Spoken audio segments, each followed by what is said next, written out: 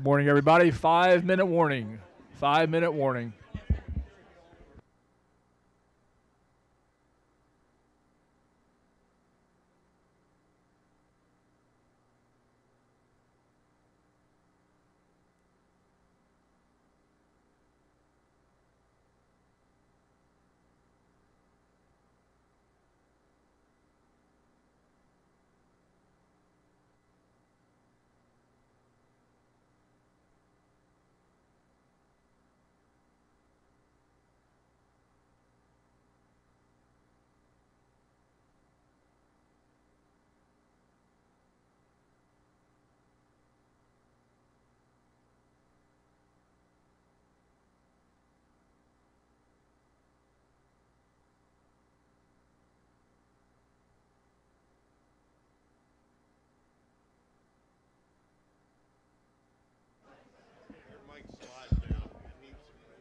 Oh, okay.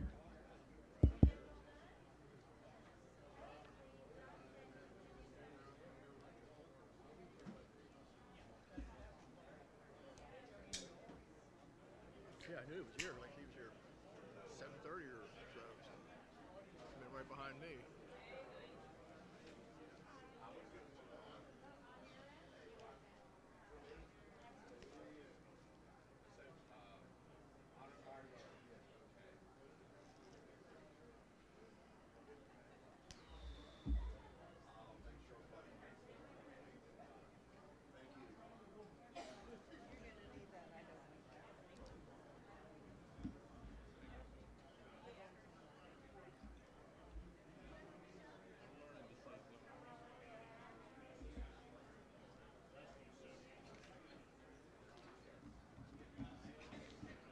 Hello, Susan. Good morning. How you doing? Good. Good to see you. In fact, I asked a little while ago if you were coming. Because I want to introduce everybody as they're, when they do the introduction. But I forgot my pen, so. Oh, that's okay. I know who you are. Take care. Thank you.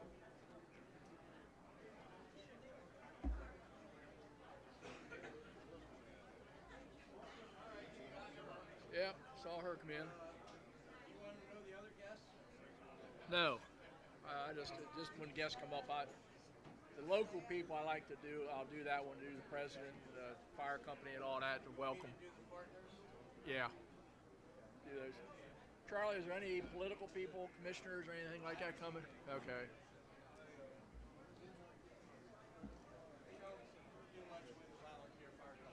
Okay.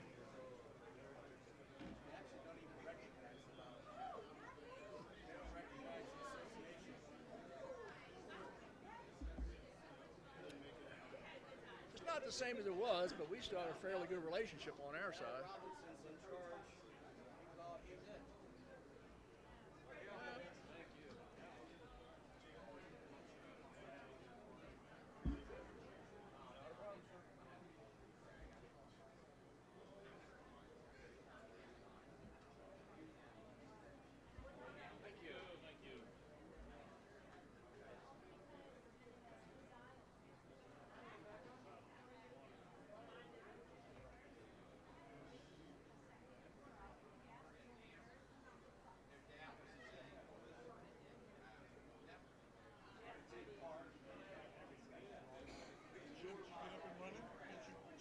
Sir? Richard's back here playing with it. Huh? No, no, I'll go by the agenda anyway. We won't get into that till reports anyhow. I'll be fine. Thank you. Didn't say hi, buddy. Saw you sneak in there. I've been running around here. Didn't say good morning. Had a nice turnout. Mike Love put together all the retired and former communications employees. Did you? That was neat. You had to be almost a senior person there. Eddie Wiles. Was he? Eddie Wiles and Hamilton had me beat. I think. Hamilton had more time than you. Yeah, he was there when I started. Yeah, Mike started there when he was working there on bird shift when I went to work there. Cause I worked Hamilton and I worked my first midnight. I worked with Hamilton. Just two of us. You imagine that today? No. Just two of us. No. But yeah, I think Eddie is probably the senior. It's probably Eddie, Mike, and then me. I think. So did you start down in the executive office building in the basement? I was in the bomb shelter, yep. Yeah. And then they took a picture of everybody who worked in the bomb shelter. Yeah, oh, did Yeah, before they come out of the hole. Yeah, I think, like I said, I was trying to think. I don't think there's anybody else that was there that was more senior than Hamilton and Eddie and I. Yeah, I don't really. I know the guys now. There's so many civilians, Oh yeah, I know. and they like to point the finger at them too. Yeah, I hear all the time. Frederick's got a lot of civilians, but they still have fire department background. A lot of Not all, well, about half, but unfortunately, the fire department background for most of them come out of Pennsylvania. There's very few local people anymore. Very few. I mean, when I started, everybody was a firefighter, you know. Okay, let's get ready to go.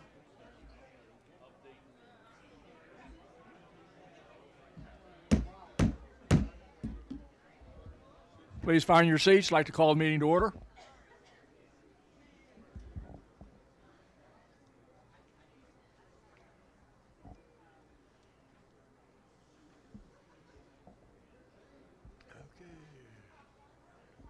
If we can find our seats, please.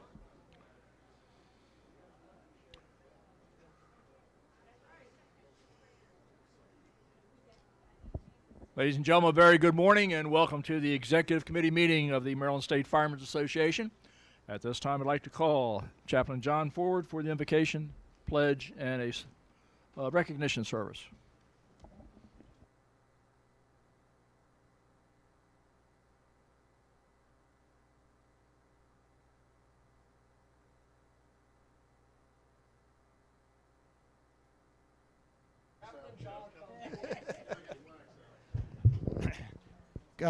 Good morning. Before we go to prayer, I have some concerns that we need to lift up.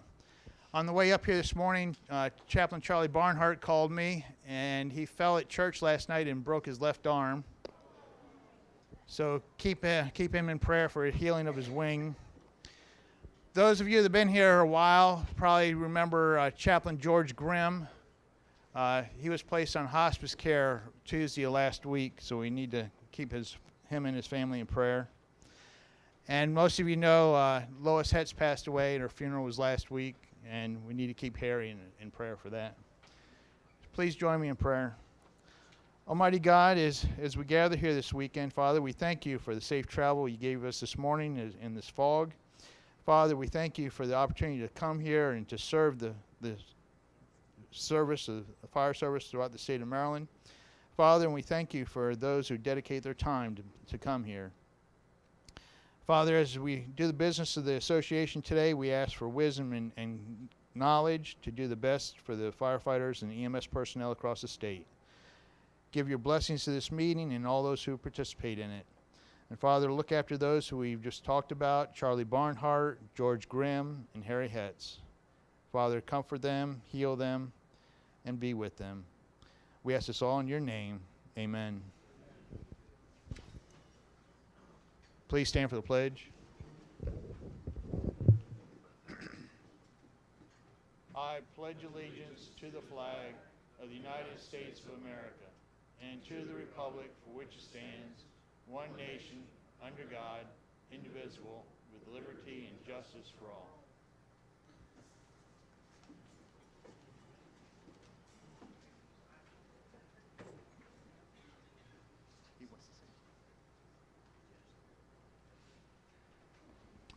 President Smothers. Good morning, and glad everybody made it here safely, and certainly wish you a Merry Christmas and Happy Hanukkah. And as we go forward, I want to say that before we get started. I kind of want to do something a little different this morning because you know, we've had a few of our members pass away. We've had 4 past presidents here in the last couple months. We've had some we've had some pretty significant injuries with some of our firefighters. Of course, Baltimore City lost 2 firefighters here from their house fire. Montgomery County had a police officer that had both of his legs traumatically amputated by a knucklehead that intentionally tried to run him down. And we've had a couple suicides over the last couple months. So, and for one, if folks are wanting to know what those Crown Royal bottles are back there, if you remember, Chuck was a Crown Royal drinker. So I've asked Chaplain Long to kind of do a little bit of a remembrance service this morning, not only to remember the folks that we lost, but also for the folks that are injured that need a little healing. And at the end of it, if you're 21 or older, if you want to have a drink of Crown Royal, you can get it while he's doing his service. I'd like to have a drink on Chuck. So a little bit different, so you can your coffee can be a little hot toddy this morning. You know, there's 3 different flavors back there. So so at the end, I'd like to have a toast to everyone that we lost, if you so desire. So, and I'm going to turn it over to Chaplain Long.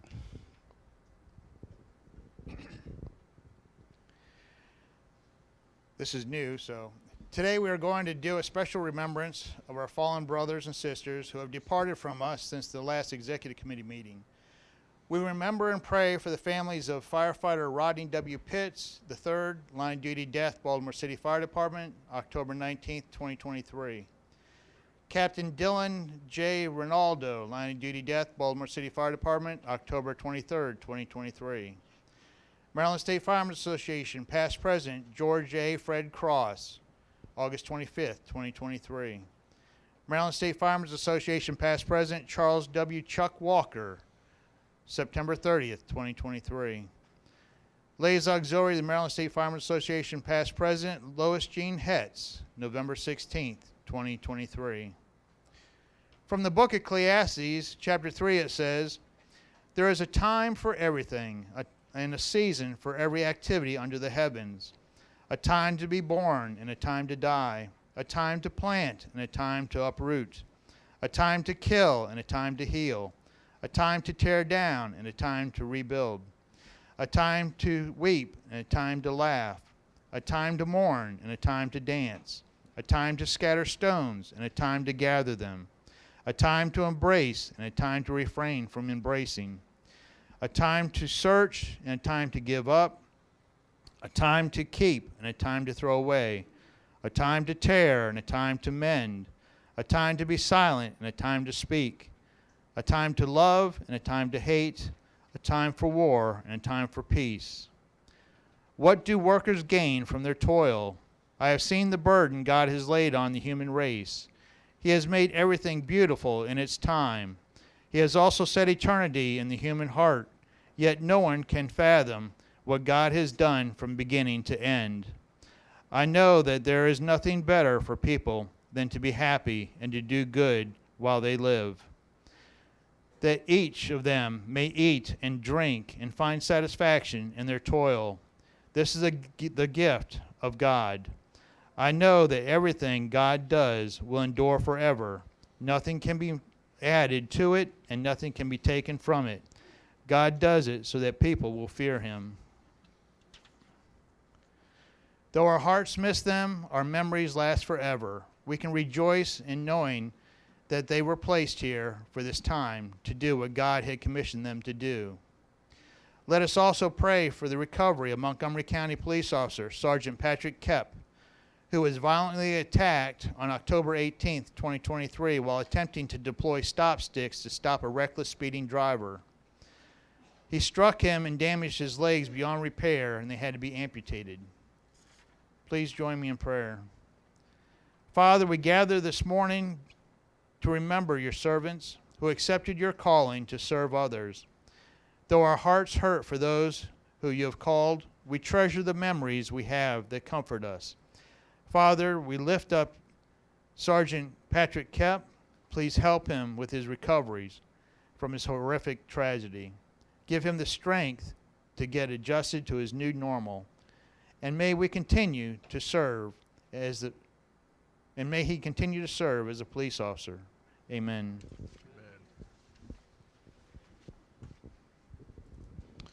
Thank you, sir. And I have a couple certificates. Michelle, this one is for Fred. And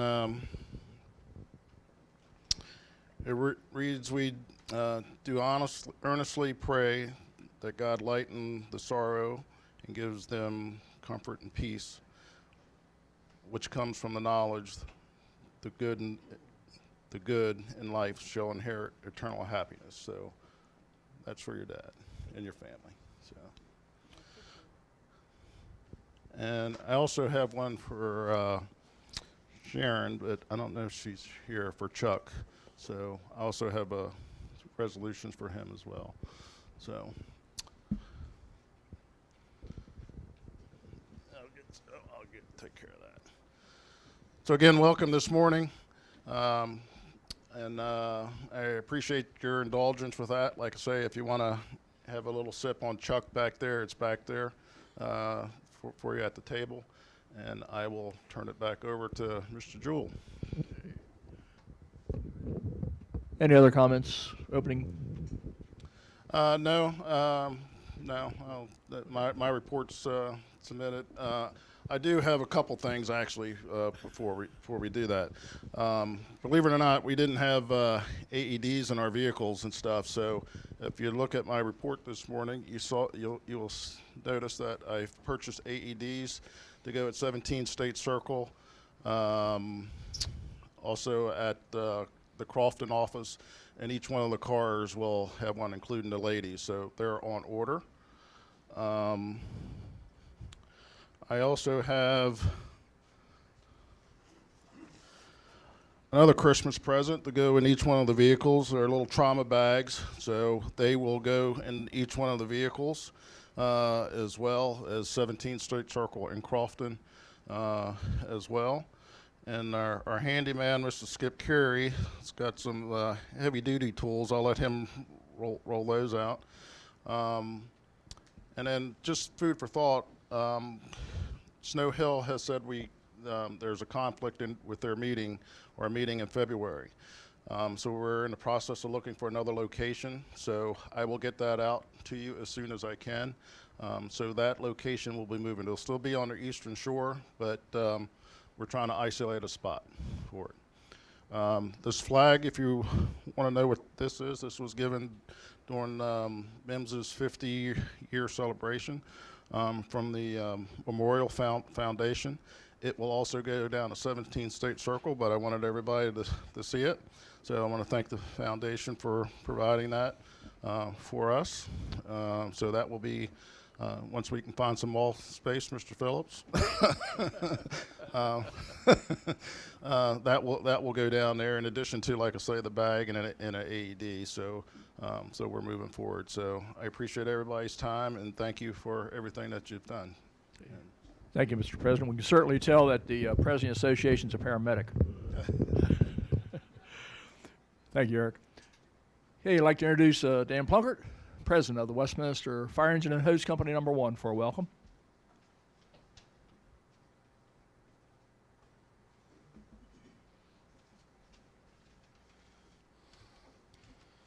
Good morning. On behalf of the officers and members of the Westminster Fire Engine Hose Company No. 1, we'd like to welcome you to Westminster. It's our honor to be your host for this weekend, and we wish you a successful weekend of executive session. The Westminster Fire Department and MSA share a rich history together.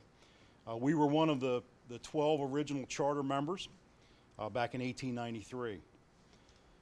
There were several conventions, 6 in total, of the MSFA held here in Westminster. At lunchtime, we're going to have the museum open. I encourage you to go over. For those who weren't here last night, we brought some things down from upstairs related to MSFA. We have several ribbons from the late 1800s as far back, commemorating the conventions that were held here in town. 5 of our members have served as presidents of the association. Edwin Lawyer in 1895, A neat thing about Edwin, that for those of you that aren't into the history, he was president here, as well as the MSFA. He was also the first Maryland State Fire Marshal, and we have his dress hat in our museum. So be sure to look at that. Pretty neat stuff. John Cunningham was the 8th president in 1901. Oscar Gilbert, 23rd in 1918. Frank Schaefer, 42nd in 1935. And our life member, Bob Cumberland, was president in 1987. And we have another member, Charles Simpson, who's walking through the chairs as we speak. So congratulations to those folks, and thanks for your service. Our history goes back even farther. We were chartered in 1823, and this is our 200th year. And that was part of us offering to host this time for you folks. I want to thank those of you that participated in our muster parade back in October. Although it truly rained on our parade, we had a good time, and thanks for everybody that participated in that. Again, our museum will be open at lunchtime for anybody that would like to see that. Unfortunately, our crown jewel, which is a 1924 city service truck, has been in restoration for 5 years, and we're disappointed it's not here, but all the ladders are. So that's why there's a pile of ladders in there. The truck's not here yet, but we have 2 hose carts and a 4-wheel hose carriage from the late 1800s. Some of them, we're not sure exactly which ones, were at the Baltimore Fire. There's also a proclamation back there from the mayor of Baltimore thanking us for coming to participate in that event. So a lot of neat history over there if you're into that kind of thing. Again, anything we need to do for you, let us know. Restrooms are to my right in this hallway. We're going to maintain the beverages back here all day. Lunch will be served around 12 o'clock. Okay. Anything you all need, let any one of us from Westminster know about it. And again, good luck for a successful convention. Well, Dan, don't run away, because I got some stuff to add to your museum. Okay. So as you know, like I say, this was culmination of their 200th anniversary, and we're very honored to be here. So I want to give you a special recognition plaque for your department to hang on your wall. So I'll give you that. But I think when you get to milestones, sometimes a plaque just doesn't do. So I'm going to give you that to add to your museum piece as well. Thank you very much. Thank you very much. Thank you all. Thank you, Dan, and congratulations to Westminster, and thank you for the honor of being involved in those events. That was a great time. Okay, also like to introduce Susan Mott, representing the Carroll County Volunteer Fire and Emergency Services Organization. Susan? Yeah.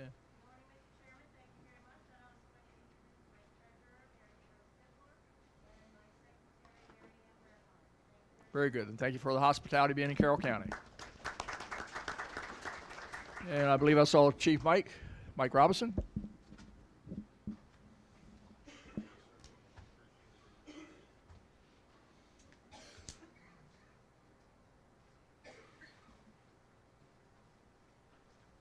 Good morning, and on behalf of the Board of County Commissioners of Carroll County, I bring you greetings.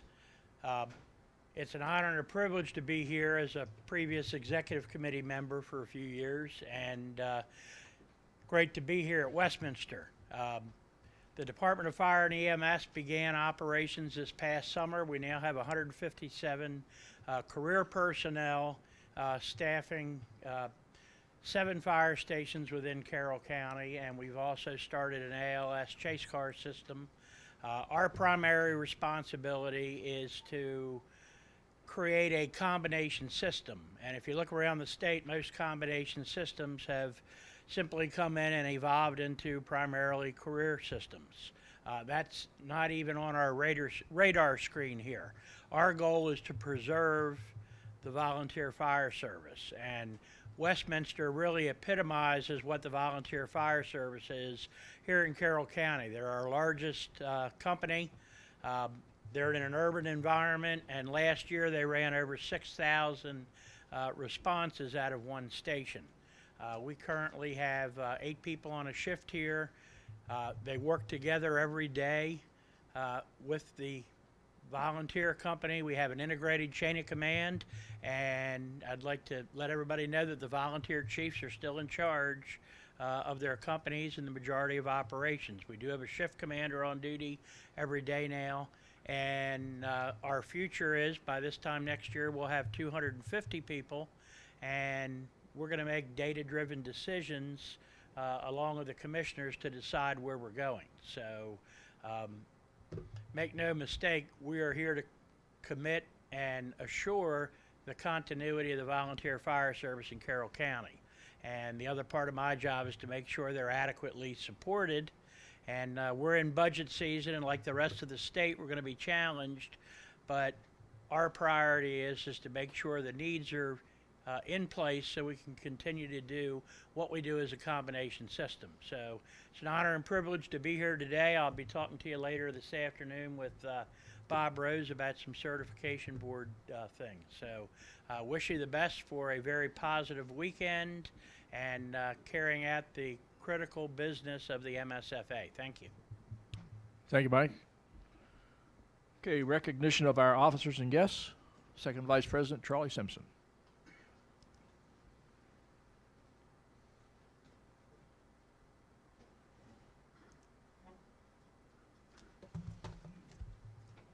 Thank you, Mr. Chairman.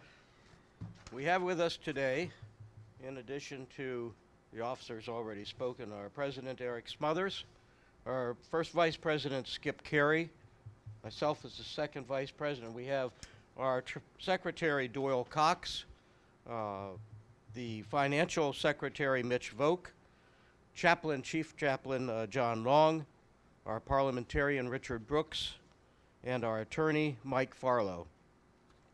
From the Board of Trustees, we have Chairman Doug Alexander, Robbie Blackston, Tom Mattingly, Jeff Clements, and Teresa Collins.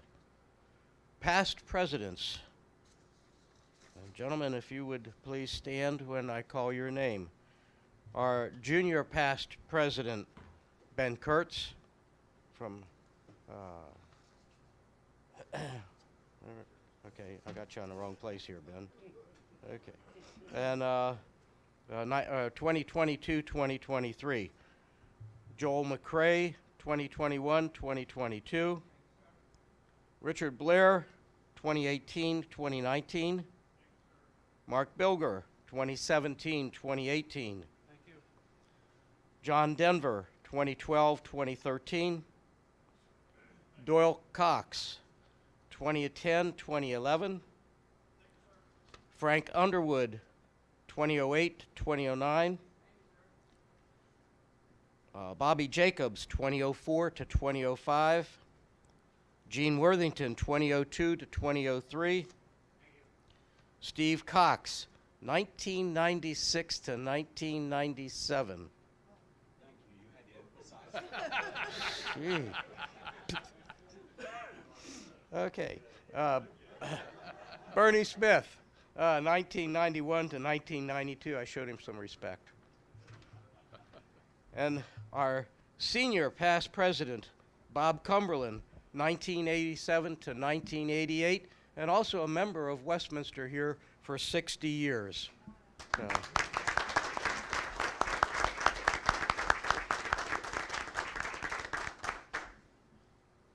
I might add that today's my 52nd year with Westminster, but Bob nor I are charter members.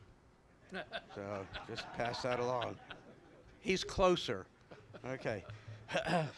From our partner agencies, I have Mike Cox from Maryland Fire Rescue Institute, Dr. Delbridge from the Maryland Institute for Emergency Medical Services Systems, got it all out, and Rebecca Gilmore from the Shock Trauma Center.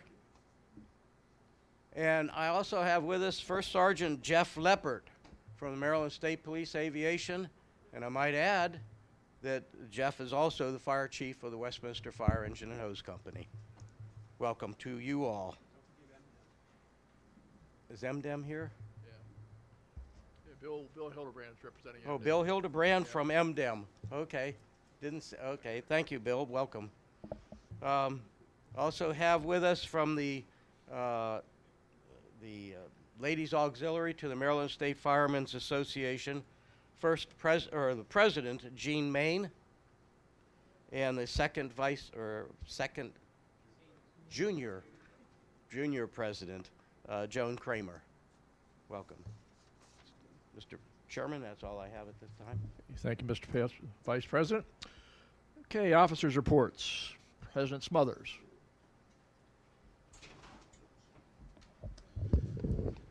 I've already submitted my report. I'll just give you some of the highlights. Part of that was the trinkets that I rolled out this morning. But we did have an opportunity, Kate, myself, and Jonathan, with our recruitment and retention efforts here that we have going on in the state, and I think they're going along pretty good, because it seems like when I go different places, folks are telling me, hey, we're bringing new members in and we like what you're doing. And there's probably some pockets that we still need to try to reach out to.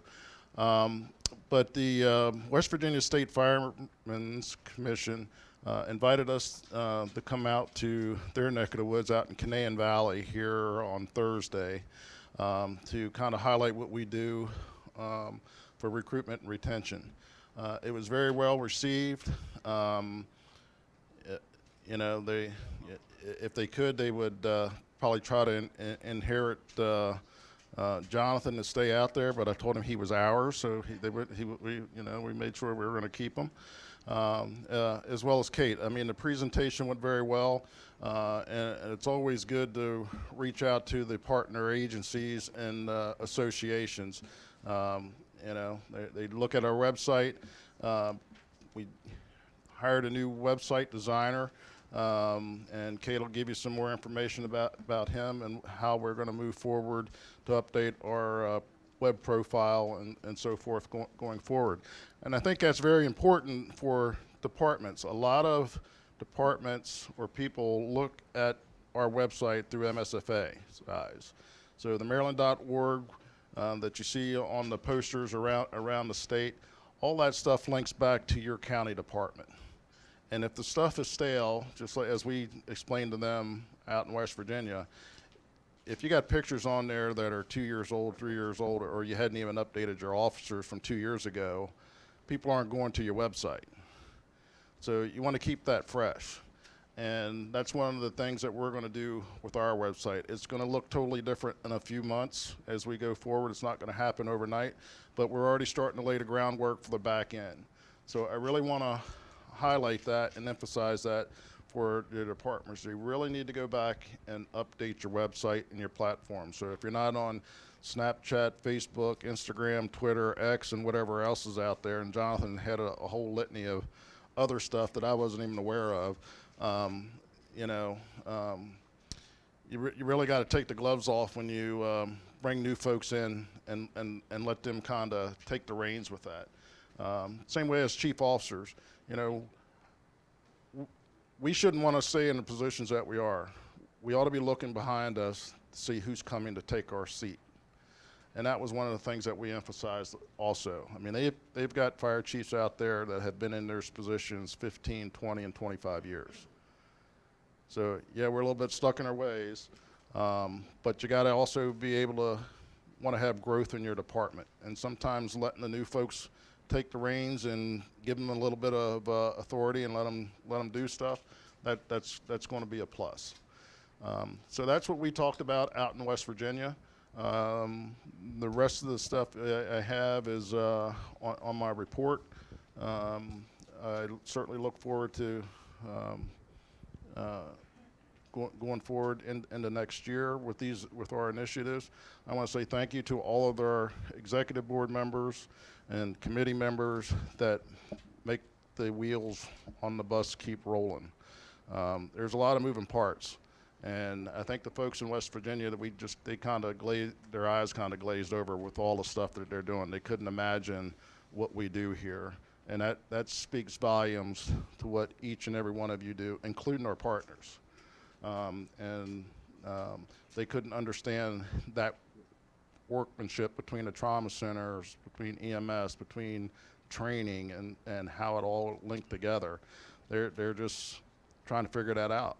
And we've got a template that a lot of people looked at us to do. So I want to say thank you, and hope we have a good meeting the rest of the day. Thank you, Mr. President. First Vice President Skip Carey.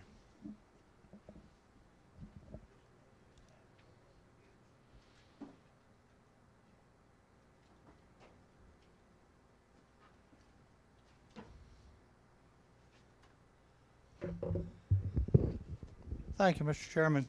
It's a pleasure to be here for a lot of reasons. For me, primarily for the history that's involved here, because what's past is prologue. Very true, very true. My report's filed electronically. A couple of the highlights. One of the pleasures of being second vice and first vice president to me is traveling all over the state. Granted, sometimes it's not a comfortable trip. Yesterday wasn't in the rain, but you get to see a lot of the state that you wouldn't have. You get to meet a lot of people in that. Walking in the museum last night was wonderful. The first thing I saw was a full complement of wooden ground ladders, including a Bangor. That's what was on the first ladder truck that I was assigned to, 49 La France. Don't say anything, Cox. No. So consequently, when Chairman Jewell reported that our president was definitely EMS, a road doctor, because he got us all the road doctor stuff, I got assigned by him to get us a forcible entry tool for the vehicles in case we pull up on a car engulfed in flame, windows up, doors locked. How can we get them in? So I reverted back to my history. And we now have a mini Halligan for each one of our officers' cars. It will not ward off deer, nor vans, I will say, nor vans, either one. But these are there. There's one they're labeled. Now this one happens to be MSFA. So everybody's got one. But thank you for the chance, once again, of serving you. This organization is unbelievable. You look out here and you watch everybody talking and everything, and we truly are a family. It's often said. But you get to speak at banquets, you get to do 9/11 highlights since our last executive meeting. But the most important thing is I get to associate with such unique individuals as the president, the second vice president, a couple of the executive committee, and I bring you greetings from Roger Stanger, who is home. Yep, I have it in my notes. 30 days since he had his left knee replaced.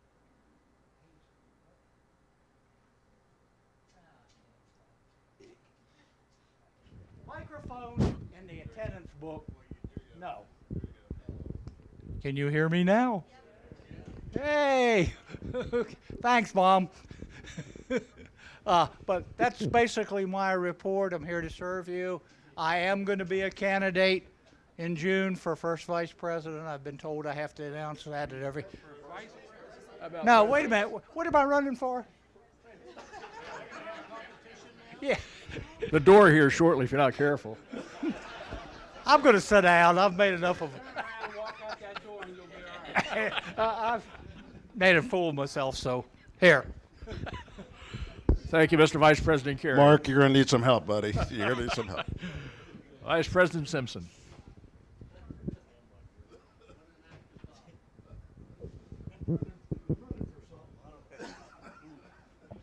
What an act to follow. Okay. So, Mr. Chairman, thank you. It is an honor to be here. It's a pleasure to be here in the station that I started at, and to be able to celebrate with you all our 200th anniversary and all of the artifacts and so on that we have, that we've gained, we've collected over the years. Since Ocean City, I've done a lot of traveling, and it's been fun all over the state. And more to go and more places to go, but it's interesting.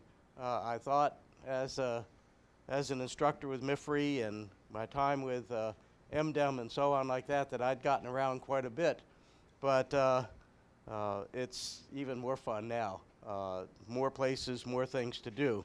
I continue to work at the direction of the President, hesitantly the first Vice President, but we get a lot done. Oh, watch that Halligan tool. Okay. But we get a lot done. We're doing a lot moving forward, and I thank all of the officers, all the past presidents, and those that have worked with me, given me advice, and allowed me to continue this challenge, and look forward to working with you all in the upcoming years. As announced, I'm running for first Vice President. I don't know if I'll have any competition or not, but I do look forward to serving you again in the future. Thank you all, and thank you, Mr. Chairman. Enjoy your weekend in Westminster. Thank you, Vice President Simpson. Executive Director Kate.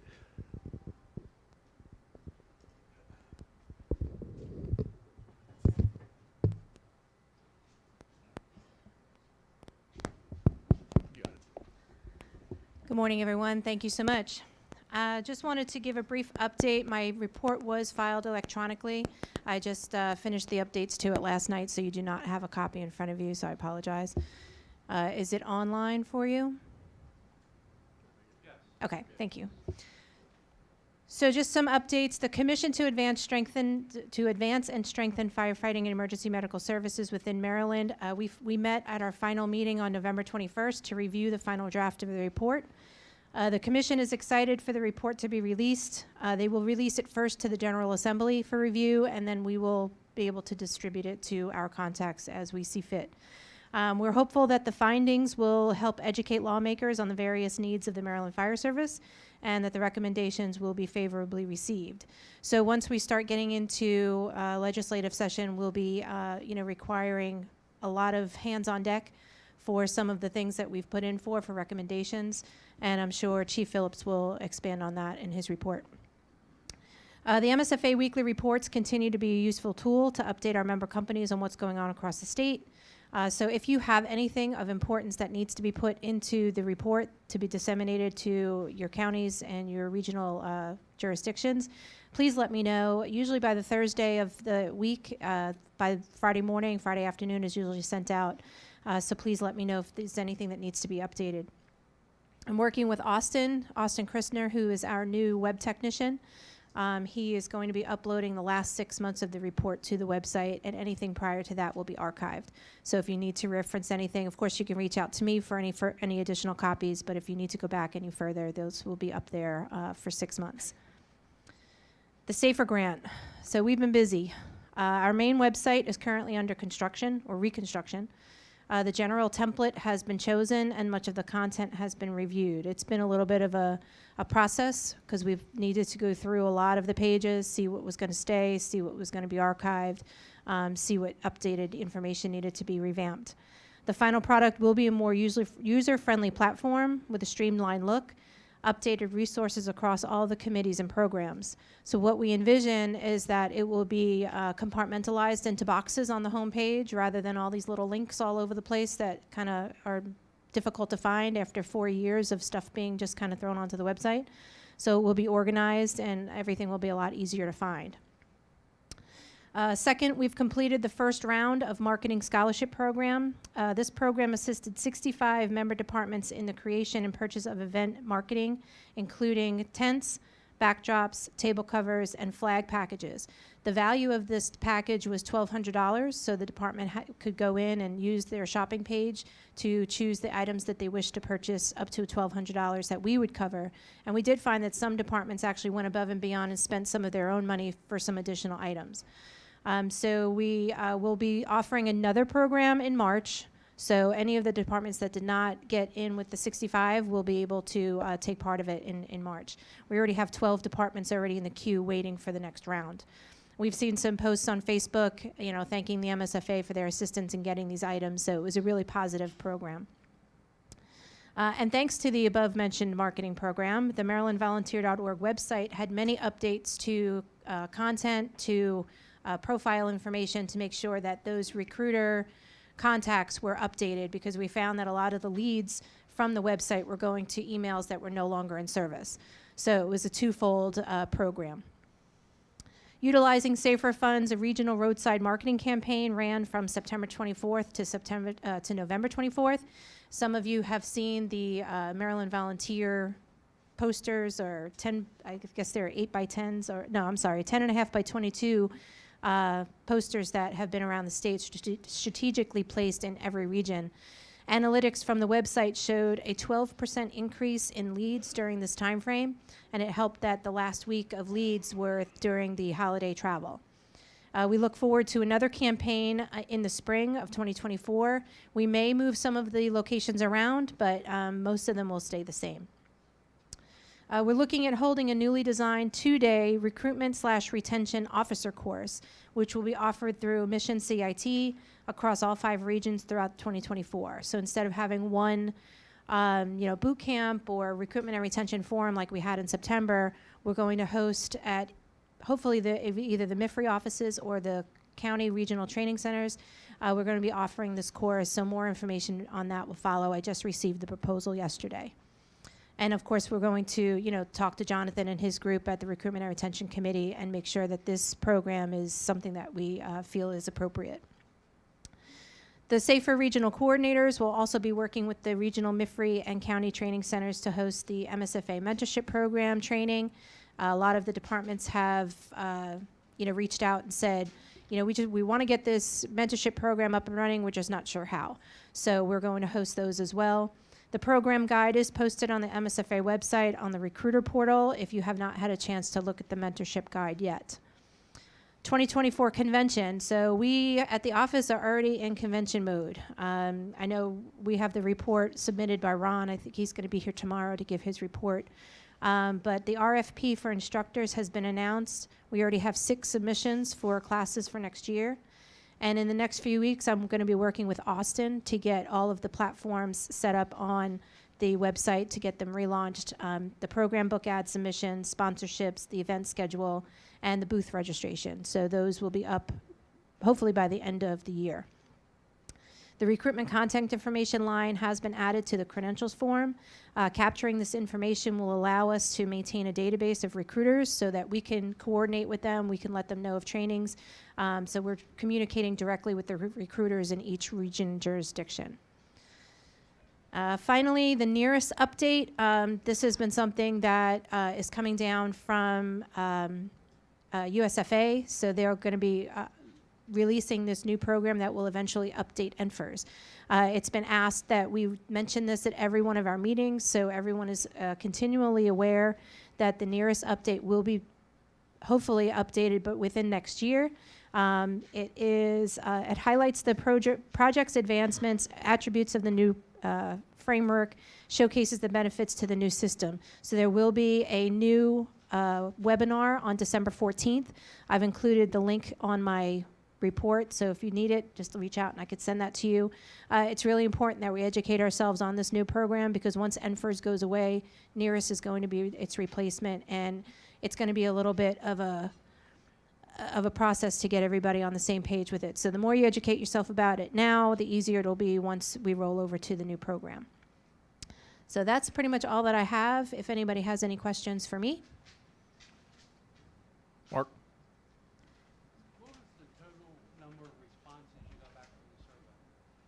It was over 3,000. I can get that number for you. It's in my, I'd have to check my emails, but from the Maryland Department of Labor, it was 3,200, I believe, in that area. Thank you. So, and the majority of them were volunteers, which was nice to see. Kate, the new program for NFERS, are they looking at being able to get data out of it for the local departments? I mean, it's nice to have the new program, but a lot of departments rely on that for their FEMA grants, their end of year reports and stuff like that, stuff that they give to county executives, city councils and stuff like that? Or were they looking at being able, on a local level, for those departments being able to get data back out of it? Yeah, and the really cool thing about Nearest is that it's going to be real time. So it won't be waiting for information to be uploaded by regions, jurisdictions, even the departments themselves. So if you do need that kind of data and you're meeting with your legislators tomorrow, that data will be immediately available, and it will be as real time as the information, especially if as the CAD uploads through the Nearest system, all of your calls will be all of your calls will be loaded almost in real time, so you'll have that data to be able to use it as you need it, from what I understand. But I would suggest sitting in on the webinar, because it is a live webinar and you can ask questions through the webinar, and the guest speakers are our USFA administrator and everybody else that's involved with FSLRI, and they will have all that information if you have more detailed questions on that. Like I said, I listened to the first one they had, and it really didn't seem like they were, I mean, they kept saying that it's live data and stuff like that, but the departments need to be able to get the data back out easily, you know, for their own use and stuff like that. And I think that's what Dr. Lori Moore Merrill was talking about, was that that was one of the reasons why they were going to the new system in the real-time world, so that the departments could use the data as they needed, when they needed it, and not 3 months or 6 months down the road, that they would have it in real time. Okay. Any other questions for Kate? Thank you, Kate. Thank you. Secretary's reports. Vice President Doyle.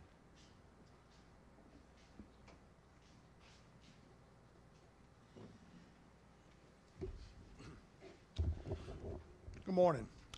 You should have a copy of my report with you. Just to hit a couple of items. One of your action items today will be the approval of the minutes from. Is it on now? Yeah, okay. Sorry about that. The approval of the minutes from August the 26th and 27th, which you should have received a copy back a month or so ago. Okay, do we want to take action on it this time?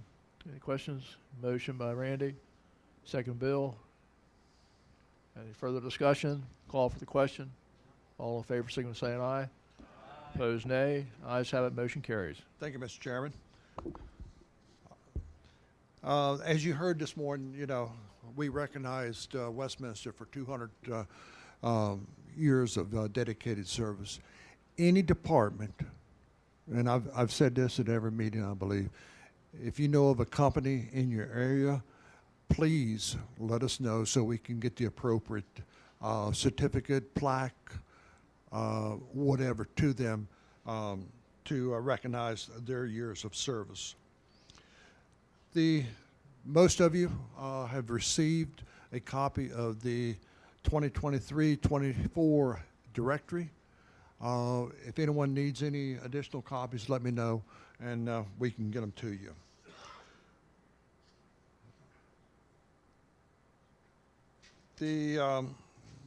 As Kate indicated, reference to the credentials, the credential form will be put online January the 1st. Need each one of you to go to your departments in your area, and let's see if we can get 100% this year. You know, it's vital that we get this information, so push them to get the information logged in and presented on the online.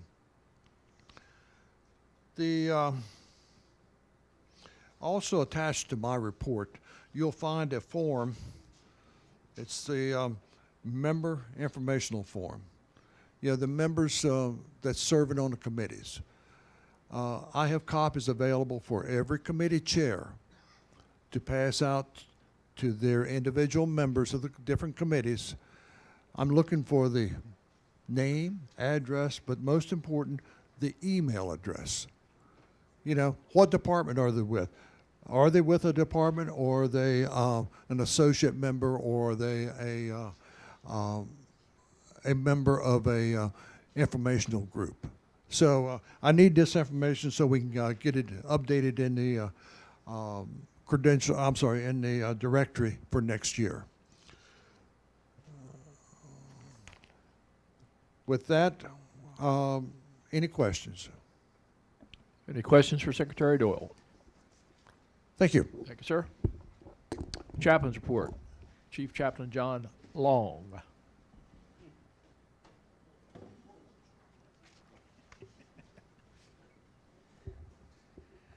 Good morning.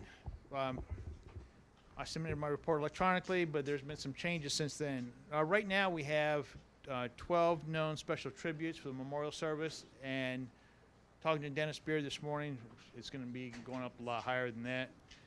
I want to make note of one thing. A company in Montgomery County submitted their member for the memorial, and I don't just post the names for the line for deaths. I research them to make sure the person is actually deceased. And when I read his obituary, he said he had a stroke at the firehouse and died. That's kind of a line of duty death. This happened June 26th, and the fire company never took any action on that for a line of duty death. It's kind of disturbing. Most of you know, we already know, talked about Harry Hetz's wife Lois passing and Charlie Barnhart. I attended the Federation of Fire Chaplains Conference in St. Petersburg, Florida. I took the assist class while I was there, and one of the instructors for the assist class is a detective for Miami-Dade County, and he told us 50% of the suicides he investigates, the people leave a note behind, and in that note says, if someone asks me how I'm doing today, I probably won't complete the suicide today. 50% of those people in Miami-Dade County commit suicide because no one cares. No one, just simple words of saying, how you doing today? So I encourage everybody, as you greet people, ask them how they're doing in a sincere way. We're moving forward, preparing for the 2024 Federation of Fire Chaplains Conference in Annapolis. Things are moving ahead there. We hope to have a great turnout. The attendance in Florida this year was the highest it's been in a long time. So we're looking forward to having a lot of great people coming into Maryland. Continuing on memorial service, submittals are due by February 1st. Right now I have only 85 people. Doug told me that he looked at my list on the web page yesterday, and he has 11 more than what I have. So the companies haven't submitted. So please encourage your folks to submit their memorial submittals so we can get those taken care of. And I just got word this morning from Director Cox that the Essentials class has been approved by MSFA, so we will have another Essentials class at the Lower Eastern Shore MSFA site in March. So look for that announcement to come out and have your people that need the class sign up for it. That's all I have. Any questions? I did make mention to the chaplain this morning, Tim Ganley, a longtime member of the Board of Review, is having some very serious medical issues for those of you that know Tim. Thank you, John. Have a question. Any other questions? Sorry. Go ahead, Steve.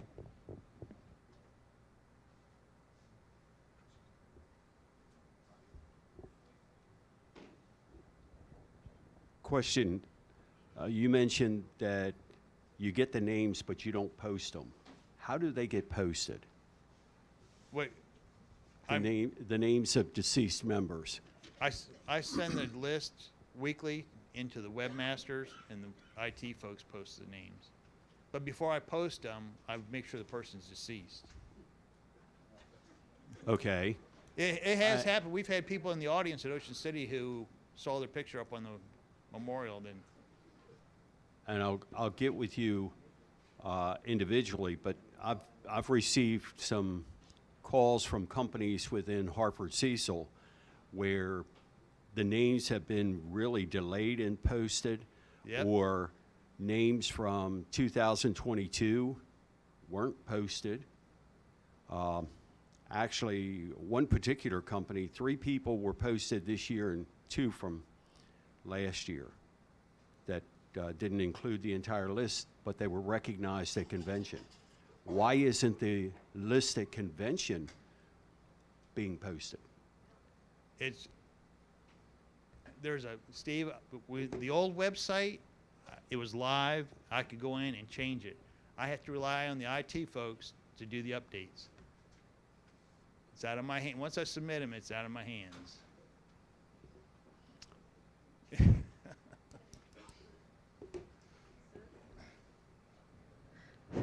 So this was an issue that we identified. That's why we have Austin up and running now, and we have submitted everything that John has sent in over the last few months, and they've been updated. So if there's anything missing we need to know, well, John needs to know. But yes, that was an issue that we had. We talked about it at the last executive committee meeting, which is why we hired the web tech, and now he is up and running and doing that updates for us. And it's probably because he's up and running, those recently got posted. So, okay, thank you. Thank you, Steve. Any other questions? Thank you, Chaplain John. Ladies Auxiliary, President Jean Main.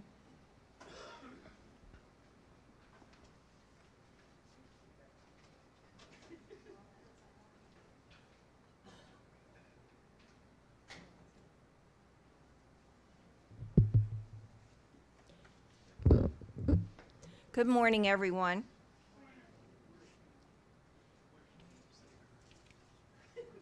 Our past presidents of the Ladies Auxiliary of the Maryland State Farm Association, please stand as I speak your name. Sherilyn Worthington, 1995-1996. Rosa Mayer, 2002-2003. Sandy Lutz, 2010-2011. And Teresa Chrisman, 2011-2012. Officers present: Joan Kramer, Junior Vice President; Samantha Butterfield, Vice Chaplain. Thank you, Madam President. Our deepest sympathy to the family and friends of the MSFA past presidents that have passed: Joan Kramer, excuse me, Joan Cumberland, 1998 and 1999, and Lois Hess, 2008-2009. No, you're not on my list. Since the last executive meeting, I have attended several banquets and memorial services, attended galas in Annapolis and the PG Tribute. I've been in the Westminster Parade and the Brunswick Veterans Day Parade. The LAMSFA conference was held in Union Bridge. I'm working with others together to get new members and auxiliaries, even if they're not in auxiliary and they want to be part of the auxiliary for the state or their county. They need to just let us know, and we will take them independently, not even if they're not in an auxiliary. We will take them. December the 16th is our Christmas party at Lewistown, the MSFA and LAMSFA. It is on December the 16th again, and the time is 2 to 6. And have a productive executive meeting. Thank you. Thank you, Madam President. Any questions for the President? Thank you. Bessie Marshall Fund Report.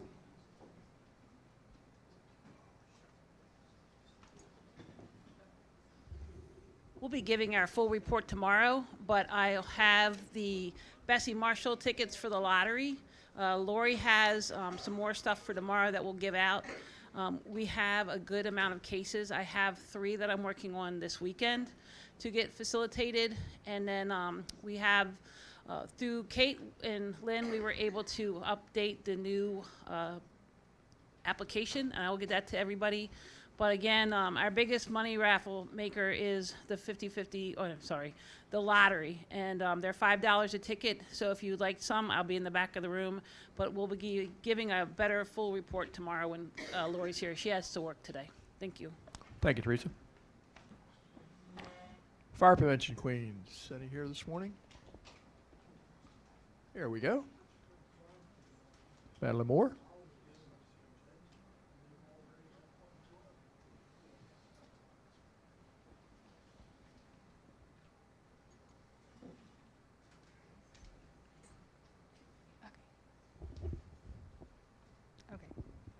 Good morning. So Ashley is not here this weekend, so I'll be giving my report and her report. So I just want to thank everyone for their support so far during my term. There is a little change to my report that I did submit. So after I submitted my report about my activity book, it is officially getting published, so that is exciting. That will be around to me the end of December, so I'll be passing those out when I get them. It's been great traveling with Ashley, the first runner-up, spreading fire prevention messages around Maryland. Since August, I've traveled 1,272.8 miles and have attended 20 events. I just want to thank everyone for this opportunity. I do have tip sheets with me that Ashley and I did create. So, and then I also do have my activity book, so you can see the original version. And then I just want to remind everyone to water their Christmas trees every day so they do not dry out and become a fire danger. That's the end of my report. For Ashley's, she says, good morning, everyone. I am very sorry I could not attend this weekend's meeting. I am in EMT refresher this weekend and next weekend. She just wants to thank everyone for their support so far since June. I've had a lot of fun traveling and promoting the importance of fire prevention and life safety across the state of Maryland. I submitted my detailed monthly reports electronically. To summarize, since August 1st to present, I have attended 23 events, traveled 1,608 miles, and have dedicated 91 hours to community outreach. With the holidays coming up, I want to remind everyone, use clips, not nails, to hang lights so the cords do not get damaged or frayed. Keep decorations away from windows and doors or other means of exit. I hope everyone has a safe, happy, and healthy holiday. Thank you. Thank you. Congratulations on the book. That's quite a feat, and I know that's a really neat project that people have talked about. So congratulations on that. Any other questions for our fire prevention ambassadors? And thank them for all they do all year for us. Thank you. Okay. Before we get into reports, are there any new individuals that have never been to a meeting before of the executive committee? We'd like you to just stand up and say hi and introduce yourself. As we're past President Gene started this many years ago, and we kind of got away from it, and I think it's a great idea that if we have new people here to make sure we know they're here and make sure they're welcome. So are there anyone that's never been to an executive committee member meeting before? Chief Tome, you're welcome. We're glad to see you.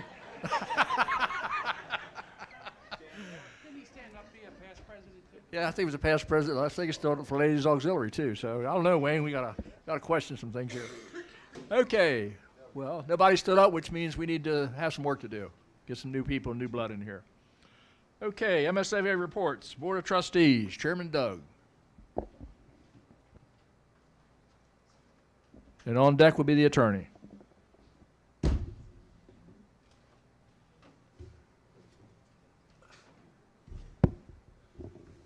How is everybody? All right, like to hear that. I'm going to report for the Board of Trustees today. Since the last meeting, we finally had some movement. We found our information, and there it is. That's what we've been working on for the last 3 months. We finally got it together. We had some outstanding assistance from Ron Sarnicki. He was able to forward all the disbursement he's made from the Trustees Benefit Fund to us, and we were able to match them up with minutes and so forth of our meetings that we had, and we were able to create the monthly reports for fiscal year 23 and the first 5 months of fiscal year 24. So Ron has all those. We have sticks made for everybody, so we're back up and running. All we need is a computer. So we'll work on that. Trustees met via Zoom on October the 4th. All the trustees were in attendance. The trustees have approved a claim from the Easton Volunteer Fire Department for a line of duty injury benefit for Jennifer Bennett, who was injured in an incident on September the 8th. She suffered a severe ankle and leg injury while fleeing a tree being felled as part of a woods fire mitigation. The trustees received notification for intent to file a line of duty claim from the Sandy Spring Volunteer Fire Department for Michael McTighe, who was fatally injured in a motorcycle collision in Frederick while returning home from a company meeting in uniform. The claim paperwork is nearly complete. We communicated with them yesterday, and they're waiting on a signature and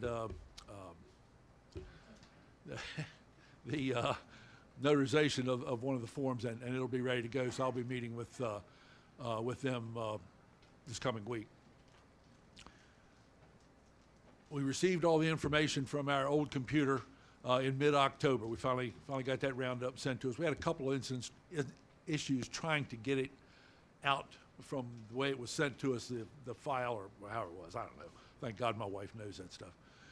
We were able to access and recover the information. Once we got access, we went through and found all the information necessary that was in the computer to create the monthly benefits, which is what you see right here, for fiscal year 23 and first part of 24. With the additional information that was provided by the treasurers, we were able to create monthly benefit reports for August of 22 through June of 23 to complete fiscal year 23, and then provide them to the treasurer in preparation in case of an audit or when he does his audit. We also created the new reports for July through November of 2023 or fiscal year 24. We have them all up and running and ready to go, and we can do the December one right off the computer as soon as we get something going there. All information from the old computer was edited, as there are quite a few files on there that did not relate to the MSFA or the trustees. I contacted the former secretary, Jeff Thompson. He advised there was nothing on there that he needed from those files, so we deleted all those files, took them out, and then we created the thumb drives for everybody. All the trustees now have thumb drives with all the information, and the secretary will be keeping a master with all the information that comes and goes from the trustees on that stick. And then everybody has a stick, and as we get it, as he farms it out to us, we can put it on our stick or store it however we wish from this point forward. So we shouldn't have that information drought again, hopefully. We've not received any word on a new computer. I think we still have a used one we're trying to function with, but we just now got the sticks out, so we don't really know where we stand yet. The trustees are working on the rest of our goals for this year, which included getting all of our archived files placed on the server so they can be easily accessed by the trustees. We haven't taken that project on yet. We're kind of waiting till after the first of the year, and hopefully with our new IT person, they can get us pointed in the right direction or give us some guidance as to how we do that. Our secretary took 4 or 5 boxes of hard copy files, and we put them in storage at Crofton so that we'd have them. We did this simply because there's medical information in those files, and it needs to be secured. Again, Kate and Ron and Lynn were able to get us pointed in the right direction, and we got the information, got those boxes of files to them, and got them stored properly, so they are secure now. And we have followed, proper means for storing them. We found a mistake in the contact information on the website procedural manual. We got that corrected very quickly. That was simply an oversight when we put the new members on the website for the trustees. It was decided by all the trustees that our meetings will be held via Zoom this year so that claims can be resolved more rapidly and efficiently. This will allow the trustees to get benefits to our claimants much quicker. We will still hold our meetings as required in the Constitution, but we may do them by Zoom rather than always face-to-face at an executive committee meeting. We will always have our trustees will always meet before each executive committee meeting. It's been a very time-consuming effort to recover and create the reports, edit, continue with our regular business since the last executive committee meeting. The process of recovering from the information drought has been assisted by all the trustees and additionally Treasurer Ron Sarnicki. Without the well-kept records and payment distributions of the Treasurer, we would not have been able to verify and compile the benefit records for fiscal year 23 and the first 6 months of fiscal year 24. We certainly wish to thank Treasurer Sarnicki, Attorney Mike Farlow, and my wife Bonnie for their assistance and advice throughout the process. I believe we've created a method to prevent this information drought from reoccurring in the future. Let's see, I guess amongst the trustees, we've been able to kind of stay communicated through all this. And I think we have everybody up to speed and up to date now with the information they need to continue the work of the trustees. Fortunately, we haven't had a bunch of claims to deal with in the meantime, and that's made it a bit easier. We've also learned the difference between a fiddle and a violin, so that's going to help, I'm sure. Let's see. And last is somewhat personal here for me. I will not be seeking re-election to the trustees in June. I've served 15 years as a trustee, been chairman for 7 of those years. I'm looking to cut back on my stress-producing activities at the suggestion of my doctors after last year's health scare. I do wish to have the trustees in better shape than when I began. I think we have a great young committee core. We have obtained a much improved budget from the state for our benefits. We have a good set of sustainable benefits in place. I don't know how many of you noticed, but the benefits were increased significantly at the convention here in June, and that, of course, is in the manual. Our procedural manual has been overhauled and made more accessible, and again, that was with the help of Mike Farlow here a year or two ago. The future is bright for the MSFA trustees. I thank everyone for their support and assistance to the trustees. That's about it for my report. Anybody have any questions? Doug, when we were going through all this with the computer, wasn't that a new computer initially? No, we got a used one. And I think we still have it. I don't know if we've loaded it or not, but we don't have it. Where is it? Where is it? I don't have it.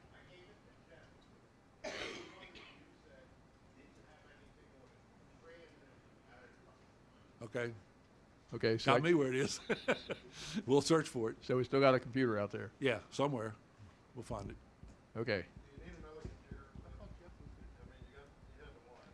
Just Yeah, let us get through that. Get all this online and ready to go first. Then we'll look into that. Maybe by February. Yeah. No. Well, it's resolved. I mean, Richard was able to find the information and got it to us. We on our end had a little trouble getting to it, but he gave us the guidance to get to it, so we got to it finally, and you know, we've got everything edited and on the sticks. So from actually today forth, I just passed everybody out their sticks. The treasurer will be keeping, not treasurer, the secretary will be keeping a master stick so that everything will go on that one, and then as each trustee gets the information, we can put it on our own stick and go from our home computers. Okay. Tommy? As far as the computer, I've got a used computer that was given to me by Jeff, the previous secretary, Jeff. Okay, so you I do have a computer, but it is the old. it's an okay. So there's still a computer missing someplace. That computer was the one I gave to Jeff from the Shell executive. Okay, Jeff's back there. Yeah. Jeff, that's the only one you had, right?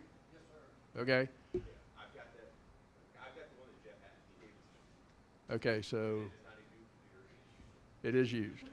Okay. So is that the one we're talking about, Richard? No. Okay.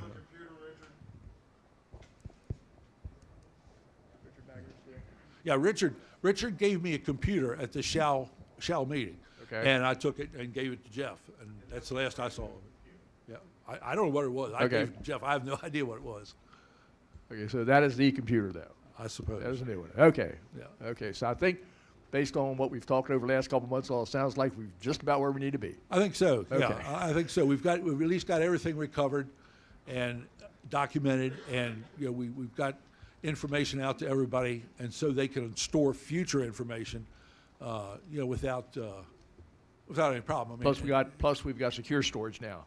Yeah, that's which is a biggie. probably the most Right. important thing we've accomplished, to Right. get that secured. Not that I think it was ever in jeopardy or anything like that, but let's be right. If something were to happen, we would have had a whole lot of explaining to do. Yeah, So, obviously. Yeah. you know, so we've got it secured now, and I think that's probably a good thing. What our goal is to go with there is to eventually get all that stuff put on the server, so that we can get rid of all those paper documents. Yeah. And I mean, there is a bunch of them. That's good. So, yeah, like I said, we haven't even approached that project yet, but we will in time. So, Okay, well, Doug, thank you for your many years of service on the trustees. I know you're stepping down this year, but you've been a great asset. Thanks to trustees, everything you guys do. Thank Richard for getting together to get this, all the get us on trustees track. are here today. If anybody has anything they need to discuss with them, please feel free to do so. They've been like I said, we've had to do this together to make it happen. So, Yep. I think we're right Just on the about brink there. of being complete. Yep, Yeah. making progress. So, yep. Thank you, All right, Doug. you bet. Any other questions for the trustees? Thank you, Doug. Okay, attorney's report and parliamentarian on deck. Good morning, everybody. Morning, Mike. We just about have the trademark renewal process completed. I've spoken with or emailed Kate and have spoken with Doyle. They've got or should have the last couple of examples that we'll need to be able to file that registry with the U.S. Patent Office, Patent and Trademark Office. I believe, Steve, that is already budgeted. Is that correct? So we shouldn't have to do any budget amendments for it. Whenever I find out the exact amount, I'll get with Ron so that we can go ahead and get that filed and mark that one off. The second thing that I have is we're approaching the end of the year, and people are going to be starting to think about taxes. Corporations also need to start thinking about their taxes, and 2 or 3 times a year, and in fact just yesterday I fielded a question from a nonprofit that had their charter forfeited, and they're like, why was it forfeited? The most common reason that a charter gets forfeited in the state of Maryland is because a corporation, like our fire companies, fail to file their personal property returns with the State Department of Assessment and Taxation. It's a very simple form to fill out for most entities, and they send it in. Fire companies, I believe, don't even have to pay to file that, but a lot of times it just falls by the wayside. So as corporations are getting ready to file their 990s, make certain they file their personal property returns, and just take that back to your individual fire companies if you don't mind. Are there any questions? Just to highlight what the attorney has mentioned, I would suggest everybody go online and check to make sure you're in good standing, because our fire museum, I file them personally, file every year. All of a sudden I check it, says we're not in good standing. I'm looking at a copy of what I sent them. A space error, when I put it in there, kicked it out. They don't tell you it got kicked out until it's too late. So you don't get notice from the state if there's an error and they kick it out for any reason. So just luckily, it's very simple. Go on SSTAT. You can check you can check the fire company or any other nonprofit you're involved in. Same with the federal. Our county accreditation now for our volunteer companies every year, that is now required that you must submit the information you had online from both the feds and from the state to make sure that you're in good standing. So we're checking all of our companies every year, or actually every 2 years, to make sure they're in good standing. We had one company in Frederick County when I first went to work for the county that it was years and they didn't know it. So it's something the attorney Mike's given a great example of what you need to do, because it can catch up with you and you don't even know it till somewhere down the road. Any additional questions? Any other questions for the attorney? Now that the work part is done, at the president's suggestion, to our fallen friends. Hear, hear. Thank you, Mike. Parliamentarian Brooks on deck, Fire Prevention Commission.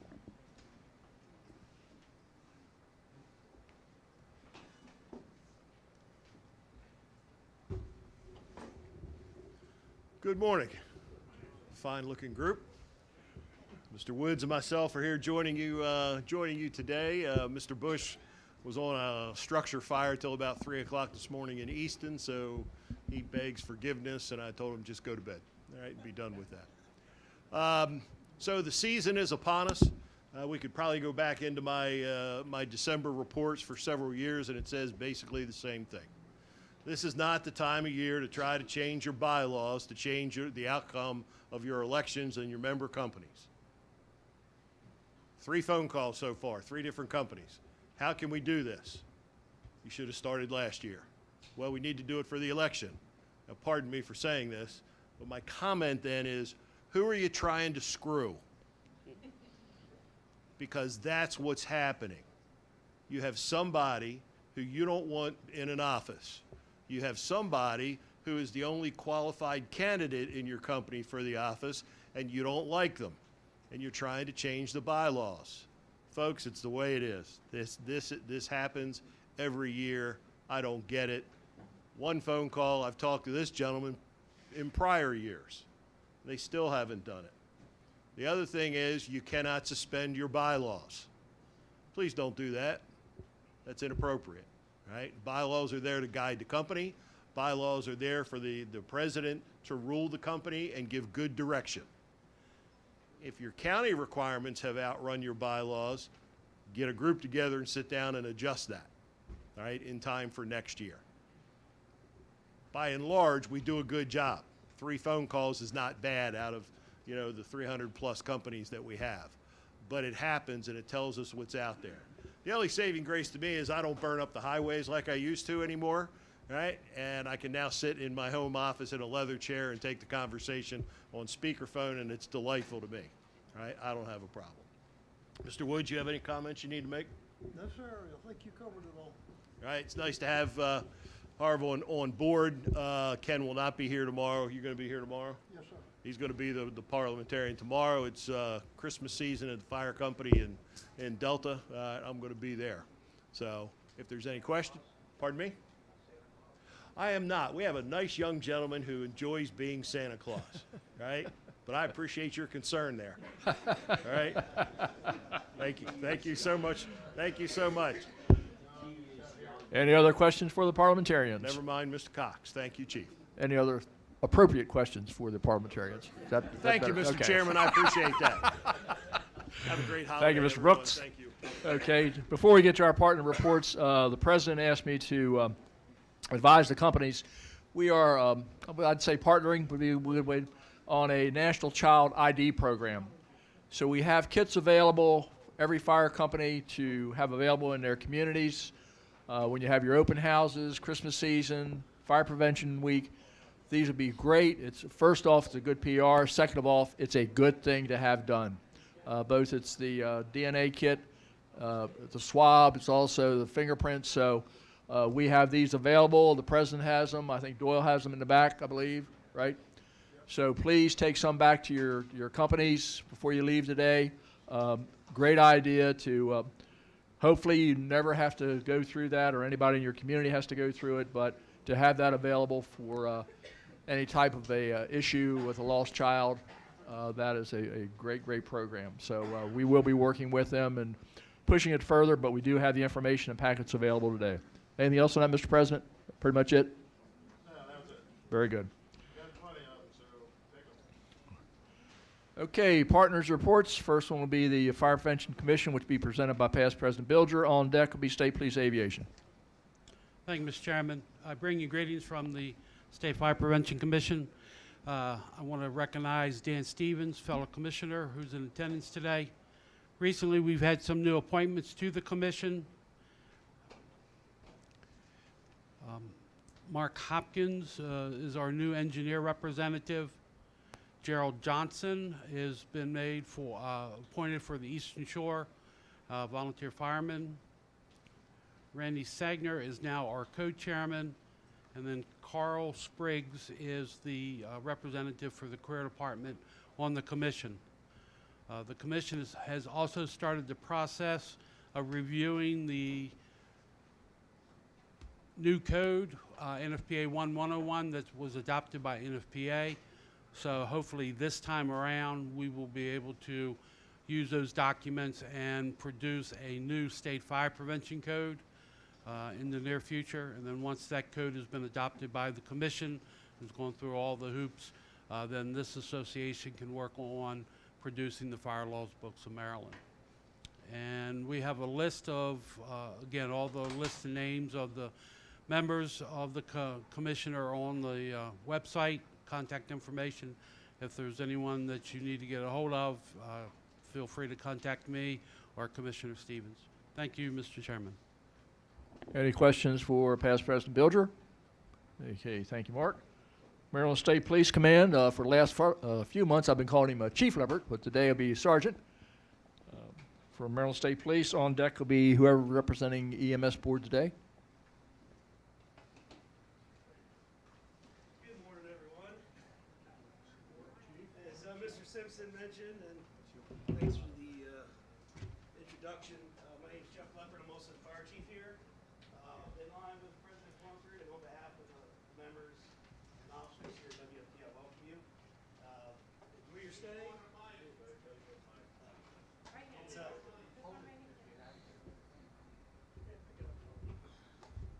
It's an honor to host your event.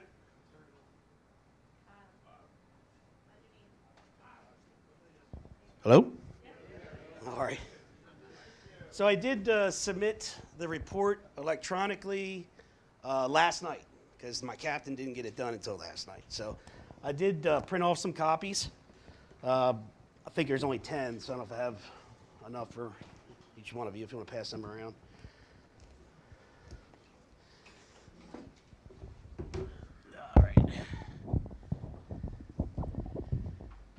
So I'm the first sergeant for the Western region, which is pretty much Western Baltimore County all the way to Garrett County. Covers Trooper 3 and Trooper 5.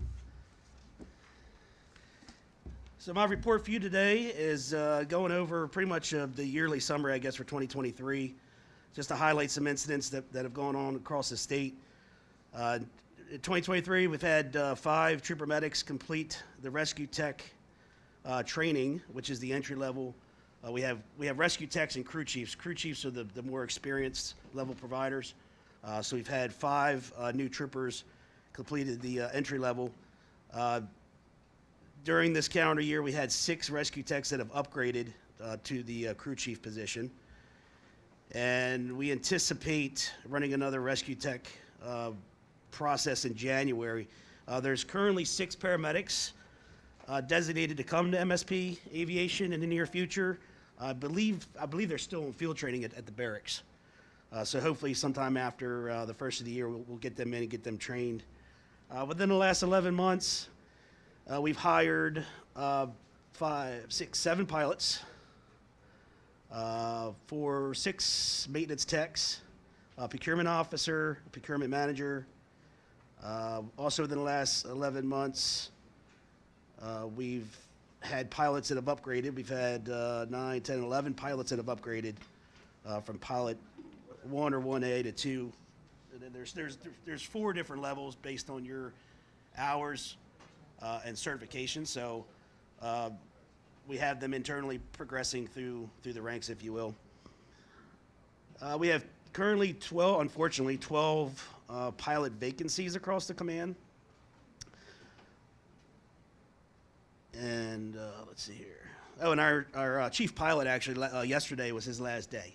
He retired, so we need to fill the chief pilot's position, and an instructor pilot position out of Cumberland is still open. Let's see here. Aircraft maintenance. That's always a hot topic. These aircraft are 10 years old now, so they're becoming more maintenance intensive. We currently have 4 aircraft, so do the math. We have 10 aircraft. 4 of them are out of service right now because of heavy maintenance. So that puts one of the 7 sections out of service. What we've been doing to spread coverage is rotating mainly between Trooper 6 out of Easton, Trooper 2 out of Andrews, periodic times where they're out of service. We had similar issues up until a month ago out in Western Maryland. I only have 5 pilots currently assigned to Trooper 5. However, I have 10 pilots assigned to Trooper 3. So what I'm doing with the scheduling is everyone at Trooper 3 is taking a bite of the apple, and 2 shifts a month they're driving to Cumberland. So that's maintaining coverage 24/7, which up to about a month ago, 3 or 5 was typically out of service once or twice a week. So we're now 24/7 coverage, back to 24/7 coverage out west. Okay. We do anticipate one of those 4 back next week. It was supposed to come back this Wednesday, and they ran into a snag doing the run-up on it. Found something wrong with it. But anyway, we're anticipating sometime next week to get that 1 aircraft back, 381. Ongoing projects, the whole blood program. We started that off, kicked that off this year. May 10th was when we first started carrying blood. Trooper 1 out of Baltimore and Trooper 2 out of Andrews and PG County were the first 2 to start carrying blood. Now, as of, I think it was the middle to end of June, all 7 sections are carrying blood. We've had 55 patients since May 10th that we've given whole blood to, with a total of 66 units administered.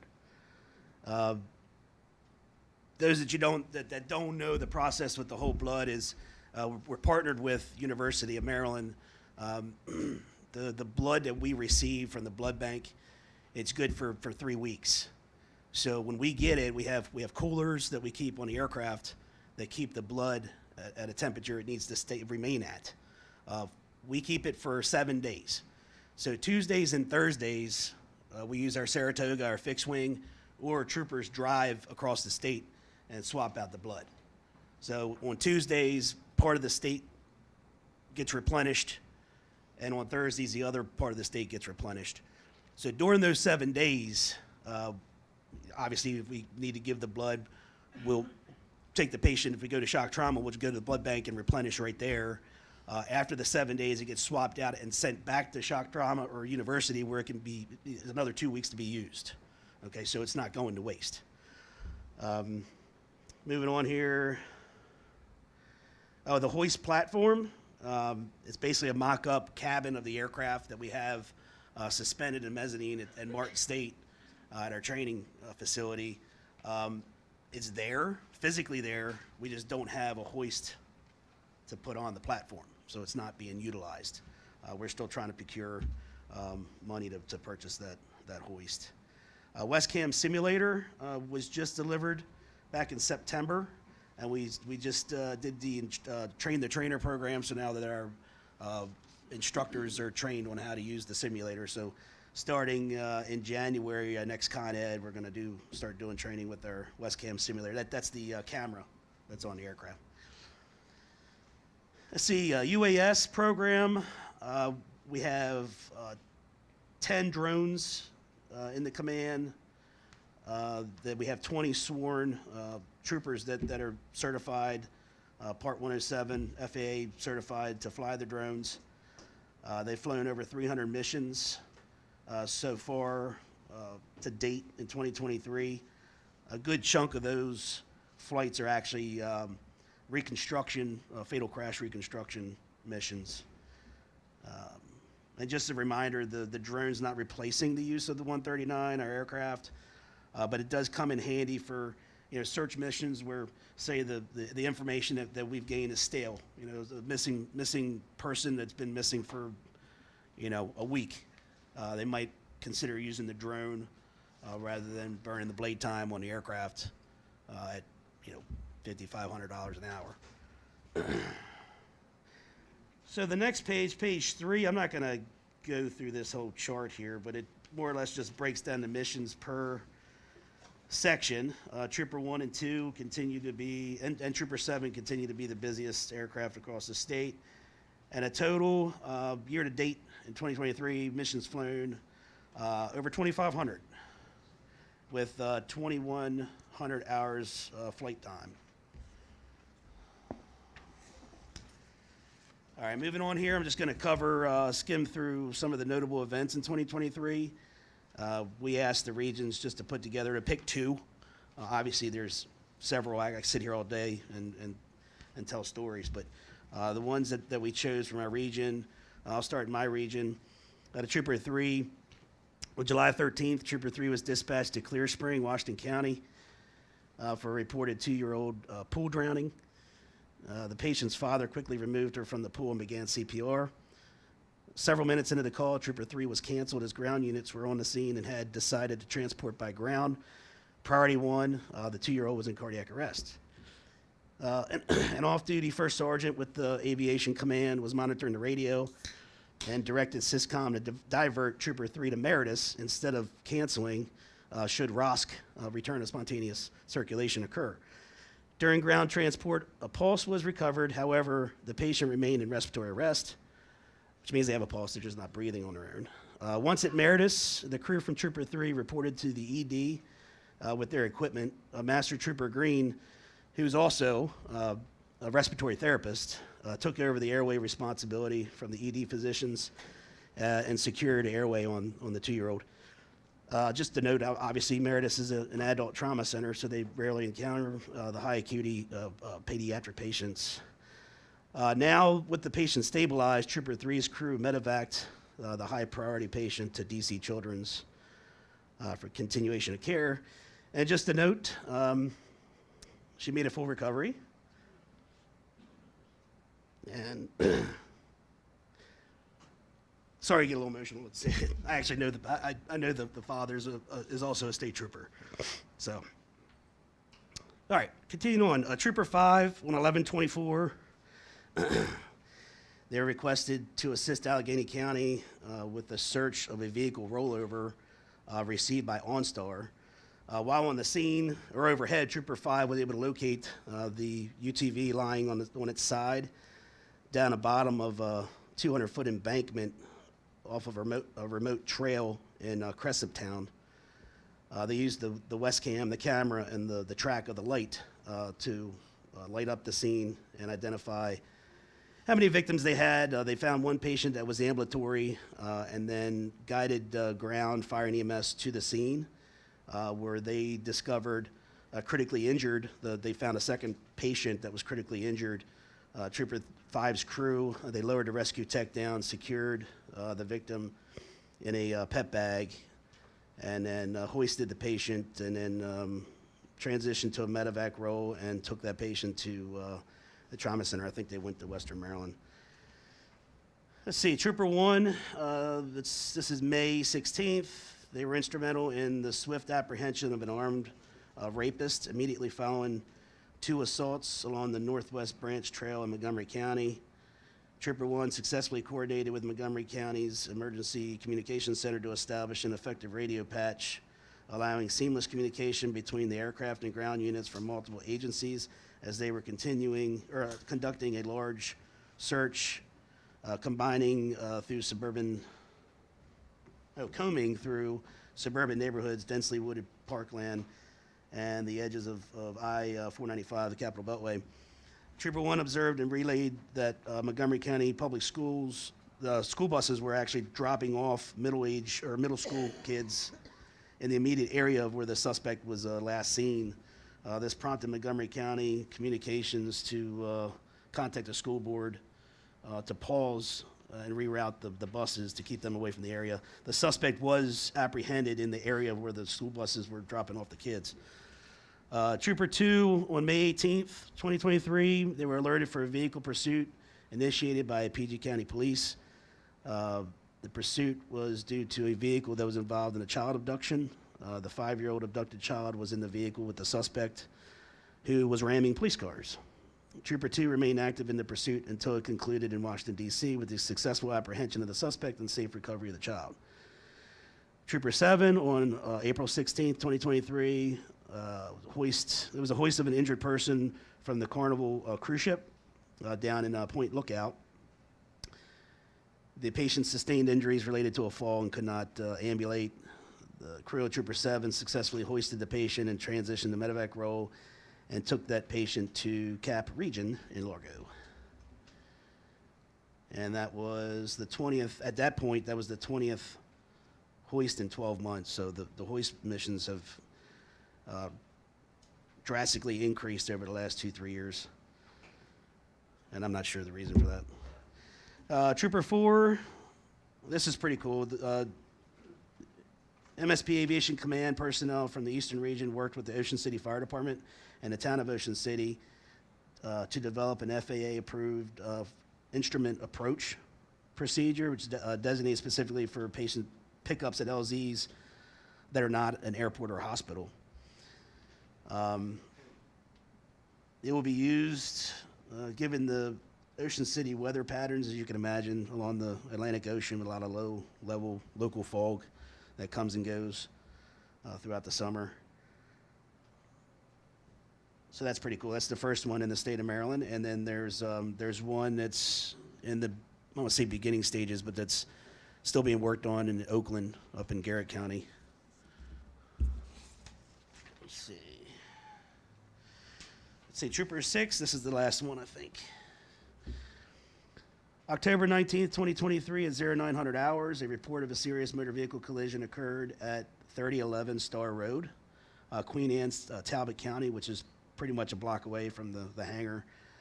Trooper 6 medics were monitoring the radio. The aircraft was out of service that morning for maintenance. Upon dispatch, they elected to drive. The troopers drove to the scene, took their blood with them. They were the first ALS unit on arrival. Immediately started providing medical care. Trooper 1 was requested for the medevac. Patient went into trauma arrest. Our crews intubated the patient and gave blood. And let's see, they had transported to shock trauma, but I think that patient succumbed to their injuries. All right, again, thank you for your continued support as we work with our partnering agencies to provide Marylanders with the best aeromedical service. And that is our report. Any questions? Thank you, Jeff. Any questions for the First Sergeant? And thank you, and thank the entire division for its continued service to our state. It's just amazing. I know it celebrated the anniversary this year, and I tell you, it's just amazing to see what we have and how fortunate we are in Maryland for what we have. So, And thank you for everything you all do for us. thank you, Jeff. Appreciate it. Okay, slight change. Becky, if you're shock trauma, if you could go ahead, and then Dr. Delbridge will be on deck, followed by EMS board.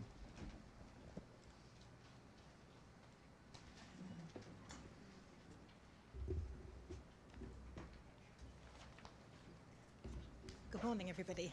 Can you hear me okay? Okay. Is that better? Okay, all right, I'm a little quiet. Okay, I have our report for the first quarter of FY24. We ended FY23 with 6,503 patients at shock trauma. So far, through July, September, we admitted 1,799, which was a positive variance of 167. So looking on board to be a little ahead of where we were last year. Our length of stay is kind of hanging where it has been, around about 9 days. We're continually working on getting that down. We know we need to keep the front door open. We can only do that if we can get patients out on the back end. So that's a continual area of focus for us. Our CCRU, where the ICU patients are transferred to from across the state, that is also seeing a few more patients. We have 81 more so far this year than they had at the same time last year. Inter-hospital transfers, we continue to work on this. Review every single one of our transfers that we aren't able to get in. We know it's one of our obligations to the state to take transfers from across the state. So there you go. So yeah, we're continually working on that and hoping to make some inroads very shortly. Capacity hours. This time last year, we were in pretty bad shape with the amount of time we were on capacity. We've worked very hard on that, and we are 84 hours less than where we were this time last year. So we feel that we've done a great job on that. We'll find some highlights here. Our operating room volumes are up a little bit on where they were last year, and so is our clinic volume. So again, that review reflects all the patients that are coming through. Hyperbaric chamber, we are quite a long way ahead from where we were last year also, 176 patients more so far this year. Most of these patients are outpatients, 71%, and 28% of them are inpatients. Shock Trauma Go Team. So our Go Team has started reaching out to various jurisdictions offering education. They're happy to go out anywhere, any jurisdiction that would like an education from the Go Team, they'll go partner with you. I think they've done 2 or 3 so far, looking to do a few more. So if anybody has a need for that or a desire for education, please let us know. So far this year, we have had 5 requests for the Go Team. 3 were MVCs, 1 was an entrapment, 1 was an unknown mechanism. 1 was from Baltimore County, 1 from Cecil County, 1 from Franklin, PA, 1 from Washington County, and again, 1 was an unknown county. 3 were cancelled, and twice the Go Team was deployed. One of those was the one in, Franklin, PA, and that was an industrial entrapment. That patient was extricated and was transported to Wellspan in York. The second one that was deployed was to Cecil County. That was an MVC, and that patient ended up being transported down to shock trauma. Again, if you'd like education, please reach out to us, let us know. Organ and tissue donation program, we're a little behind where we should be on that, so that has been an area of focus. We've had several events in hospital just to increase staff awareness again, and just to remind them to initiate the discussions with organ donation with families. Always a little bit difficult. A global outreach continues. So far this year, we have had 11 observers from the United States. We have had 2 from Japan, and we have had 2 from Egypt, continuing having a lot of observers coming through. One of the areas we have also been bumping up in the last year, you'll see from the report we submitted, we've had a large increase in the amount of outreach we've done, our Center for Injury and Prevention and Policy, a whole lot more outreach than we have done in the past few years. We have done, so far, a total of 36 events with 1,928 attendees. We've had 3 trauma prevention community outreaches. We have held one event with 150 teens doing what we call our Think First. So Think First is actually a national organization. It concentrates on getting young adults in high schools information on head injuries and risky behavior. So again, we're partnering with a lot of schools in our areas, going out, our neurosurgery team go out and talk to the teens, little presentation on that. We have had 3 trauma prevention outreaches for our drunk drivers. Stop the Bleed, we've had 18 events with 493 attendees. Again, we're throughout the state doing Stop the Bleed, partnering with some of our EMS jurisdictions also on that. When we have a need, we reach out. Anybody would like to partner with us, we're always happy to do that.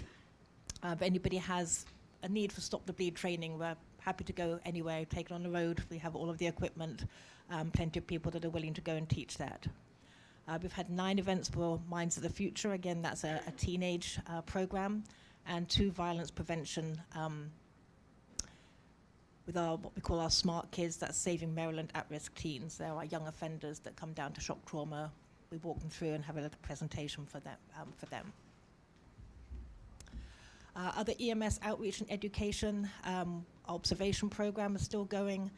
We have EMS students and clinicians coming through. We've had 40 providers so far come through this year, rotate through the TRU and the ICU. They've done 2 FBI core training courses. We've had an EMS ALS skills day, and we do Maryland Express Care skills courses also.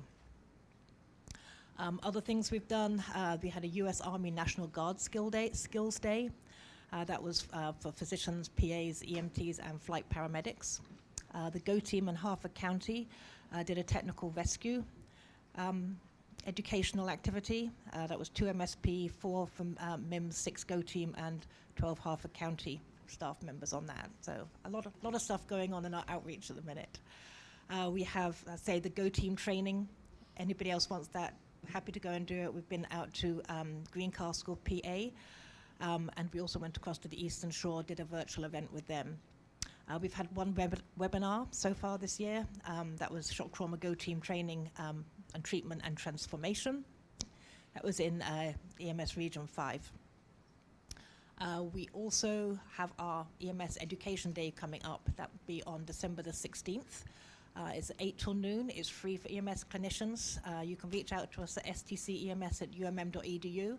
Also, the sign up is available on all of our social media outlets.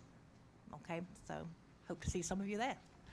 That is my report. If anybody has quite questions. a bit, I tell you, very, very active, and great to get out in the communities and into the companies too. So that's a really continued education, and reaching out's great. Any questions for shock trauma? For the GO team training, who's the contact person for us if we would like to have them come to, our company for training? Yep. You can reach out to me, and I can pass that directly on. Okay. So that's rgilmore@umm.edu. Thank you. Should have my email address. Thank you.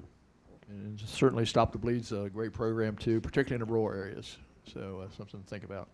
Okay, thank you, Becky. Cool. Thank you very much. Okay, Dr. Delbridge from MIMS, and on deck will be the EMS board, followed by MIFRI.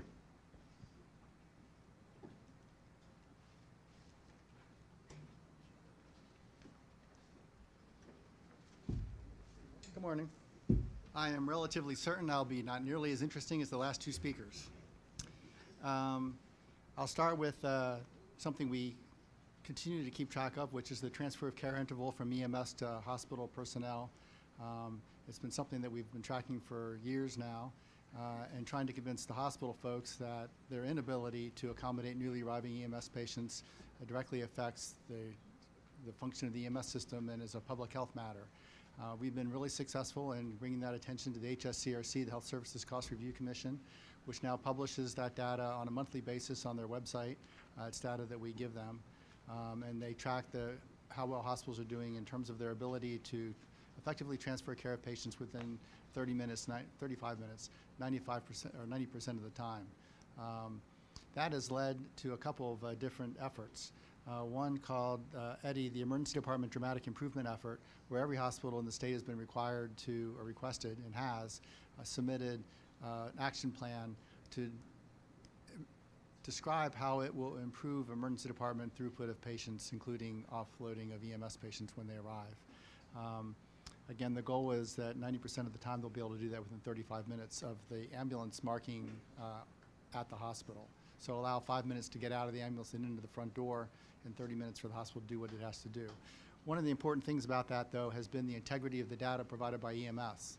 And we've done some tracking and realized that a good proportion of time, that time interval, which is being captured from the EMEDS report, is not accurate and not being diligently recorded by EMS personnel. So we've been on a crusade to try to improve that effort.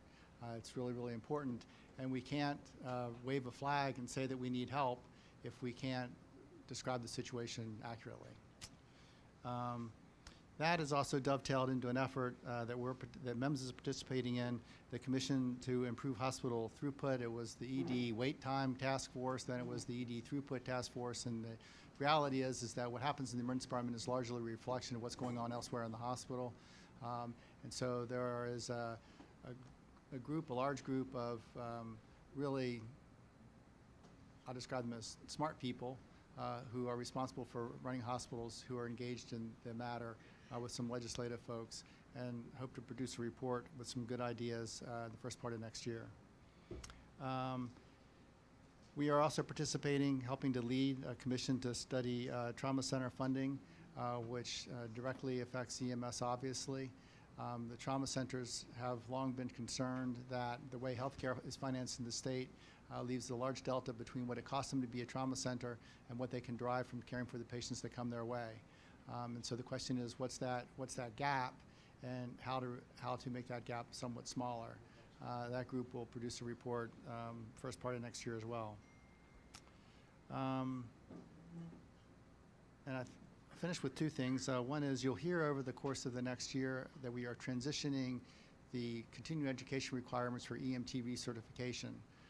Right now, many people recertify by taking a 12-hour refresher course and a 12-hour skills verification session. So they spend 24 hours doing the continuing education to be an EMT every 3 years. We intend to tailor that more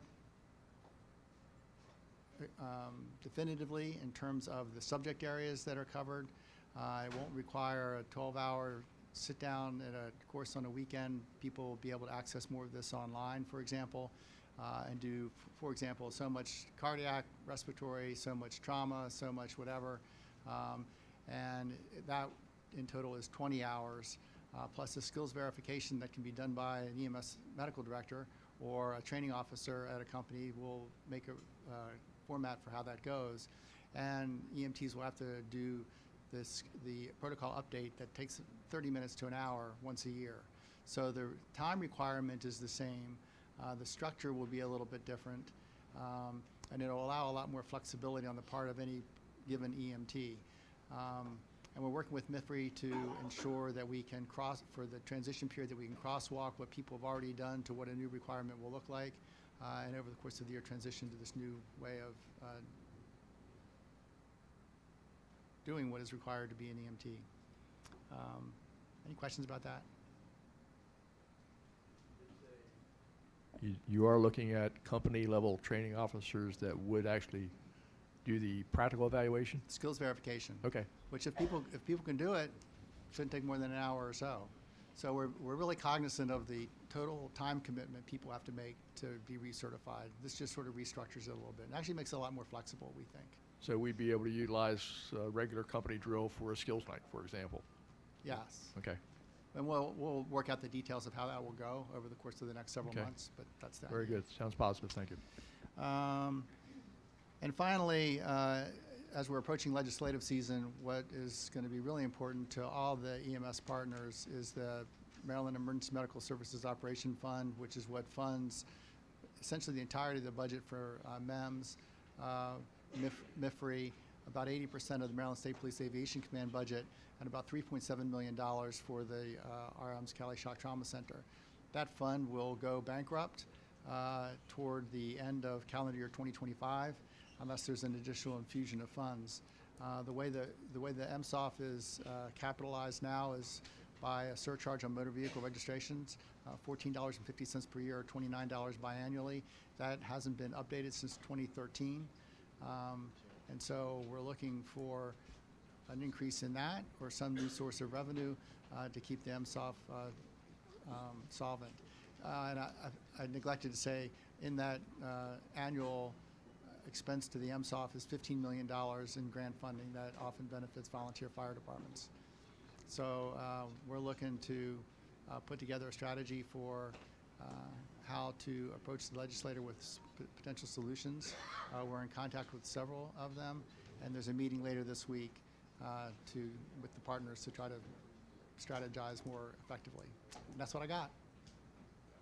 Yes, Chief Phillips is well aware, and as is MSFA as a partner every year, and that is one of our priorities legislatively this year. So thank you, Dr. Delbridge. Any other questions for Dr. Delbridge?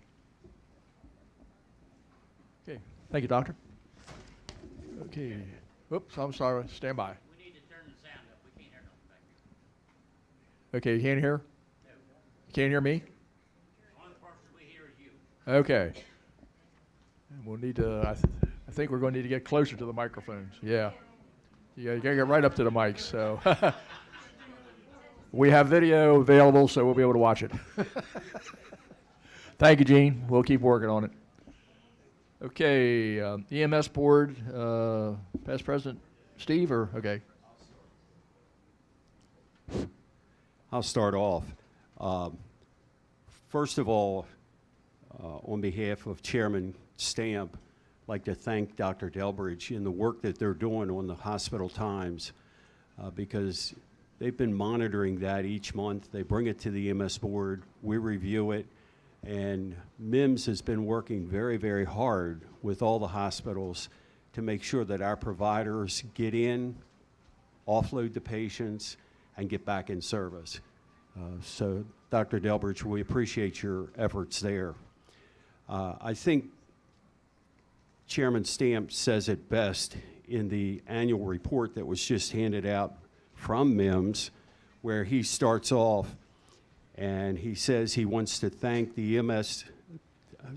he wants to thank the MIMS team, our EMS system partners, allied agencies, and each of our EMS clinicians who ensure our statewide EMS system performs at its best, getting the right patient to the right care in the right amount of time. And I think collectively we all do that. The board recognizes that, and we appreciate everything that you're doing. The only other thing that I would add is we did talk about the MSOF funds and the critical need to make sure that the partners are funded appropriately. And I know the partners are working on it, so is the MS board, and we will continue in those activities. President Smothers, do you have anything else to add? Not really. I think you got it. You know, the partners are working due diligently to secure our funding, and we meet December the 6th in Crofton to hash out some issues and continue our game plan for going into Annapolis. There's already conversations being held. Our elected officials certainly know the issue, and we've heard that quite a bit. Chairman Phillips has been working behind the scenes already. They know what the issue is, but they don't know how to fix the issue yet. They don't know which pot of money to put their hand in, so to speak. So we're going to continue to work with that and work with our partners to improve Maryland. I can tell you, again, from just traveling around the tri-state region, folks are trying to figure out how Maryland does it, whether you're in Delaware or Pennsylvania, West Virginia. They don't realize the coalition of folks that we have that partner together. You know, hospital wait times, that's a national problem.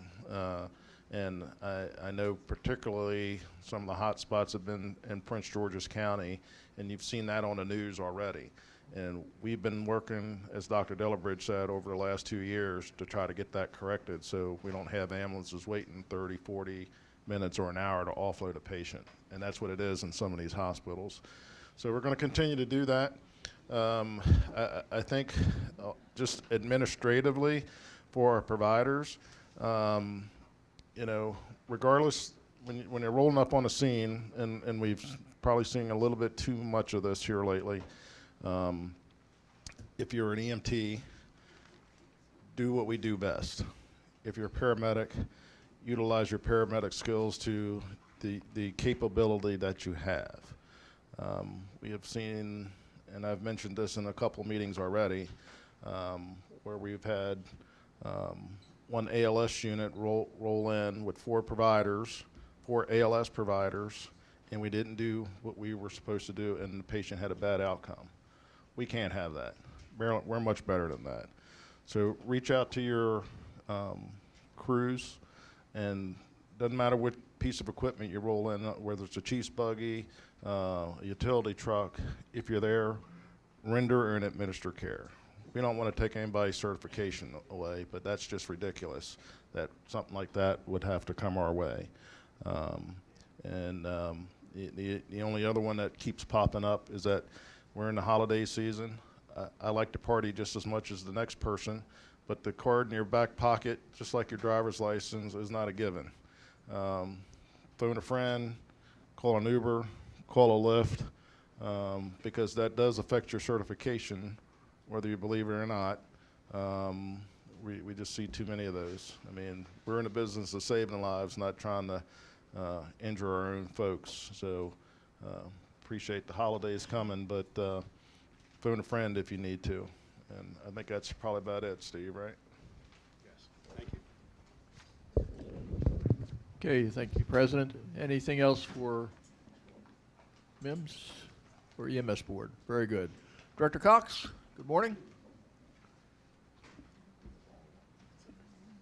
Pat, good morning.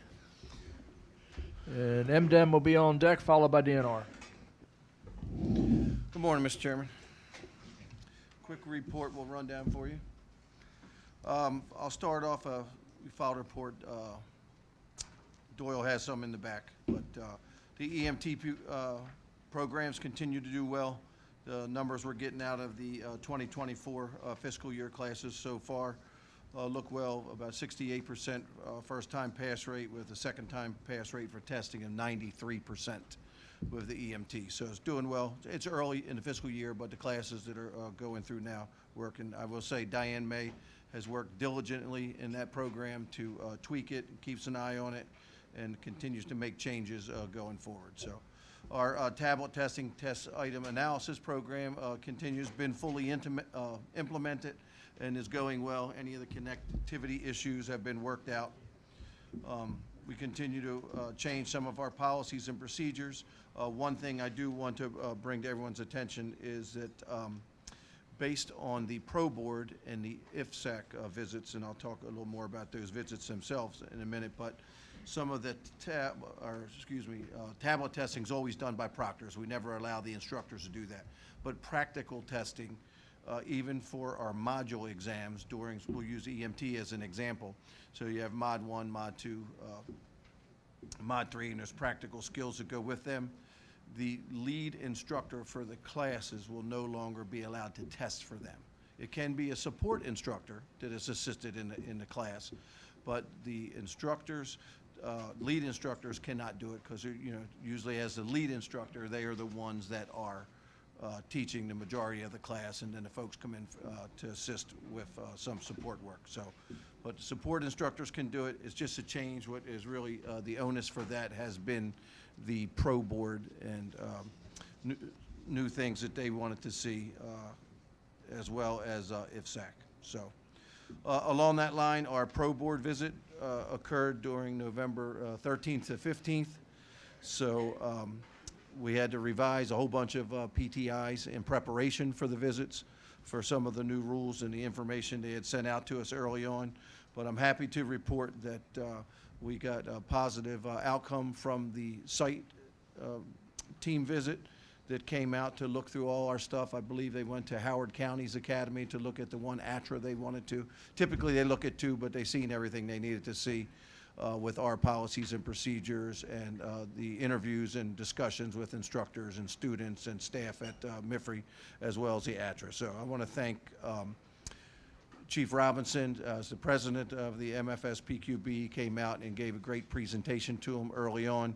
Secretary Strickland, who was there for the MSFPQB, as well as Bob Rose. So they worked diligently with our folks at MIFRE and put everything together, and we were able to get through that with flying colors. So the official reaccreditation will occur in January during the Pro Board conference, but we'll be reaccredited for 5 years for the Pro Board stuff. IFSAC, they will be out next week, 12th. They'll be out the 12th, not next week, the week after. So they'll be in town for 3 days with their site visit team, and then hopefully with a couple minor things that they like to see different than Pro Board. We've already taken care of them for what they wanted to see, so hopefully we'll get the nod that everything will be well there and be accredited for 5 years with them also. It's unusual that both of the accreditation bodies come during the same year and basically within 4 weeks of each other. However, COVID really messed things up a few years ago when folks weren't out there, and they're still playing catch up. And we have been rescheduled and rescheduled and rescheduled over the past year, but it's finally coming to its conclusion now. So PDI, that was held for instructors November 4th. Our Pearson View testing centers continue to do well. About 2,800 tests have been done since the inception of those testing centers in our regional training centers. And there's one more will be coming online here in the very near future, since the renovations of the Western Maryland Training Center have been completed. So we will see another Pearson View Test Center there. So that completely across the state, blanketed at our regional training centers, as well as our headquarters in College Park. No student has to travel far, has to go to no strip store to be able to take a Pearson View test. They can just call MIFRE. It's, you know, as long as somebody's in the building, they're all certified to operate the test, and we can get it done if a student, you know, has a tough schedule and they can't do it when the entire class is tested at those regions. So the MICRB, our third quarter meeting, was held October 18th. So some new PDI was approved. New instructor corps numbers now rest at 783 instructors statewide, 17 instructor trainers, 261 instructor evaluators, and the next meeting will be January 17th. I spoke before about the Mid-Atlantic Hydrogen Training Center. That's been tossed. We can cross that off all our lists. The Energy Federal Department of Energy had a $1 billion grant out there, and we never heard of Delaware being mentioned throughout that, but they got a big piece of that, and I think we all understand why. So seminars and training, a lot of that going on during the 18th. We partnered with a lot of our partners to make some of these things happen. So November 18th, there was one seminar held in Prince Frederick. December 3rd, tomorrow, there's an orientation for fire police up in Northeast. December 9th and 10th, the Maryland Fire Chiefs, we've partnered with them to help out with the annual leadership training weekend in Ocean City. February 24th and 25th is Maryland's weekend at the NFA. March 2nd through 3rd, we have the Hoagland Officer Seminar, which will be held at the Shady Grove Center at the University of Maryland there in Rockville. And again, partner with or play a big role in that. March 3rd through the 8th is our National Staff and Command Program. We partner with the I-Chiefs to put that on. That'll be held in Annapolis at the DoubleTree Hotel. March 23rd is going to be the Public Fire and Life Safety Education Seminar in College Park. You heard Chaplain Long talk about the essentials of the chaplaincy program. That's going to be held down in March down at the Lower Eastern Shore. And we have March or April, we're looking to the possibility of putting on a shipboard firefighting seminar. And we are working to schedule a lithium-ion battery storage an electric vehicle fire seminar in the Caroline County area of the Eastern Shore sometime in late winter, early spring, as soon as we can get that worked out for the dates.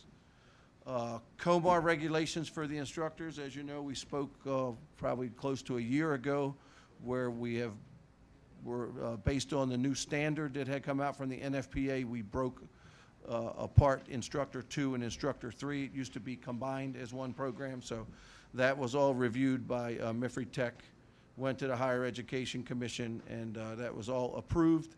The regulations, I think, sometime in September, so we're waiting right now on MHEC to get me the official approved language so we can update the orange books for instructors. Last meeting, Tim had asked about the notification for training officers and the companies when, based on some of the new students not doing the pre-course work, kind of the registration stuff and things like that in Canvas. So we took that back to our IT people, like I talked about. That has been fixed. So at any time that we decide we're not going to seat somebody in the class, the training officer, for them not doing the pre-course work, the training officers will be notified of that. The only thing we're going to do is pilot a couple different time frames. Typically, we kind of wait till we're close to the class before we seat them so the folks know. However, we might have to back that out a week or so to be able to say, hey, you're not going to be seated unless this is done, and seating's going to take place on this day. But training officers will be notified of that then. The class that Todd put on out in the 3 western counties, perfect. Okay. Perfect, because it answered a lot of those questions. Good. To me, wasn't very well attended, I don't think. But I think that's a plus in moving forward that we do that across, because there's avenues that I wasn't aware of that now I can sit down with the new student and say, go to this section, open this section up, we're going to do this. So it was a plus. I think Todd, Diane, and our recruitment and retention coordinator did a brief synopsis of the mentor program. So thank you very much. And that's something I think that needs to happen across. But no problem. And Todd even said about doing it again, and I think it's a plus for anyone that's a training officer or chief to know what's in this canvas and how to get them, because kids are not. It's really hard to drag the information out of them. A lot of them will do it, but it's really, really hard to drag that information out. And thank you for that. And we still get books back that cellophane's never been taken off them for I believe classes. You know, it's difficult. It really is at times. So, but we'll do what we can, to work with them and move them along. It just sometimes is some motivation for them. A little poking and prodding, and we'll get them move along. You heard Dr. Delbridge mention about the EMT research that they want to make changes to. We're fine with that. No problems whatsoever. We'll work closely with them, as we will with the MSFA, because that will need to be documented. So we'll make sure that we put guidance out about how to get that into the system as a company drill, as you mentioned, but that way there's documentation for it that people have when they need to go back during that recertification process. Will it have to be instructor-led like the company drills were before to get on the before, when we had to do a company drill, it had to be an instructor so it could get on your transcript?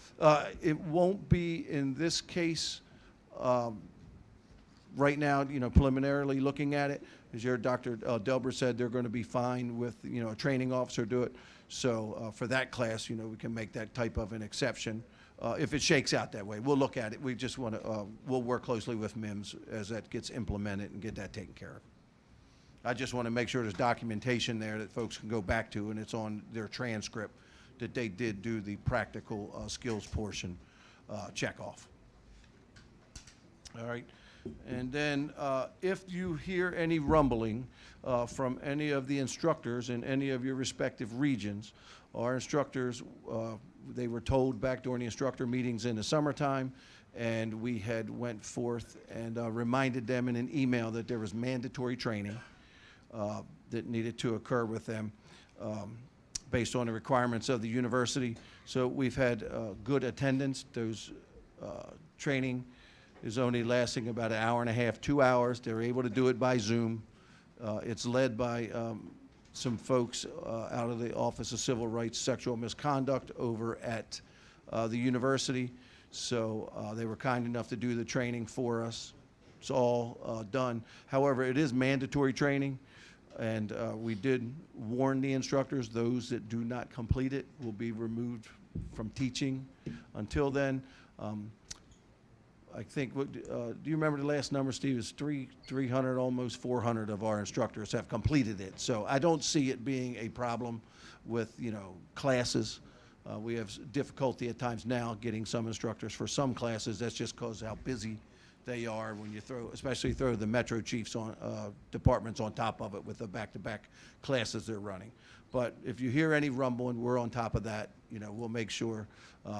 But if a class has to be postponed or something, it's really serious, we'll make sure that's aware of, and they will go forth and prosper after that. I don't hope that we don't have to do that to too many of them, but at times it's difficult getting some of them to complete the things they need to complete. So just a heads up, nothing's happened. Nobody's been removed from teaching yet temporarily, and there are makeups.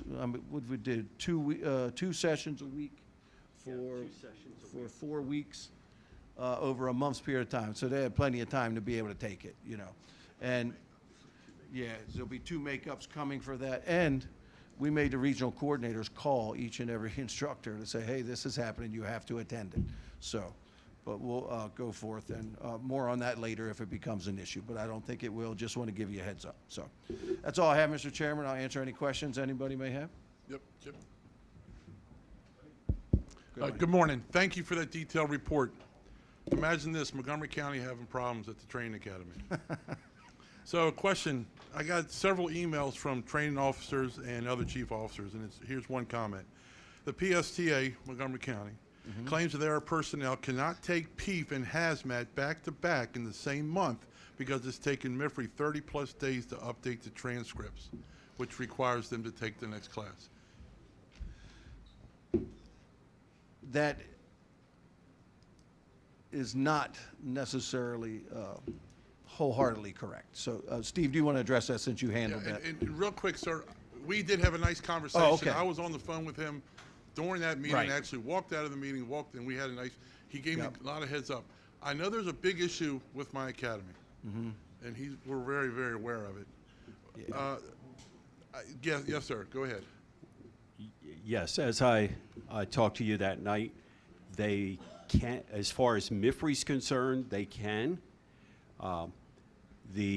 Anytime there's an issue with a transcript or a class that's ending, if you'll make sure that either the state programs manager for that area knows it, John Cornegas, or myself, we'll get it addressed immediately.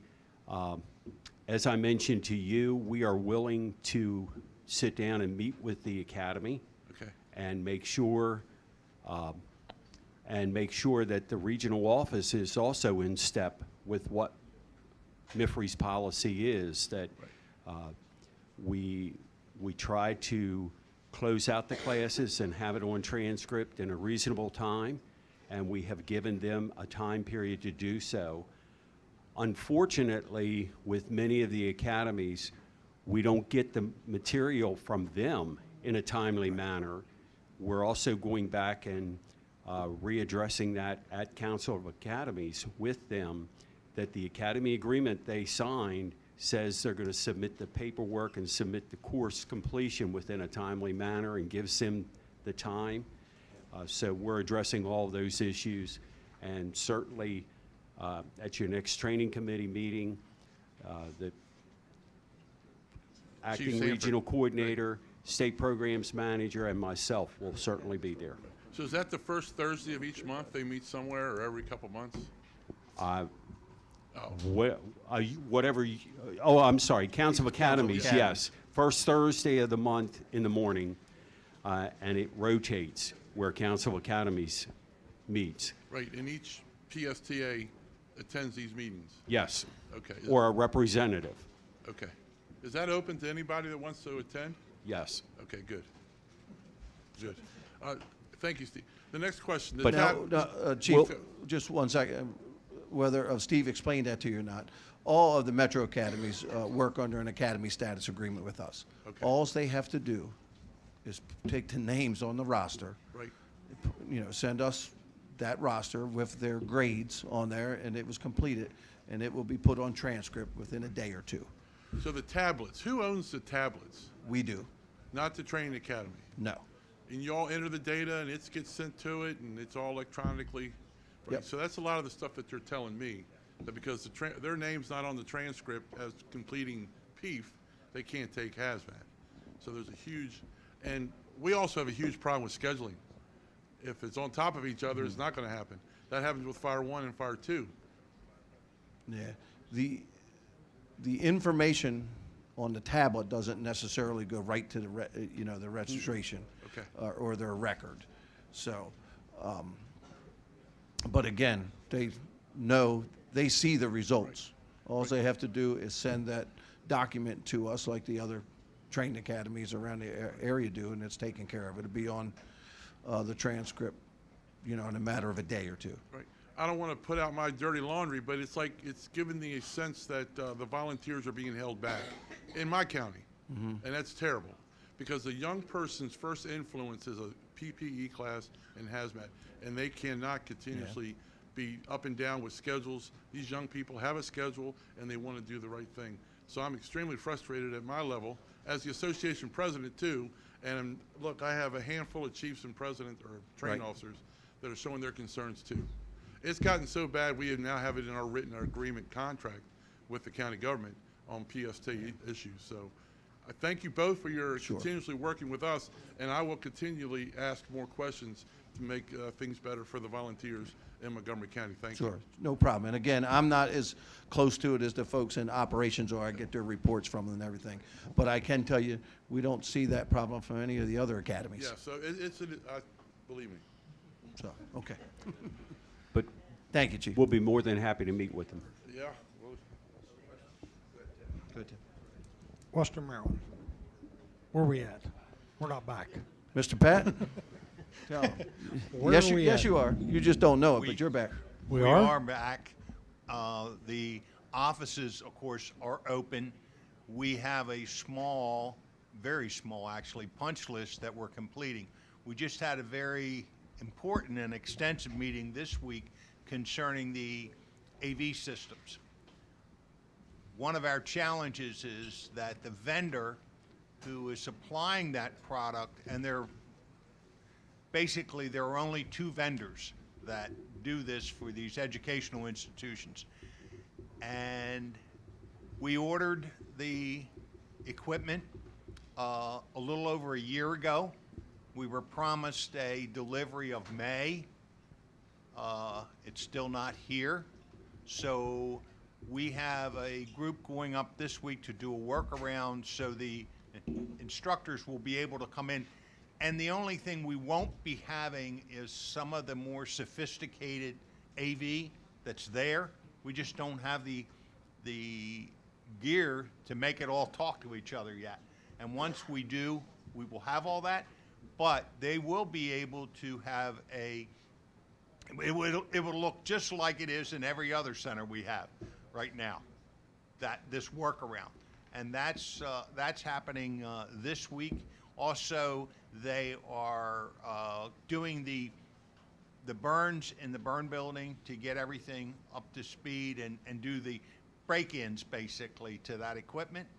And to the best of my knowledge, other than a few items that haven't been received, there's a few pieces of equipment that have not yet been received. Everything else should be up and running. I'm not aware of anything else. So it might not have been communicated to you guys from out of the Western Maryland region, but yeah, it just happened a week or so ago. Okay, so I it's can all say good. the conversation I had the other night, we're still not back in. And it was just little things like the security system and interacting with this and that. And it was just like, it's like, this stuff shouldn't have been happening. And in any project, especially renovation, punch list items are difficult, and people don't understand sometimes the challenges to getting some of these quote little things that are a real significant inconvenience taken care of. Security, that is being addressed as well this week to make sure that what we had was certain people could get access to certain things and other people weren't, and they were all supposed to be on the same system. So that's supposed to be all being taken care of. We have a changeover for the gate so that they can actually key into it as well as use their phone to get in. Or a card. We're going to issue cards to some And that still yeah, have flip phones. if they don't have a phone, then we will give them a card so that they can get access to that. But then they'll be able to key in to keep the gate open. So Right. it'll stay open, and then when they leave, key in it to close it. But all of those things are underway, and with the exception of the delays that we've had on getting some things, and there are a few items still. So the contractor's not in control now? He's- Contractor's doing everything he can. I've been very impressed with Carl Belt. Normally, they've yes, done a yes. very, very good job. They are as frustrated or more so than we are because they want their money, and they're not getting it until everything is completed. But they are very, very frustrated. We were all in the same conference call. The same Zoom meeting this week with the contractor and everyone else, and everybody's just, beside themselves that we just can't get some of these items. But none of them should impact running classes there. We can work. There are some inconveniences, but we can work even the access. We can work around all that. It's Okay. just that it's So an inconvenient. So the classes are back at the training Well, center? I have no idea whether they've moved them back there or not. Not all of them yet. Okay. We're in the process. Right, all right. All right. They will be. Very good. Any other questions for Director Cox? Mr. Belcher? Recently, at one of the meetings I was at, your representatives talked about retesting schedule was going to start changing January 24th. Is that just in Western Maryland? Is that going to be the whole state? That's the first I've heard of that. So I don't know if anything. Mr. Pat, have you heard anything, or Steve? It just says that January 2024, piling a retesting schedule where students can take retest at the office during specific days and evenings of the week. What we had was 6 different testing policies out there, and they were not the approved testing policy as approved by the director of MIFRE, and operations, along with the state program managers, instructed the regional coordinators. We have one testing policy, and they should be falling in line with that policy. And exactly what was communicated, I need to go back and check, but we do have a policy, and the policy is that they can come into the regional office for a retest. So I'll get with you on more specifics, and we'll follow up. Is that? That's just for evenings, right? And daytime. Right. Yeah, they can come in during the day as long as somebody's, staffing the center.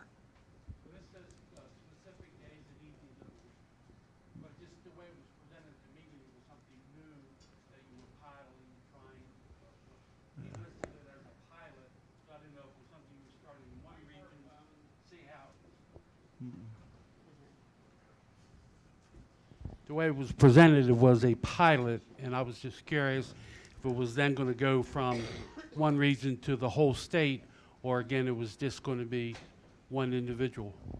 No, all 6 regions are supposed to be functioning under the approved testing policy that the director has approved. That's just an enforcement issue Yes. with our folks.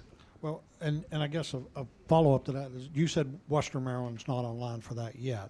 Not the Pearson view. The Pearson. They can okay. come in and take That's- retests. That's the issue is the young lady had failed, I think, last month, November. She went on to retest, and it's pushing her clean into January to be able to retest. Okay. Yeah, like I said, but it's Yeah. it's a plus that we're going to be able to do combination of what you're saying. Mhm. Okay. Very good. Any other questions for Director Cox from our light? Thank you, gentlemen. Thank you, Mr. Chairman. Okay, MDM Bill Hildebrand, followed by DNR and Maryland Chiefs.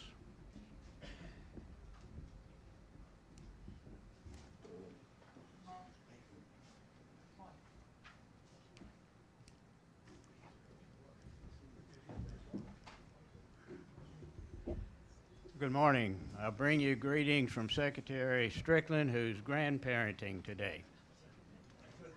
And he's doing it solo, he said, because the wife is out of town, so. Our report was submitted electronically. First on there is in a groundbreaking move to promote safety and the well-being of Maryland residents and visitors, the Governor Wes Moore signed an executive order on November 20th establishing the state of preparedness.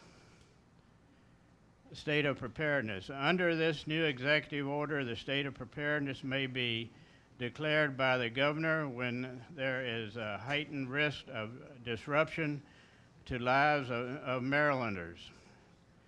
The order directs Maryland Department of Emergency Management to coordinate comprehensive preparation of state government ahead of potential impacts from hazards or threats, providing a vital layer of protection for Marylanders without necessitating a state of emergency. This was a big event for us. Secretary Strickland was elected president of the National Emergency Management Association for this year. Additionally, MDM Deputy Secretary Chaz Evie was selected to continue as chair of the NEMA Deputy Directors Group, and Anna Sierra from MDM's Chief Developing Officer was appointed chair of the newly created State Legislative Staff Committee for the association. On November 15th this year, Governor Moore announced the appointment of Megan Conklin as the state's first Chief Sustainability Officer and Michael Henson as the state's first Chief Resiliency Officer. Through the whole government approach, the CSO and CRO will work to coordinate efforts to address current and future effects of climate change. Under the 911 board, it was Dr. Christy Collins has been chosen executive director of the board. In her consequence management, in the resource coordination branch, Maryland has had increased its activation level to from normal to partial late September to respond to Tropical Storm Ophelia. Also, the branch continues to coordinate Marylanders' response to assist Hawaii, and under the EMAC program in the wake of the wildfires in Maui. It's also coordinating replacement of frontline units for the Baltimore City Fire Departments using the Maryland Interstate Emergency Management Compact so that staff could attend funerals. This has been for 2 events now up there. Also, Maryland was one of just 7 states, along with the District of Columbia, to receive a capitalized grant from the Federal Emergency Management Agency. as part of a groundbreaking new program to help reduce vulnerability to the natural hazards and disasters in Maryland, received $6.5 million. The second highest award under the Safeguard Tomorrow revolving loan program.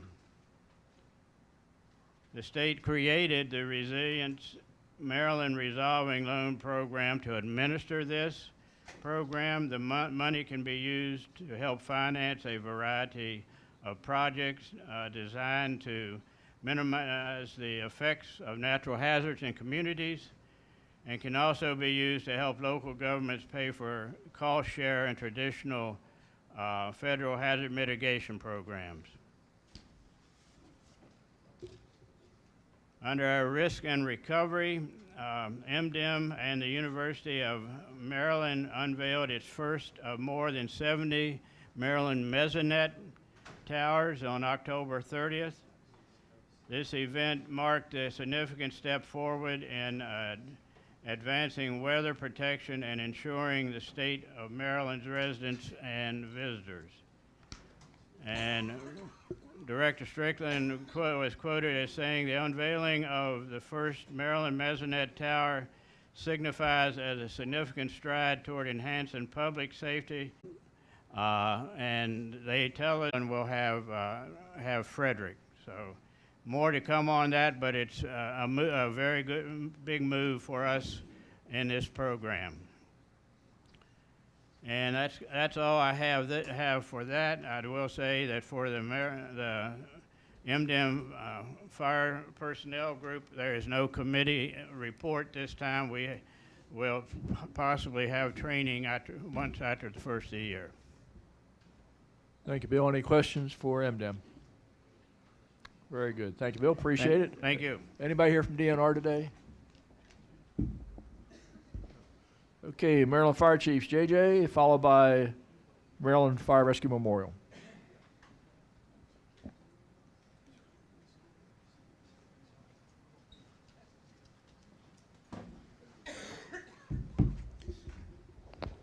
Good morning, everybody.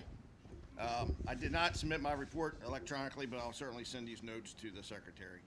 I just want to acknowledge that First Vice President Bob Phillips, Second Vice President John Delina, 3 past presidents, several regional directors, and the chief chaplain are in attendance today. We had a very successful joint training with MSFA and the Eastern Division of I-Chiefs, and down in Prince Frederick, 38 people, I think, was the total. How about now?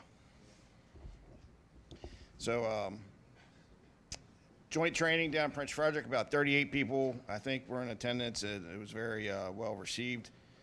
Next weekend, we'll be in Ocean City for our annual weekend in Ocean City. We have 140 people registered.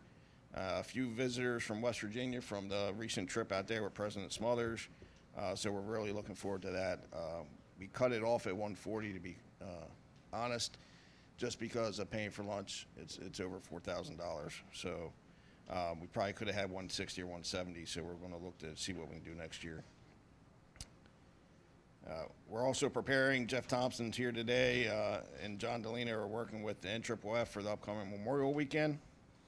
Our next membership meeting is January 13th at Early Heights at 10 a.m. We'll start with a keynote speaker and then get into the business meeting, followed by lunch. January 20th here in Carroll County is our annual Mark Falkenhand Operational Leadership Seminar. Watch for more information very shortly about that.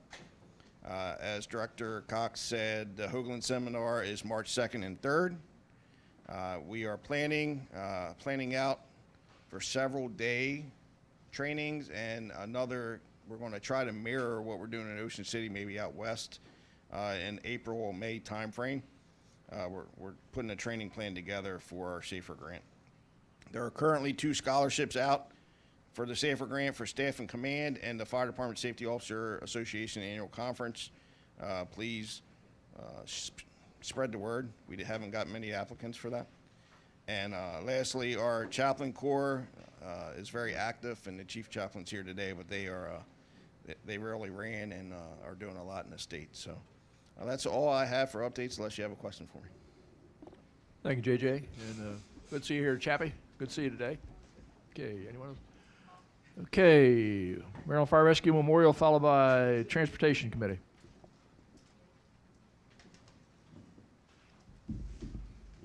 Good morning. It's interesting that we're meeting in Westminster because way back in 1965, when yours truly moved to the illustrious county of Carroll, I spent some time here prior to Uncle Sam getting me. It's a pleasure of being here. My report was submitted. I thought it was added there. If not, it's there? Okay, because I couldn't find it again. Anyhow, reference some things. I'm not going to go through the entire thing, but the big thing is right now we continually are working with the architect and the construction company who originally did the memorial on our phase 3. We hope to start commence early of 2024. Basically, we're not changing the overall look of the existing memorial. The game plan is, if you go down to site, we're going to add big plates because that's what we're running out of space. We're going to add big plates to the back side of the 2 existing walls that you see on the front side, and we're going to extend the brickware, okay? So on the back side of the wall where there's grass, we're going to, again, there's going to be brick and make that more accessible. The other big thing is because we've been having problems with citizens that don't have a place to live, so we're putting in, and some of this cooperation is going to be with the state of Maryland, a better security system. The security system, when we were down there the other week, we're basically, now we have access. We can keep an eye on the front side of the memorial, but down by the fountain, especially when the leaves are up, it's difficult. So we're looking at a better security system for that.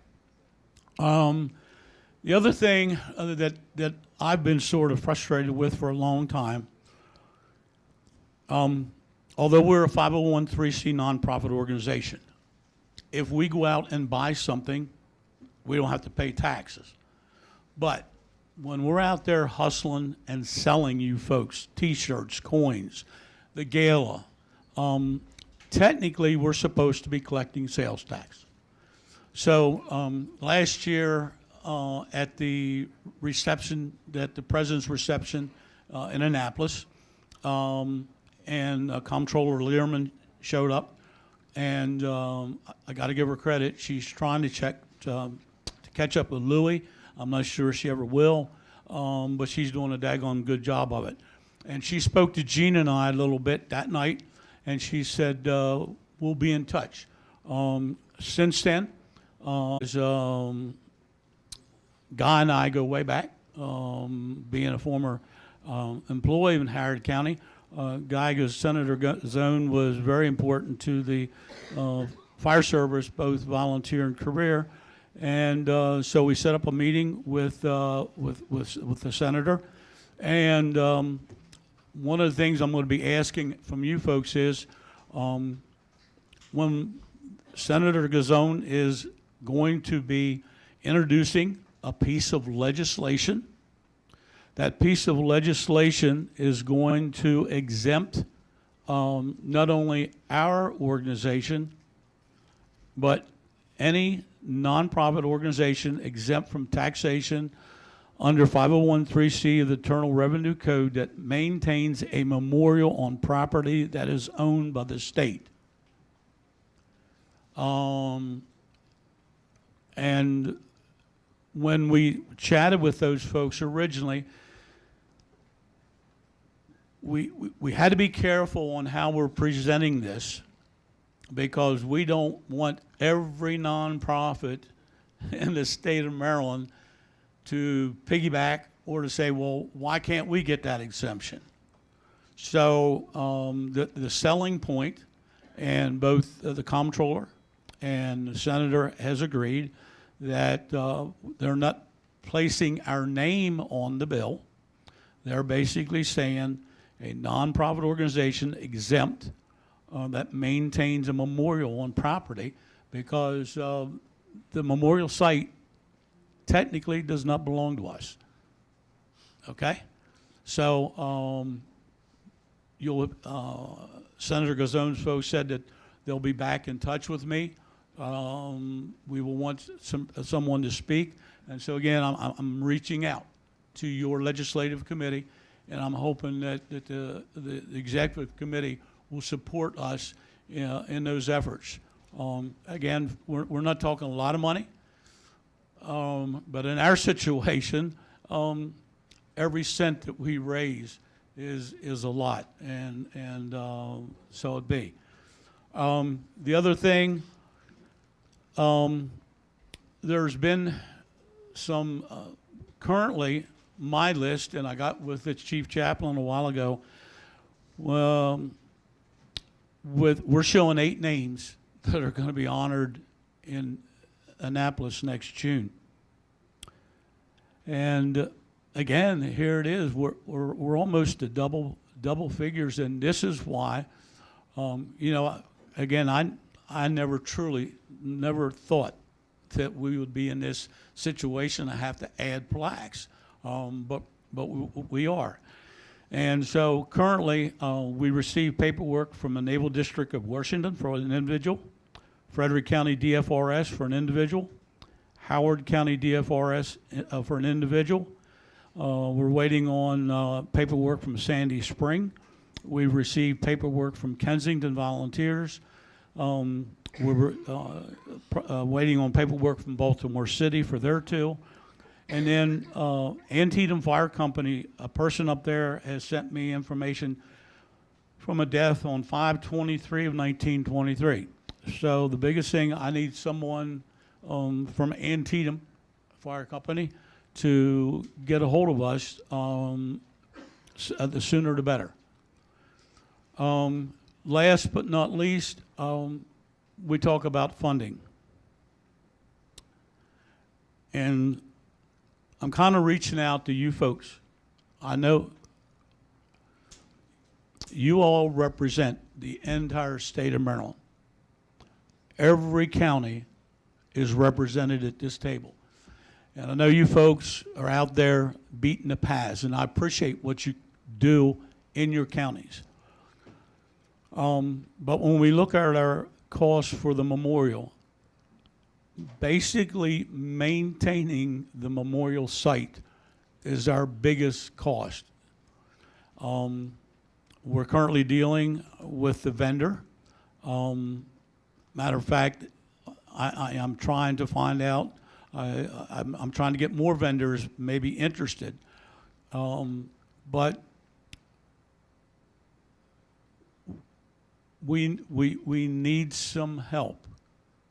And so recently, matter of fact, I was very pleased. I came home from a meeting that one of the county auxiliaries sent us a check that I didn't have to go out and arm twist for. And that's greatly appreciated. So in your travels, I would just ask that you folks at your county meetings say a word or 2. They can go to our website, and our biggest profit maker, and with us getting ready to add more bricks to the site, our most profitable item that we sell is those bricks, the $100 brick and the $500 brick. So, and the bricks in Annapolis that are placed down there, don't have to have somebody who's been deceased. If you want to honor somebody, special recognition. And last year, which I think is really nice, we had a volunteer fire department in Southern Maryland. When they did their top 10 for operations, and I think also for administration, instead of giving those individuals a sweatshirt, T-shirt, hat, ring, or whatever, they bought a brick. And it was, when I was down there the other day, it was nice to see those bricks all in a line. And again, again, I appreciate your all's support. Don Mooney had a dream. And I've got to admit, when I first met with Don, I told him he was crazy. It wasn't going to happen. And I had to eat my words later on. But I think, again, when I see what is out there, we have something that's very, very, very nice and something that we all should be very proud of. And that did not happen without a lot of support in this organization. And that's why the flag, for those of you who weren't at the gala, we recently, we got a new logo. So that particular flag flew at the site from our June program last year until the first, I think it was second week of July, when the new flag. And then our indoor flag that we used for Ocean City for on the stage, we gave that to the Pro Board, and I think that's being mounted at MSFA in College Park. So thank you for your time. Thank you for your efforts. And Madam Treasurer, see me before you leave, because I got some checks. And one thing, I'll do another sales job. I know they're feeding you real good here, but if you're spending the weekend in Westminster or any time you're in Carroll County, the Mission Barbecue, which is right up the street, we are their recipient, and three of us was just there last Sunday to receive another check to the tune of $1,300. And since that store's opened up, they're just under giving the memorial $15,000 selling the cups. And again, I want to thank the Westminster Department, because although we was suggested as the recipient, the officers and membership of the Westminster Fire Department agreed with the Mission Barbecue that we be the recipient. And again, anywhere you go in Maryland, I know that a lot of the Mission Barbecues are supporting the Maryland Fire Service. We need in turn to do what we can to help them. So, thank you. Thank you, Dennis. Any questions for Memorial? Thank you, Dennis. Wayne, you think you can get done in 8 minutes? Yeah, I'm on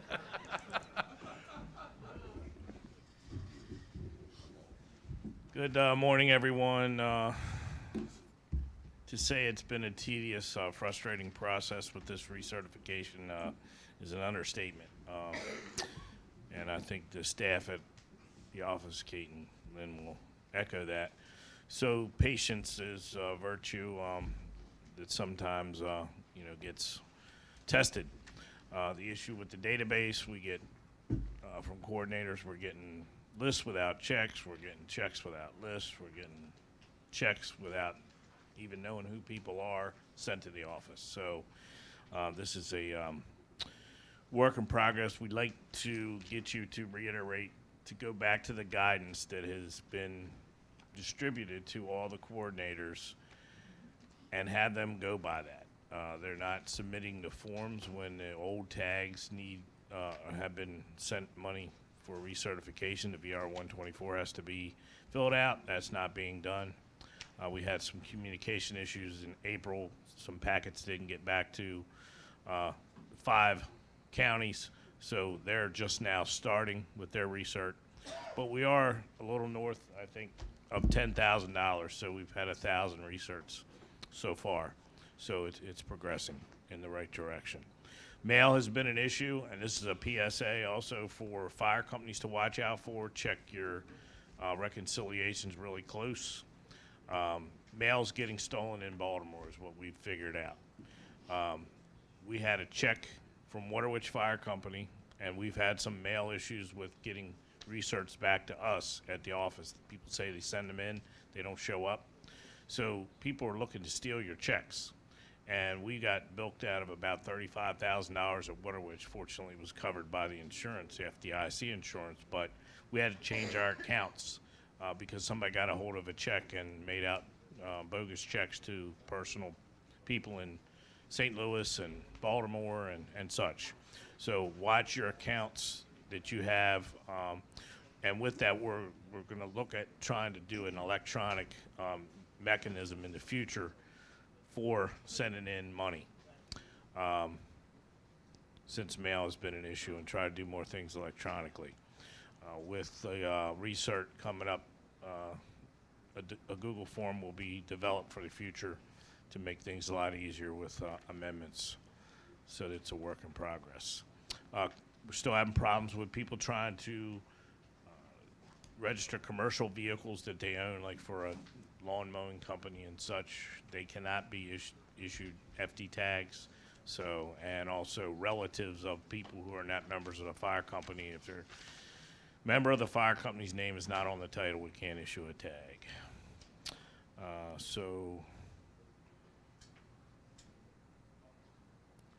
after we get this finished, we're going to be sending out lists that we've gotten from one fire company saying these people are no longer members. We're going to send those lists out to the coordinators because people may have transferred to another fire company rather than saying, okay, you can't have tags anymore.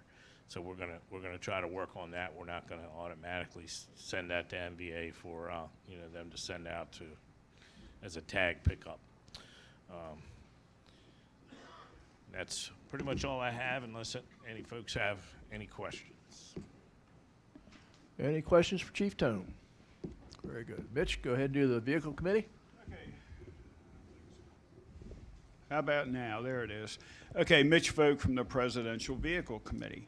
I'm glad to hear that we have the AEDs coming into the president's vehicles. Then when we go deer hunting, we can use the AEDs to maybe revive the deer. And my point is, we had another accident. Insurance company's been notified. Therefore, we'll hopefully get the payment back when the car is fixed. And when we have the car, it has not been labeled yet, so the doors will be labeled and the radio will be installed on that vehicle. It might be cheaper if we just issue rifles instead of the AEDs. I mean, it might be cheaper to go deer hunting with rifles instead of the cars. Yeah. And as you heard, the AEDs are being bought, and that is coming out of the presidential vehicle account. Since we will not be buying a car this year, we do have the money in that account. Now, yeah, it depends how big the deer may be on the next one. Yeah, exactly right. If so, it'll be purchased by insurance company. And I can make fun of it because just on a personal note, 50 years of driving, never hit a deer. I've hit 4 in the last 2 years. So, I mean, I feel for them. Okay. That's the report. Okay, any questions for the Presidential Vehicle Committee? Thank you, Mitch. We are exactly on time. Chief Chaplain Long, would you like to pray or, oh, I'm sorry, I've got money or something. Yeah, I got a raffle or something. I don't even know what we're buying it on. Was it 50-50? Oh, okay.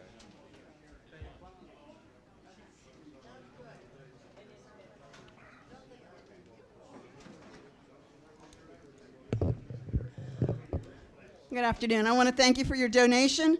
I also want to let you know there will be a raffle at lunchtime back there at Teresa's table for the picture, so you will see them for tickets. The winner today for the 50-50 will win $205. Less sales tax, yes. Okay, and these tickets might not match everybody because we've got older blue tickets. I tried to keep them all the same color, so I'm going to hear oohs and ahs when it's not even close to you, but I'm sorry. All right? The number is 1522482. 1522482. 482.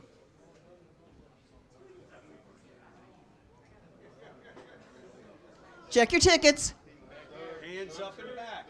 Looks like Doug Alexander may Doug have a hand Alexander, up. thank you. All right, Doug. Okay, Chaplain Long, would you be kind enough to lead us in prayer? Please join me for prayer.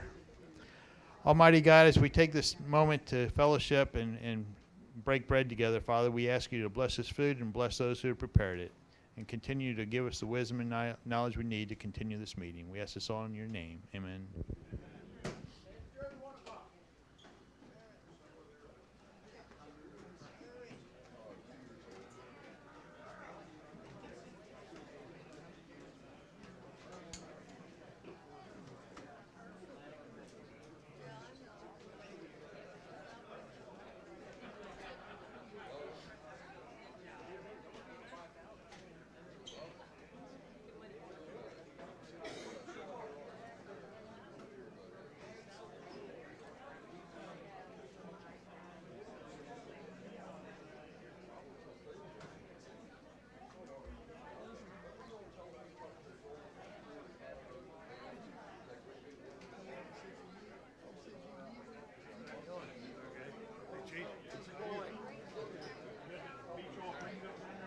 Maybe so.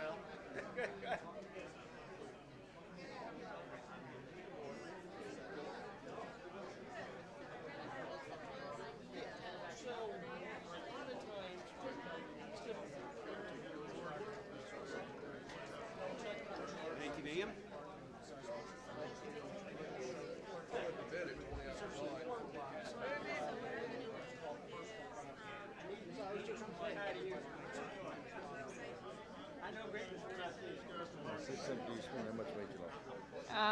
About 50.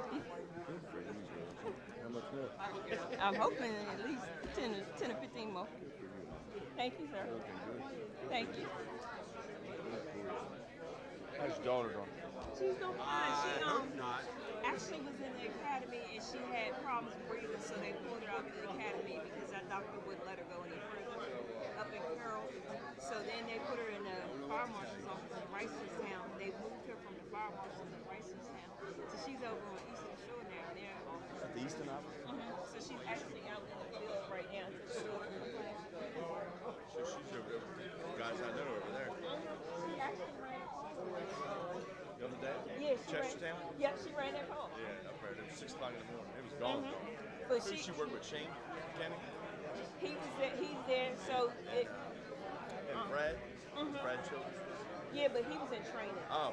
So it was Alex. I want to say is his name. I think you're right. I knew the guys on the upper side. Right. So that's where she is temporarily until she goes into the So academy. she's going to be able to get into Baltimore County? Or is she going back to Carroll? No, she's not going back to Carroll. Nobody's putting her in there. She's going into I can't think of somebody's got Or an the academy. lower shore? She's not going to Warwick, is she? Down to Salisbury? No. She's going probably Baltimore. See, they used to send her to Baltimore. I'm not sure which one, but she's going to one of them soon. So I'm super excited. So now she's got her own car. They got the bulk of her gear she's got there. So, and she's actually on call. She's actually going out in the field herself. I will.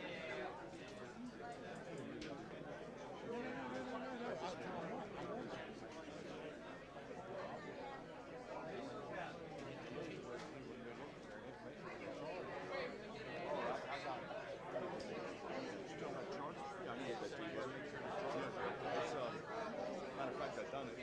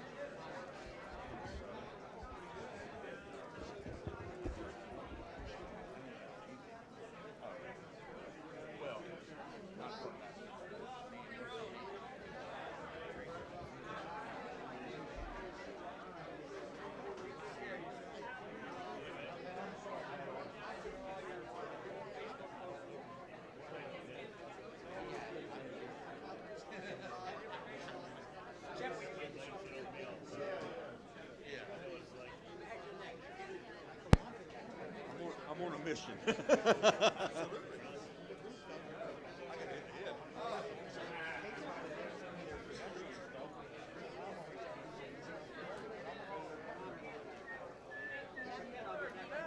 Chipper.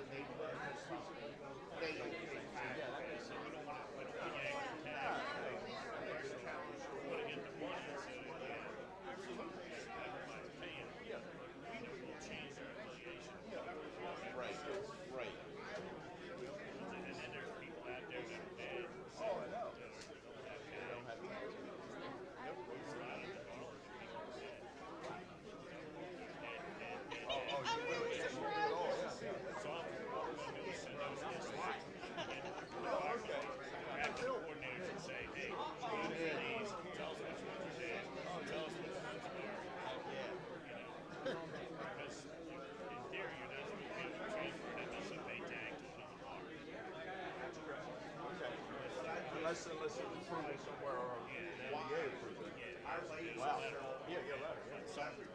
Some people sell their car to their, get the car, because they died. To their family member. They're not a member of the car company. They shouldn't be running around with tags. That's true, very true. Someone slide through. My stepfather had a military cat, Mr. Colonel, Silver Star, or the Gold Star. Thing on his truck, on his car, he had combat ribbon. He had two different ones. He wanted both of them.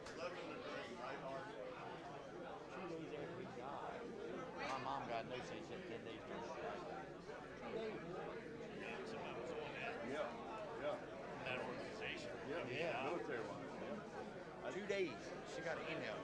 They made, I guess it's all time you had to be diligent about that. That may be something that they apply to sacred. Yeah, and that's it, because, I mean, a combat ribbon's a combat ribbon. Yeah, absolutely. And it's not, When he died, he had one of these things. That's right. And this is yank. And they probably had like a database of those every name. once that name pops up on the lid. That's like what John Long said, you know, verify that somebody's actually really dead. Because somebody could do that. Fill out a form. That's right. He's going to get recognized as being dead. Hey, That's what happened. I can guarantee you somebody did that. Oh, That's yeah. why that happened. Yeah. Because somebody said, I'm going to slide this in. I'll never Big die. trouble.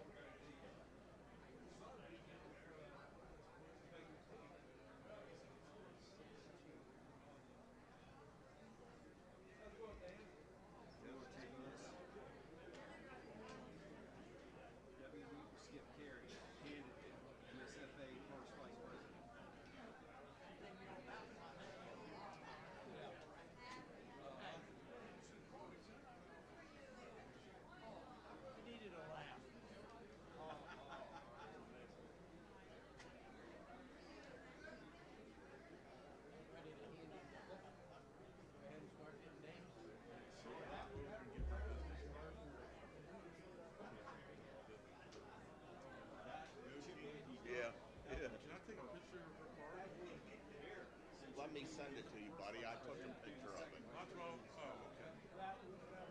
ahead, go eat your lunch. No.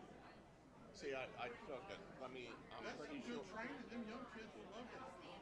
That's what I was texting my email.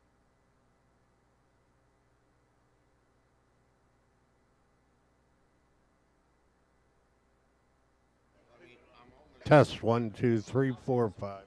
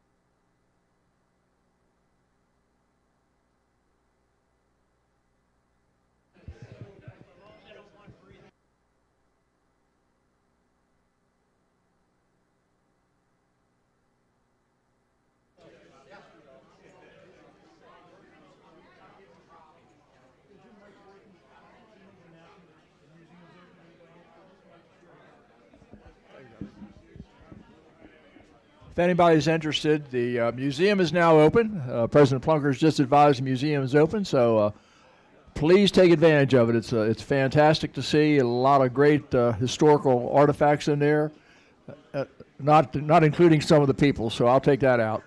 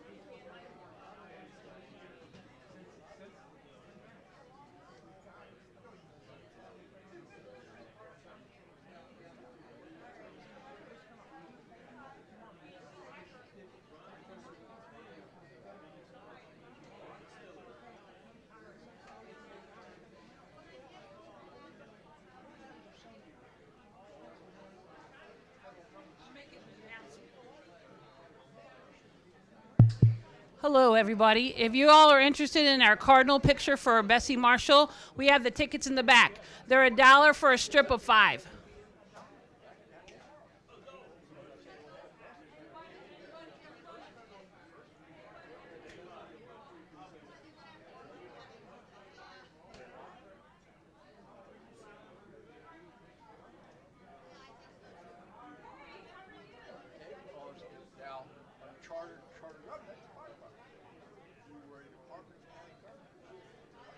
We got the night first year. All it takes is one person.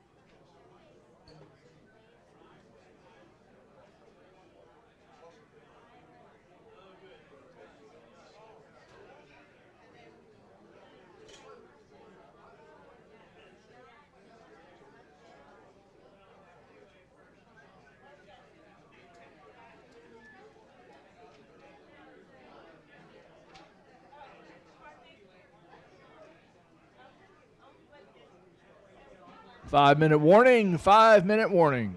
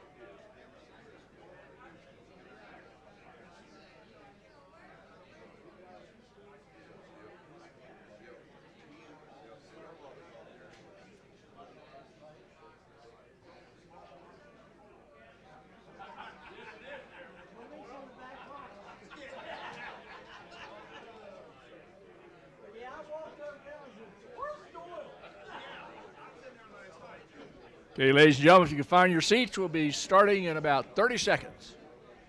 There was a past president, or the president, had a ribbon-type medal that they wore on their coat jacket.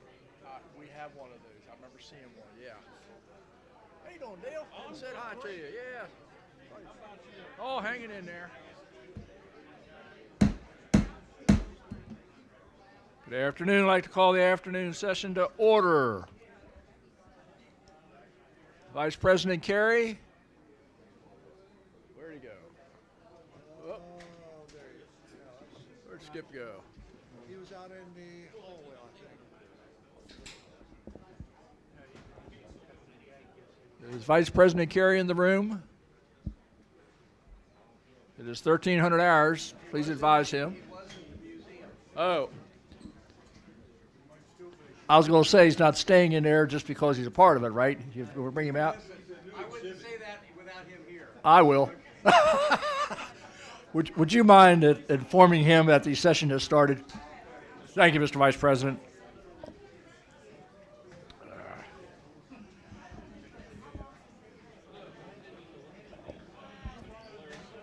Before we get started, Roger Stager is recovering. He is home, and I believe he's watching us on the video. Also, Ron Block is ill this weekend. He is watching from home. If necessary, we need to have the votes for quorum or whatever. They will be available via whatever means possible. Telephone, cell phones, whatever. So they're with us, guys. Hello. Hope everybody's doing well. And I'll wait here for Vice President Skip to come aboard.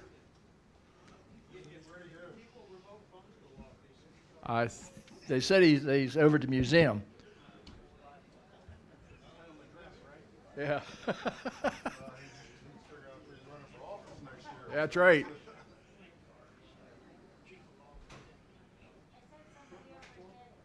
Did somebody go get him? Okay. The Vice President, Carey. He takes a nap about this time every day. Let the man rest.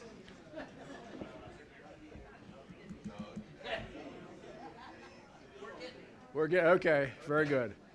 In process. At least. We weren't involved with him. At least don't admit it anyway. Right. We can work him in. Okay. Is he close to coming, or should I just get moving?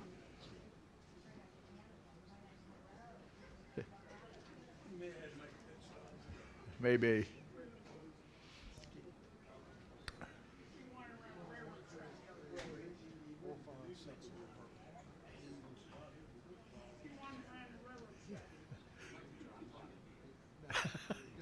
You probably catch one of them trains, I mean, Randy.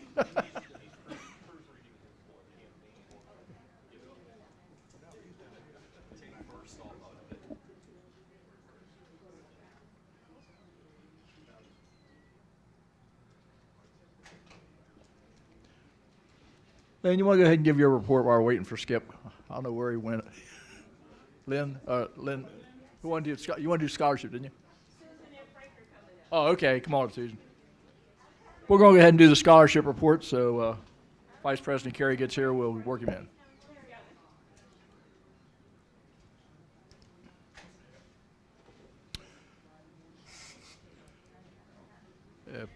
On the back of it, Susan. Yeah, just push the little back button.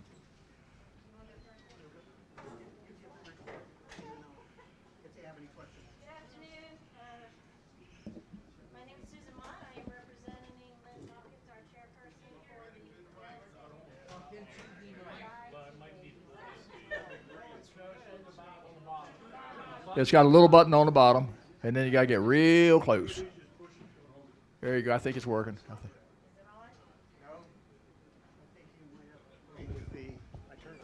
Can you hear me? There we Gosh, go. Now sorry, yes, you can. My apologies. Good afternoon. My name is Susan Mott. I'm representing our chairperson, Lynn Hawkins, to present our report today.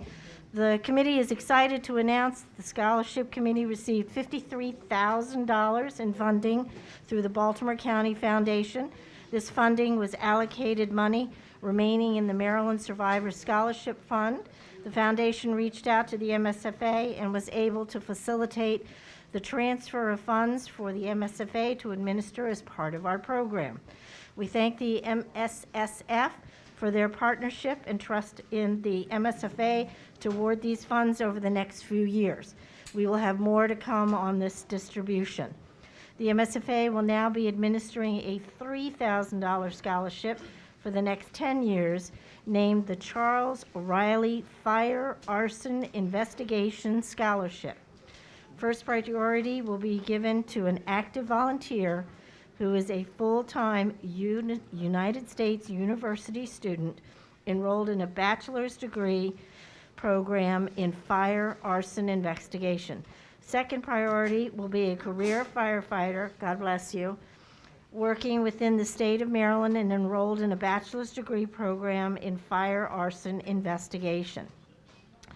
The MSFA scholarship website has been updated, and it now has scholarship applications which are easily filled out. Potentially, the scholarship recipients will require to have 35 points through LoSAPT and submit proper documentation. The Scholarship Committee continues to work to find new sponsorship opportunities for different levels. The committee has been working to create a proposal to have a scholarship fund which will accept donations from individual fire companies and to recognize someone they wish to honor. The donations will have various levels, such as lieutenant level, $100, captain level, $200, the chief level, $500. The donors will be recognized in the convention program book. Donations will be accumulated in the scholarship fund and dispersed in increments of $1,000 to any active member who meets the guidelines of the current scholarship program. The recipients may attend in-state, out-of-state, in-person, or online learning. That is our report, sir. The Baltimore Foundation, that's quite a community foundation. It's quite a very positive for us. We are very fortunate to have it, sir. They reached out to us. That's really, really great to be able to use that funds and still continue to the emergency services and to benefit us. So, any questions for the Scholarship Committee? Kate?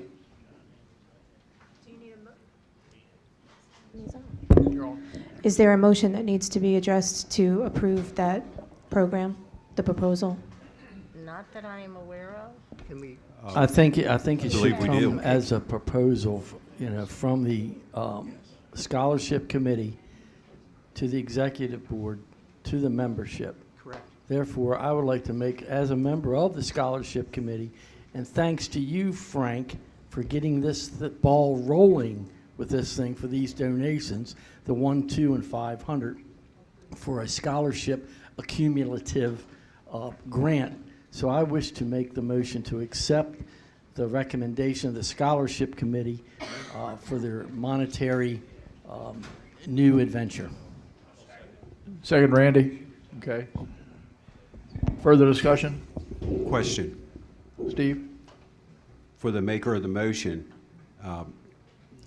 you're accepting the recommendation, and also, can you add to that that will be one of the scholarships that will be presented? So move. So amended. Randy, okay with that? Very good.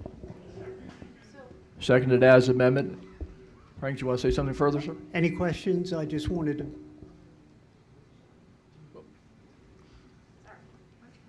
I'm speaking for Lynn, too. So it's not actually a separate scholarship. It's increments of scholarships that people, or donations that people can make to the general scholarship fund.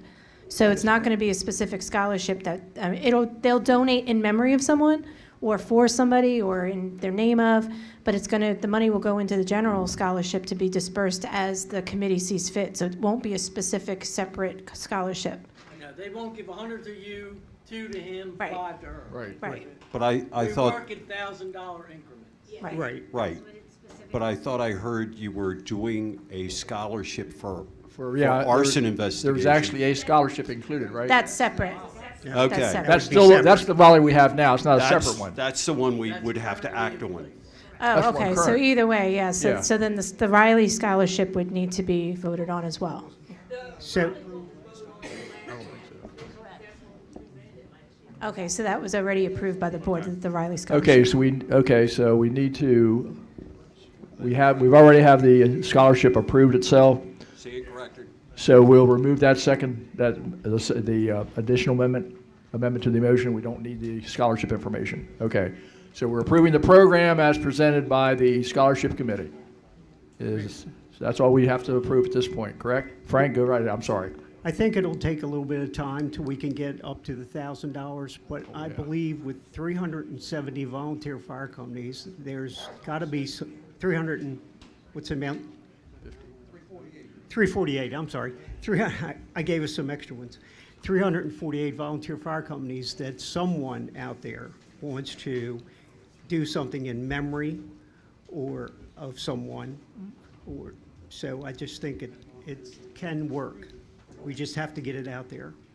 And also the other thing is when you, in the convention book, when you list those names and you list who they are in memory of, whatever, I think that is going to help advertise this whole entire program.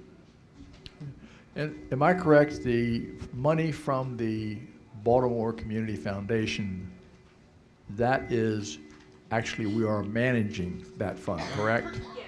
That is not actually money coming to us directly. That is a management of that fund. We actually received this check. We did receive a check. Yes. Okay. It's been transferred to the MSFA. So, okay, so we actually do have the actual funds from that. Okay, that's what I was not clear on. Okay. When I was reading it the other day. Okay. Checks in the bank. Thank you, Mitch. Okay. Any further discussion? Yeah. So I'm not sure that this is tied to this motion because I'm not clear on the motion, but the comment in here of the 35 points for LoSAP, if I'm not mistaken, I don't think all of our counties use LoSAP. So that would be a disclaimer to part of our member companies and their potential folks to be able to apply for the scholarship if you use the 35 points through LoSAP to submit with their So currently, application. our application does say LoSAP on it, the current one. Yes, it says LoSAP on it, and there has been no discrepancy or no problems with it to date. But what do you do for somebody that is in one of those jurisdictions? The or income tax counties? incentive would be the way to go, that point system. There's a point system within the law for those counties that do not have LoSAP. I think we probably need to reference that LoSAP and or the state-approved point system. I think we need to probably amend it so, right, the tax exempt, because there is, what Dale's referring to, there's only 12 counties, I believe, with LoSAP, but everybody's eligible for the income tax incentive, and within the state law, there actually is a program of point system. So that is what that these other counties use for their tax incentive. So I think we need to, the verbiage somehow to say LoSAP, county LoSAP point and or income tax incentive program points. I think that would probably be the best way to address it, right? That can be added to the application. Yeah, we'll modify the application. Application. It's very simply done because Lynn and Kate have worked really hard to make it so that it's all online now, which makes it easily modifiable. Whatever your county is, right. So it's whatever is accepted by that particular county for the points. Right.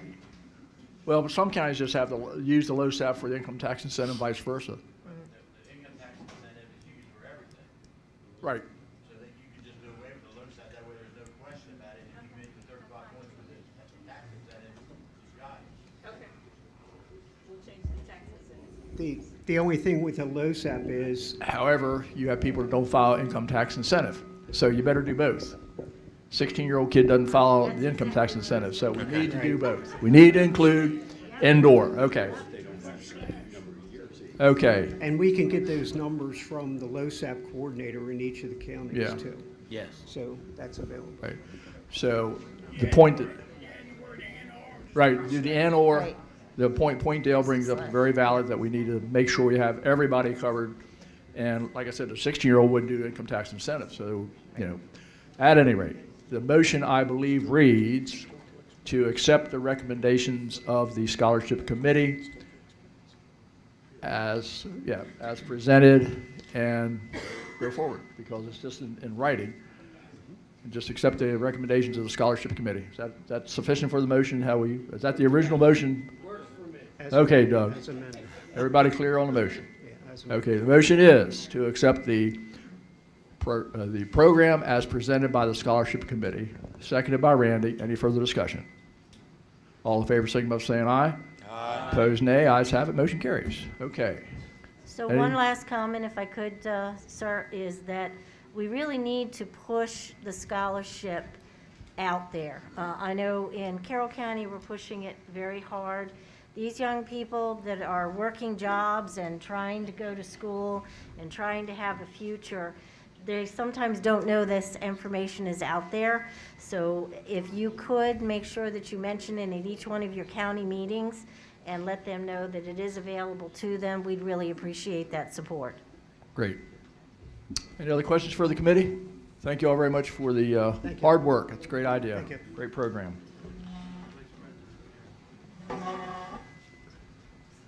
He's off the back step of the pumper? Okay, sir. Mr. Vice President Carey has requested the floor.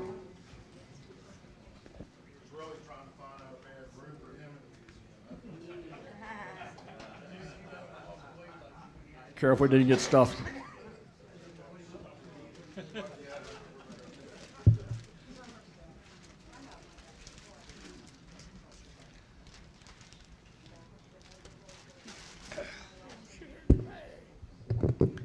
You know, we call this a brother and a sisterhood, and it is. And as a brother and a sisterhood, we tend to act just like siblings. We fight for each other, we make fun of each other, and we just enjoy, have a good time. So several years ago, I had the misfortune of backing my MSFA vehicle into a van, Ocean City Fire Department van. Well, that's just a... And as such, at Prince Frederick, when we had the executive committee meeting, every time I came up to the podium, a backup alarm played. So I kind of thought that was funny. I enjoyed it. So I thought it's only fitting that our latest member of the Crash Club had some recognition. So, Kate, could you come up here a minute? Did you shoot the deer first? I wish I did. Well, Was it Rudolph?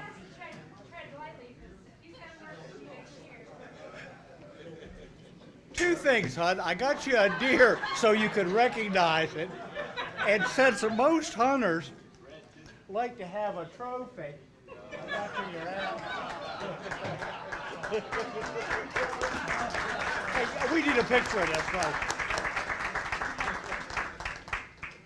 And we only do this because we're friends. Because like she said, she's got to.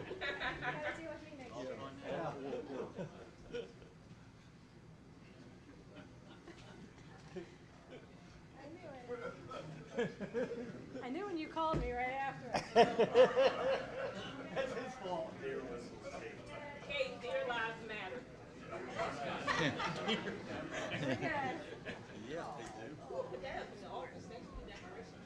All right, in the same year, we've had a backup alarm and a deer, so don't anybody else hit anything else, because I'm afraid of what the hell's coming up here.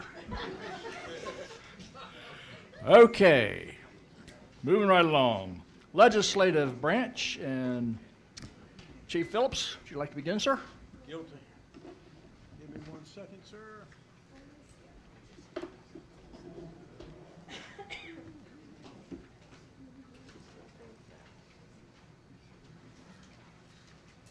Federal oversight, fire laws, state circle, and out-of-state coordinator.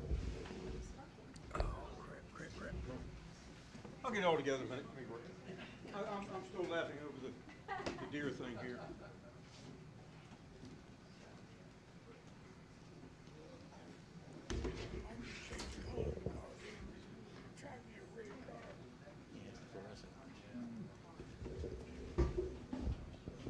Thank you very much. The report for the Legislative Committee was filed late, but yes, it's on the website now. So I'm just going to hit some of the highlights of it. Excuse me very much. I'm going to start with the agenda for this year. I brought some of this up before. The committee met with the presidents early on, came up with an agenda, and as was spoken here earlier by Dr. Delbridge, the first thing we're really looking for is to work with our partners and finding an ongoing, sustaining avenue of revenue for the MSOF. As Dr. Delbridge mentioned, MSOF will be broke by sometime in 25. FY25, it's not going to have any funds. And yes, it does provide funds for MFRE, MIMS, MISPAC, shock trauma, and the MSFA benefits, or the members of the MSFA benefit through the state 508 AMOS funds. That fund in and of itself has been stagnant at $15 million a year for many, many years. And everything else going up, it's not getting any new funds. So coordinating with the partners, just like the executive director mentioned, they have a meeting this coming Thursday, and I'm sure this is going to be a topic of discussion there. How do we address this? Anybody that's talked to anybody from Annapolis has heard one thing in particular, on and on and on. There is no money. But we're asking for money. We're trying to find money. We're trying to find people to help us find money. Another thing we've got on our list here, again, has to do with money. VCAF. VCAF, if you take a look at the gross amount of money they have, it's a fairly decent amount of money. But the fact that most of it is and has already been lent out, there's not much to lend out. So we're looking for more money for that, to build that fund back up to more represent what it costs to buy things today. Two things, that's both money. We're back again trying to increase our income tax subtraction. So not only are we asking them to give us money, we're going to be asking them not to take as much money away from us. So, you know, it's like one of these balancing acts. But again, we've been sitting here, we've maxed out, we've been trying now for 4 to 5 years to get this increased. Every year it's a different issue. We're still fighting the fight. Beyond that, we get to another topic that's already been talked about, and that's the Commission to Advance and Strengthen Firefighting and Emergency Medical Services within Maryland. Long title, the bottom line is, how do we do better at recruitment and retention? And we're asking for, it was brought out, MACO took this on as a project this year. They came to the MSFA to start with, and it expanded from there. The Commission, Senate Bill 414 was passed. The Commission started working actually while we were in convention this past June with the first meeting. It's been a weekly and monthly meeting schedule. The Department of Labor was very instrumental in helping us. And we had the survey. Everybody took the survey, or not everybody, but I think she said over 2,000 people have. And that information was gathered, discussed, rendered, whatever you want to call it. A study was put together, it was reviewed, should have been, or was supposed to be, given to the state legislature yesterday, December the 1st. What are we looking for? We're looking for incentives to get people to become members of a volunteer or career fire company, EMS, and not only just become members, but to stay. Some of the things that were talked about, I'm not going to tell you what was in it because that's up to somebody else to bring up. But you know, we were talking about how do we get people to come in. Some of the issues that we were talking about. Educational money. If a person becomes a volunteer or career person, you know, can we help them get an education? Does not necessarily have to be in the fire service. It could be in other things. But an education's forever. They spend time volunteering. We help them get that.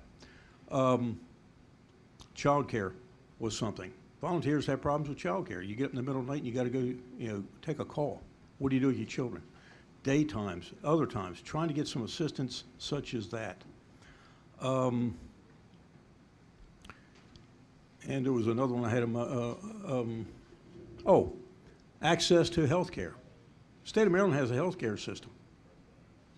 and maybe we could use this as an incentive, better rates, better coverage, whatever. These are just some of the things that we have come up with. And everything costs money. The good part about this is there's a trade-off. It's going to cost money when you have to start hiring people to do what we do as volunteers. And it's going to cost a whole lot less to help us have volunteers than it is going to be put on 24/7, 365 staff. So anyhow, that is taking place. The study, like I say, was completed on time, actually a little ahead of time, and was supposed to have been turned over as of yesterday. The next thing I have on here, our legislative session this year begins on January the 10th, carries on through midnight April the 8th. That's when the official party or circus, I'm not sure which one it is, takes place in Annapolis. It's a long period of time there. The Maryland Fire EMS Coalition, which in the past several years has been chaired by Delegate Marvin Holmes. This past summer, I spoke with him in Ocean City, and he said that he was going to be stepping back from that. He in turn spoke with Senator Mike McKay to chair that coalition, and the senator has agreed to do so. We've already had one meeting, excuse me. We've already had one meeting this year, and it was an organizational meeting. We've set up our meetings and our times and everything, and that took place just this past week. We will be starting the week after, the Monday after session goes in. We will be starting with that. No. That's your meeting. I'm talking about EMS. I'll get you in a minute. As I was just prompting, the Friday morning meetings that have been hosted by or facilitated by the Fire Marshal's Office for the past many years will continue on. This year it starts January the 5th, which is the Friday before session starts. The past several years, it's been moderated by Fire Marshal Kirby Travers. He did retire this past year, and we have a new moderator for that. I'm trying to remember who, oh, wait a minute. Yes, it is Teresa. She will be taking care of that for us this year. Yes. So, yeah, she's already put out her marching orders. She's already got her itinerary and how we're supposed to conduct ourselves.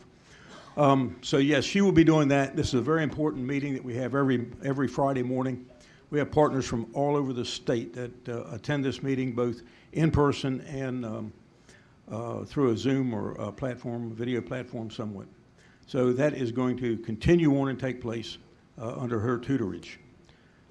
And the last thing I have is, again, we are going to have our annual legislative reception. It'll be January the 16th, 2024, between... Between 1,700 and what? $5 for Bessie Marshall. Oh, okay. January 6th, between 1,700 and 1,900 hours. It will be at the Calvert House. Last year, that was the first time we had it there, and it was, I would consider, an overwhelming success. We had many more people than we'd had in the past, and it was a lot of conversation. Anybody that was there on behalf of the MSFA spent time all night speaking with other people, and that is a good thing. We got our name out there, we got our face out there, we were getting our mission out there, and it really worked out well. That concludes my report for the Legislative Committee. 16. 1,700 to 1,900.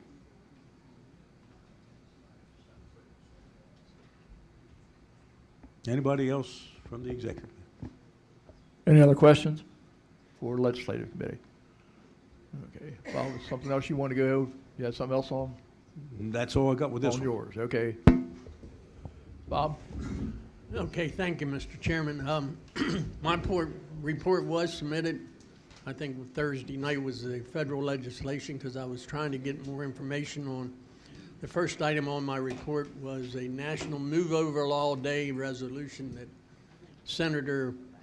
two senators introduced, and working with the National Volunteer Fire Council and Cumberland Valley Volunteer Firemen's Association to endorse those bills. I submitted a letter, talked to the president, and submitted a letter for the MSFA endorsing that, and also sent letters to our 2 senators to ask them to co-sign on to that resolution. Did hear back from the senators, and they said they would look at it. So that's where that stands. Been researching. I haven't been able to find a bill on thomas.gov, but I did get a number. It's Senate Resolution 734. And my understanding is it has been assigned to a committee to study that. So that's the big thing. The other thing, as far as legislation, because they couldn't do nothing there for what, a month, because the House was in disarray. But we got to continue to work on trying to get the funding back up on the AFG program and the SAFER program. Those 2 things still there hanging, so we need to keep working on that. That's the big thing from the federal. Talking about the making a national move over law day. Since November the 27th till December the 1st, we killed 4 responders on the highway.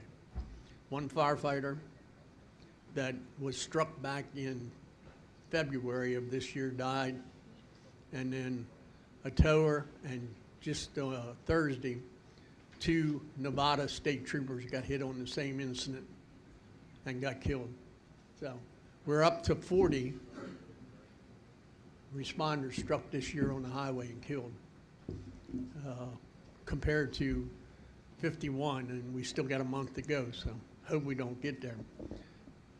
The other thing, and I guess Dave may report on that, but Dave is now president of the Cumberland Valley, and one of the things we're doing through Cumberland Valley and the responder safety is got a survey on the website for struck bys or near misses.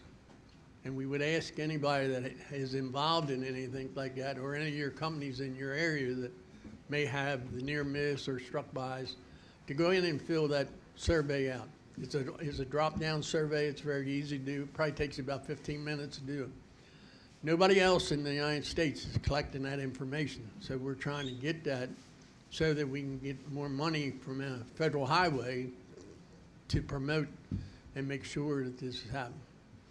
The other thing is, you're seeing now a lot of the states increasing the penalties for not moving over and struck down, or not moving over, or being involved in an accident that way.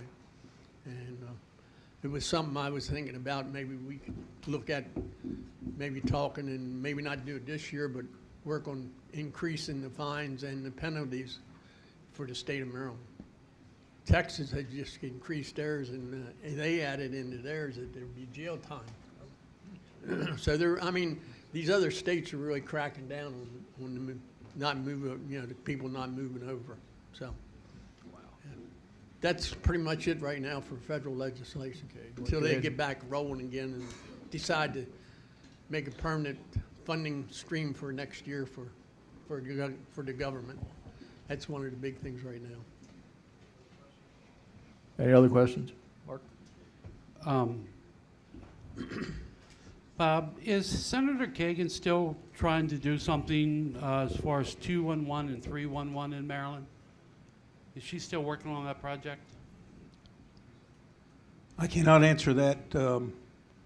I don't remember the last conversation I had with her on those topics. It's been some time since she and I spoke on that, that's for sure. Okay. I was at a meeting recently, and it was sort of brought up that she was still trying to work on that initiative, and it was probably not going to be a good thing if they were combined. I know from in a meeting, just to follow up on that, when they were addressing it to the different senators in that one meeting, they were all like, well, if I'm going through a different county, I'm going to call 311. I'm not going to know where I'm at. So that was a question, and I think that was like almost muddying the waters for them to go. Plus, a lot of the counties that were in that meeting, they already have 311 set up, and they would lose their people and they didn't know where they were gonna put them. And it was like a very convoluted mess, and I don't think anybody's really pushed on it lately, so I'm not sure. Yeah, I could see that being a disaster from my Yeah. previous career, believe me. Okay, any other questions for Bob regarding federal legislation? Okay, we'll do out-of-state coordinator. Sure thing. Since our last meeting, we were at the Pennsylvania Firefighters Association Convention in Harrisburg. President Eric and Vice President Simpson and Kerry were there. And Kate and Lynn, we were there, represented that. That was held in Harrisburg. They didn't decide what they're going to do yet next year. So we'll wait on that. Also, we attended the Delaware Convention with the 3 presidents, and there was 8 past presidents that attended Delaware luncheon that we always attend. So we're trying to keep that relationship going, building it more with the younger people coming in or the new people. I have passed out a list to the officers, both men and women, of the Delaware officers for this year. So they have that information. The secretary also got a copy of that. Next year, the Delaware Convention will be in Rehoboth Beach. I don't have a date yet, but I'm sure it'll be close to what their dates have been, if the facilities are available down there. So, and the last thing, in October at the Cumberland Valley Booster Meeting, it was brought up on the floor by resolution to change the name of the Cumberland Valley Firemen's Association to the Cumberland Valley Volunteer Firefighters Association. And they did that by resolution because we can't change the bylaws until the annual convention, which is held in August. So we'll live off the resolution till then. Other than that, that's it. Very good. Any questions for Bob? Also, Bob, just so you know, and Kate referred a Chief Harris out of Claymont, Delaware, yeah. Claymont, Delaware. Regarding how we do funding, they're looking at some things in the state of Delaware. I did talk to him for about an hour. Hopefully it helped, but they're looking at some same issues we are, which are funding and personnel. Just that simple. It's not Maryland. It's not one state. It's a national issue. Well, so, one thing about Delaware, most people I think know, but they get a lot of their money from their insurance. Yeah, Maryland has Maryland has an insurance tax. Yeah. Maryland does have it, but it's buried in the general fund and has been for decades. We've tried back when Bernie Smith, I think, was legislator. I went down on how many hearings years ago, when I was in insurance, trying to promote using the insurance tax for what it was designed for, which was to support the fire service. Right. But Maryland puts it in the general fund. They do collect it. Delaware gets millions out of it. So you're exactly right, but I think it's a dead issue. We've tried it before, and I don't know if we'd ever get Well, it. I even tried it back when I was president. Yeah, but they do. Yeah, we've been involved and we've tried, but that's a golden egg in the state of Maryland. So. Right, and I was told, don't even think about Yep. Okay. Any other questions for Bob? Thank you, Bob. Teresa. We just have one thing. We want to do the raffle tickets for the picture. Thank you, everybody, for their donation, but the ticket number is 338-98872. Anybody? 98872.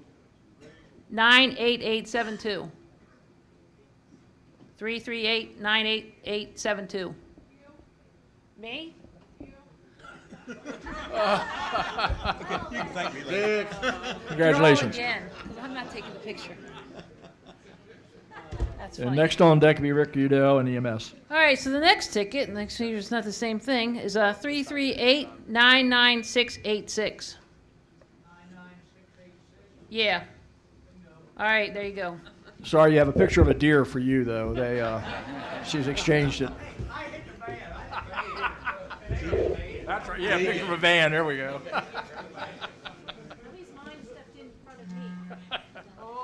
Oh, here we go. Okay, next item. All right, move right along. Okay, EMS branch, Rick Udell, EMS Medical Services, and followed by ALS, BLS subcommittees, and SIMSAC.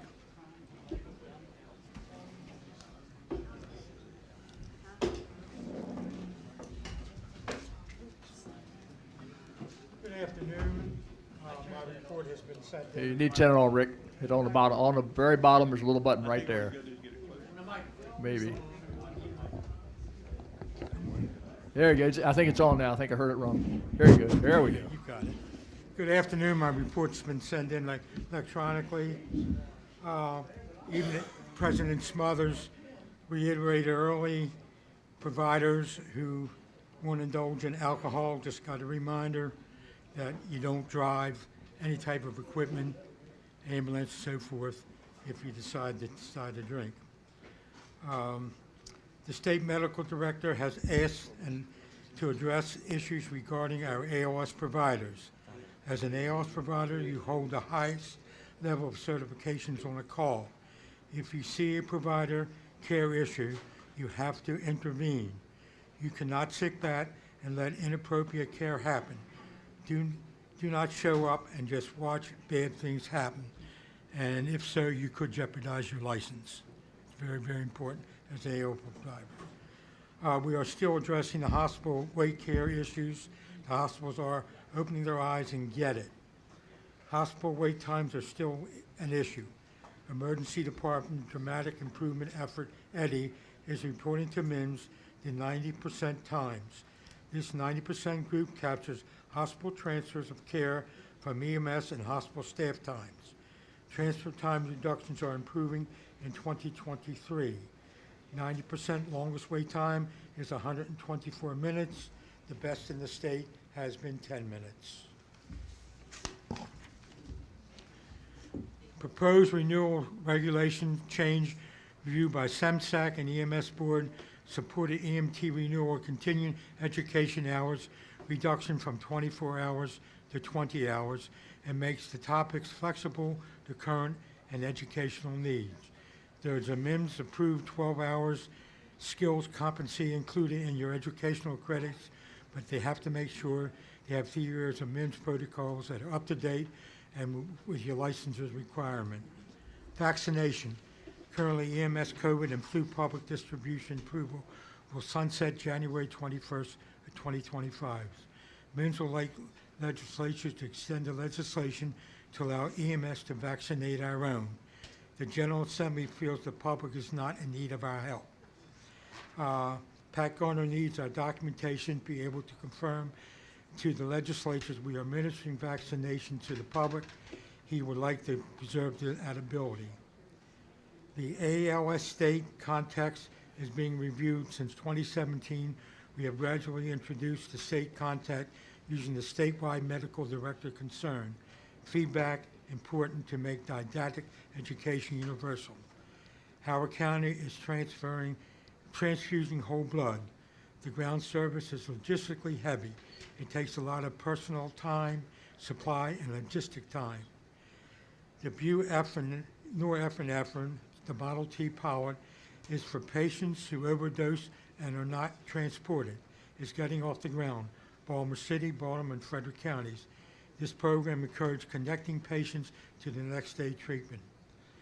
The telemedicine program pilot is now available for Maryland physicians who have Maryland-based station training and are partnered with a Maryland operational program to treat low acuity patients.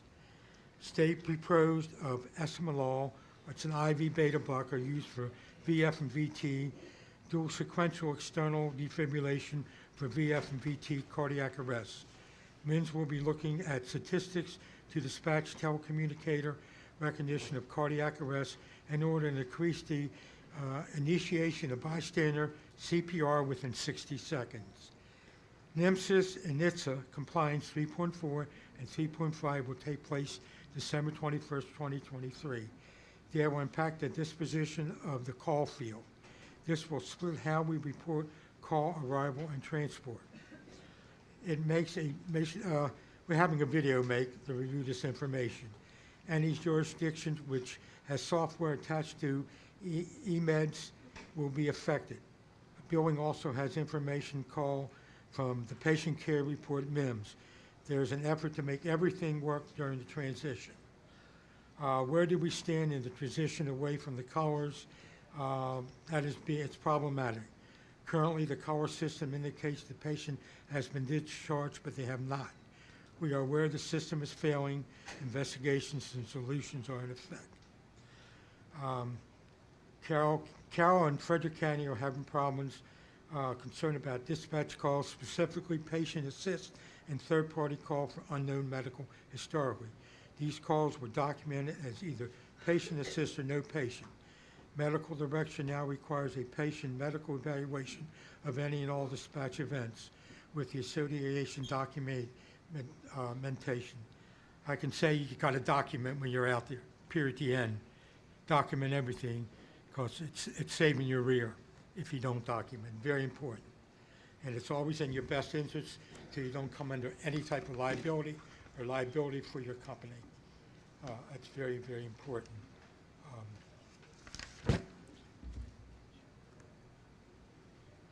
There should be a discussion on 9/11 dispatch update to eliminate patient assist and dispatch as a fail.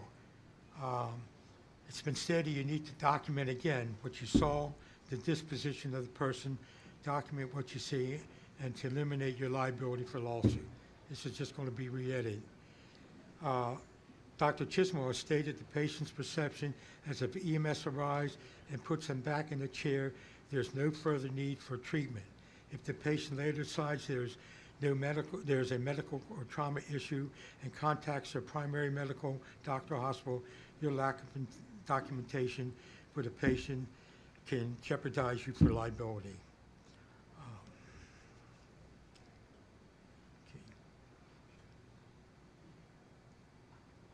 Dr. Chisholm stated we do not dispatch chest pain as an aspirin assist. The lift assist is a fail. We need to update the communication board as a fail as a lift assist. MINS will meet with the communication board dispatch to update criteria information to disseminating on a personal call. We review adding continuing education regarding liability concerns or the new documentation. Whereas Comar on the documentation, and this is being looked at. They're currently also looking at what compromises a unit going out. Is it 2 EMTs? Is it EMT and an EMR? It's up to the jurisdiction. There will also always be an EMT hire for patient care, and it can be an EMR if that jurisdiction decides to drive the unit. We also are requesting the rule for Toradol medication, should it be locked up in a narcotics locker, and Dr. Chisholm said that is a jurisdictional decision only. BOS, EMR, EMT examinations will remain the same. However, they may be changing soon. EMS News has the nomination for the Maryland Star Life Award. From the Maryland State Police, they have 8 chief crews upgraded to flight paramedics. Presently, no medics in the midst. Have 6, but they do have 6 active medics and 10 pilots in various levels of training. From shock trauma, the main issue is the transfer of patients from the EMS unit into shock trauma. And the Stop the Bleed program is going very well. We have programs in need of instructors and support personnel looking to hire to Stop the Bleed coordinator.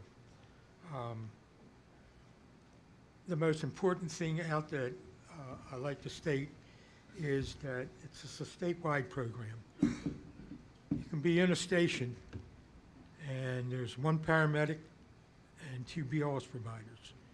A call comes in for an ALS call. The paramedic sends the unit out as a BLS. He calls his company commander and he is a suppression driver. You take the call that comes in. You take the call that might come in. The state is looking at that very seriously. This is indeed a statewide problem, and they're taking a look at it quite a bit. Basically, that is my report, if there's any questions. Any questions for Rick or the committee? Okay, hearing none. Who's doing ALS and BOS, or you all have a... Oh, I'm Mary Ann. Mary Ann, okay. Can you hear me? I no longer Nope, get a little closer. I don't have children at home, so I don't talk loudly Now anymore. you go. Okay. I am the ALS Subcommittee Chair of the EMS Committee. Right now, we are diligently working on the state content for ALS providers, which will be ready hopefully by March for the implementation to have them ready to take this before their recert for their ALS certification. And we are diligently working on trying to get all of the jurisdictions and all of the areas working together as an ALS provider is an ALS provider is an ALS provider across the state, similar to what an EMT is across the state. Thank you. Any questions, Mary? Thank you. Susan, do you have BOS? No, actually, I'm just here as support. I'm vice chair of the committee this year, so I'm just holding up the table to make sure that they didn't need me. And you're always welcome. Any other questions for the committees? Okay, thank you very much. SIMSAC, who's doing that? Eric, you doing that? Mr. President? And Training Committee, MICRB, MIFRE Tech, all that will be next. A lot of it you already heard, so I'm not going to regurgitate it. So unless you got any questions of, I do want to mention that Susan was nominated to the SIMSAC to be our representative, so we're just waiting to hear back. So she'll be filling Linda Deuce's chair. So we did submit 3 names a couple weeks ago, and it's kind of down in Annapolis there somewhere in that dark hole. But she'll probably be coming on here very shortly, if not by the end of the month, probably the first part of the year, representing MSFA on SIMSAC. Yeah.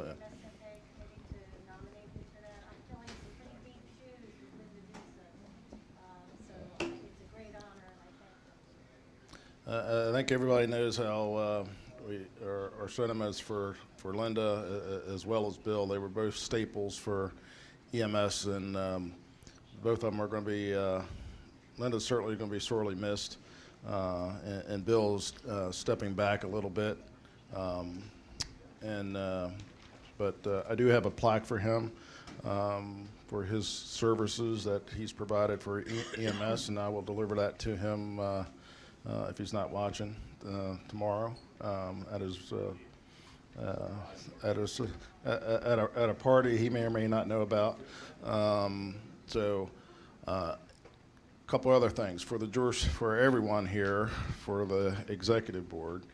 Please tell your folks that they need to come down to the trauma center or to the area-wide trauma centers and pick your backboards up. They are disposing of your backboard, so if you flown somebody or you drove somebody, it's either in a tent city in Baltimore being utilized, or it went to the recycle bin.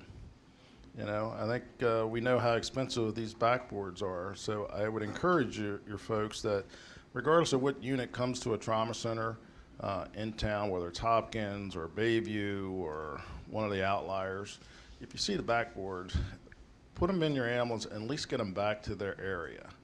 And then you can figure it out, you know, phone the chiefs and tell them to come get their stuff. But we shouldn't be losing property that you've spent hard money to raise or the county has purchased for the trauma center to throw them away. So it gets very cumbersome on that back loading dock, and I've walked by it numerous times. Summertime is probably the worst time, but they're just overflowing, and they have no idea. I would suggest that when you go, look in each one of the lockers, because they have no idea who 10-5 is or 6-69 is or whatever your county ambulance number is. They have no idea who that is, so they just stick a board in one of the lockers. Other than that, it's you know, it's either trashed or somebody's using it to pitch a tent. You know, so that's what's happening to your stuff. So if you don't get it back, they're chucking it. So I'm not in favor of that, but it is what it is. So I think if you got somebody that's on light duty, you know, that you can send down on a weekly basis. Just do the run. Hit the trauma center, Hopkins, Bayview, and do the run and make sure you don't have equipment laying around. This stuff's getting way too expensive just to have somebody throw it away. Thank you, Mr. President. Any other questions for any of the EMS-involved committees? Okay, Training and Safety Branch next. Training Committee. I didn't see Gary, but we do have a report. Okay, Mark, if you can report.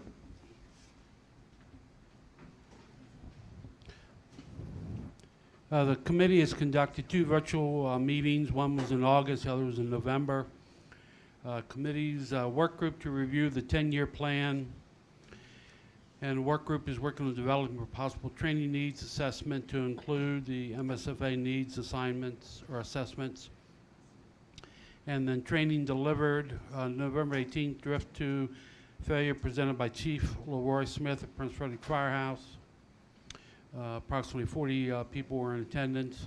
Other training is in discussion with Western Maryland in the spring, and working on dissemination of virtual training for the new reporting system coming out of the USFA. Next meeting will be in January, date to be announced. Any questions for past President Bilger regarding the Training Committee? Hearing none. MICRB? Am I presenting that? MIFRE Tech? Bob?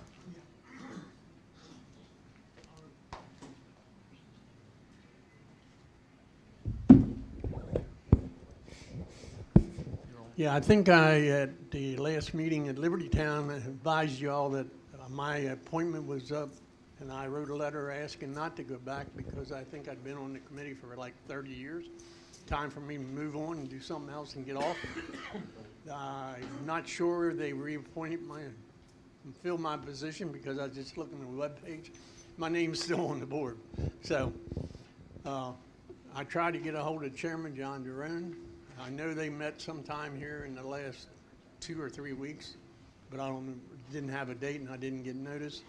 Dan's on the board, but I think Dan was laid up from his operation or whatever, so he didn't make the meeting.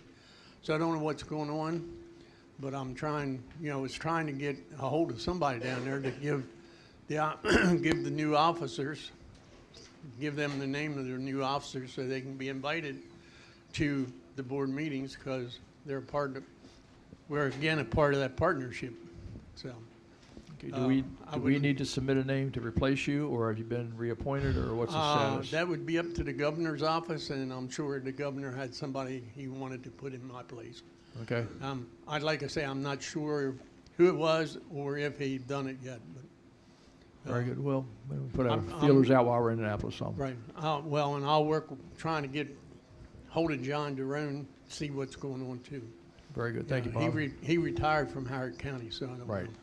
The other thing from the commission, and again, we don't do a good job of selling it, and I would ask you all to sell it, is the Raleigh Scholarship. That used to be a reimbursement program, and then they changed it all and made it a scholarship. Well, unfortunately, for the last couple of years, we haven't been allocating all the money that's been put in the budget from higher ed for the scholarships. So we need to get out and sell that program. Here's another scholarship for our people that could, makes a good incentive for retention. So but I ask you all, even though I'm not on the commission, I ask you all to help sell the program and get people to apply for the Raleigh Scholarship. Yep. Absolutely. Thank you, Bob. Thank you. And Dan, good to see you here today. Anything further on MIFRE Tech? I think you got it. Very good. Good to see you, Chief. Good to see you and Bobby here. Thank you. Okay, Pro Board. I know Chief Robinson, Bob Rose, and see who else. Anybody else? Pro Board today. I know we have a few. Stevens, our secretary. Okay, I know we have a few items to go over. So, welcome, Chief, and welcome, Mr. Rose. Very good to have you all here. Find the key here. There we go. Okay, I think most of you know Mike Robinson, Chair of the Maryland Fire Service Personal Qualifications Board, and I'm Bob Rose, Executive Secretary. Our main order of business today is to ask your all's help in supporting the MFSBQB, and it won't cost you a dime yet. Now, I just want to give you a little synopsis, and Mike could give you a long dissertation in history, which he just did to the Pro Board during our site visit a couple of weeks ago, but I'll try to skip that. So I just want to give you a synopsis. All 23 counties in Maryland, county governments, joined into the board when it was formed back in the mid-'80s. There are 7 statewide organizations, which MSFA is one of them. 3 cities belong, and BWI Airport as a state agency belongs. Currently on our board, our membership board, there are 7 vacancies. 1 county has 2 vacancies, so that county is not represented. During our Pro Board site visit, which occurred, they come every 5 years, they were here in town about 2 weeks ago, one of the discrepancies they noted was the vacancies, and that we didn't have a procedure to fill those vacancies. Well, the procedure is it's up to the agency or the county jurisdiction to fill those vacancies. In addition to the 7 vacancies, I have 14 people that are missing some form of their contact information. Either we have no mailing address, no phone number, no email. So I've made a handout I'll make available to you when I'm done talking, but I want to keep this as short as I can. So what we're asking the members of the executive board to go back to your agencies that you represent and back to your associations, your county government, or whatever, to try to get people to fill these vacancies. In addition to that, I'd like to point out that last year we have one annual meeting a year. Again, back in the early days, they were meeting monthly, then every other month. Since we've incorporated and since the operation has been running up with the state office at MIFRE, we've, for many, many years now, we've had one annual meeting. It happens in Ocean City during the MSFA to make it convenient for everyone.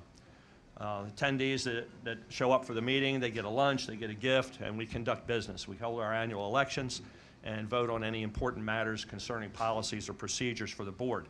Typically, those policies and procedures are things that are required by either the Pro Board or IFSAC to make us compliant with their current rules, because they're constantly changing. So again, I'd like to ask your all's help to do that, keeping in mind that the people that are nominated or appointed are appointed by your county government. So for most of you, that's going to be your county executive's office, and that would mean a signature of the county executive or the chairman of your board of county commissioners or some other body like that. If it's a city, it's the mayor of the city. A fire chief cannot appoint someone to these boards, to the board. The fire departments are not the member, it's your county governments, which this is very unique in Pro Board circles throughout the country. The other unique thing that we constantly get commented on is that they've never seen a state where they could get all 23 counties, career people, agencies, unions, state volunteer firefighter association, where they could get everybody to agree on anything. But in Maryland, we did get agreement to form the Maryland Pro Board. So that's quite a milestone for us, quite an accomplishment. So again, I'm going to give you guys a handout when I'm done, so I don't take up too much of your time. It has highlights on here from our membership list of where we're missing someone, and I have a complete list of our members and the contact information that we have that's attached to it. I would ask that you keep this protected. It has people's personal contact information in it, so when you're done with it, either dispose of it, or while you're using it, please keep it on a confidential basis, because we don't want the stuff just laying around somewhere.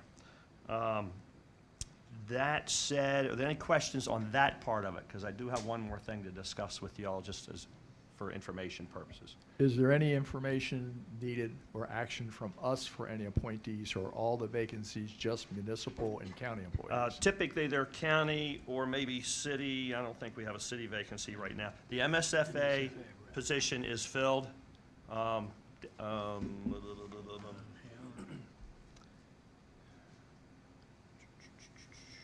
It was, Don Howard. That's what I have listed. I'm missing contact information, and Dan Stevens. Okay. And so aside from that, again, I'll make these, and I have some additional just generic handouts that we had made up just a couple months ago before Pro Board came. I'll give everybody one of these. I'll make sure there's extras available in the back for anybody in the audience that wants one. We would ask all our members and all our delegates and all our representatives to promote certification within your areas as well. I mean, typically we see mostly the metro counties that have large combination career and volunteer departments are interested in this stuff. They base a lot of promotions on it. More and more we're seeing more counties get in tune to this. We do see a lot of activity, particularly in the southern Maryland counties, where people, volunteers, get their training, get certification, and then can readily get jobs, typically with Naval District Washington facilities like Dahlgren, Pax River. There are jobs out there for people to get certified. So if you can help your folks, I heard some of the previous comments about helping people, helping volunteers get educated, helping people to do that because it helps them in their personal and private life and to earn a living. Certification can do that as well. So we would ask that you support those activities. Anything to add, Mike, before I go on? And to talk about the value of certification in Carroll County, we've hired 157 people purely on ProQual. We run about a 3-day orientation, and you have your correct credentials, we'll hire you. So we've come full cycle, and there's a lot of money that's spent for training academies where we can condense those, and it certainly helps with recruitment and retention, the fact that we have a certification system. And I just want to acknowledge what Bob does. Bob is our operations component, and he's there several days a week, and MIFRE assists us in partnership to fund Bob, and without Bob's daily activity and Grace, his assistant, we wouldn't get anything done.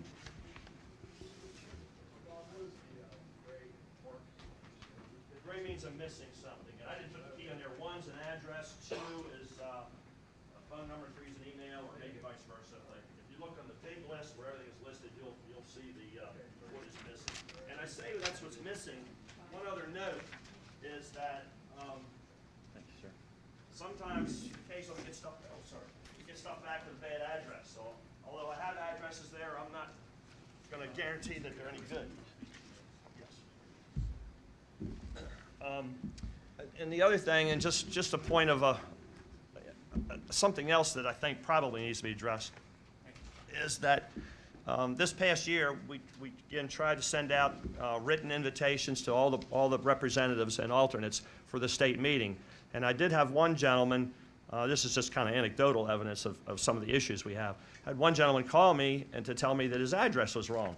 So I said, well, you got the mailer, what's wrong? Well, one number was wrong, but the mailman knew him, so he got it anyway.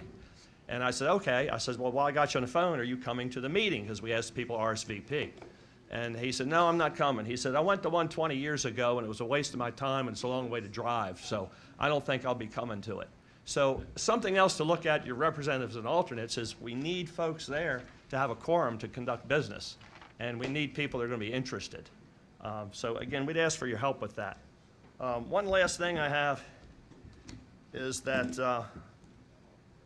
the cost for certification is going to go up soon. Oh, here it is.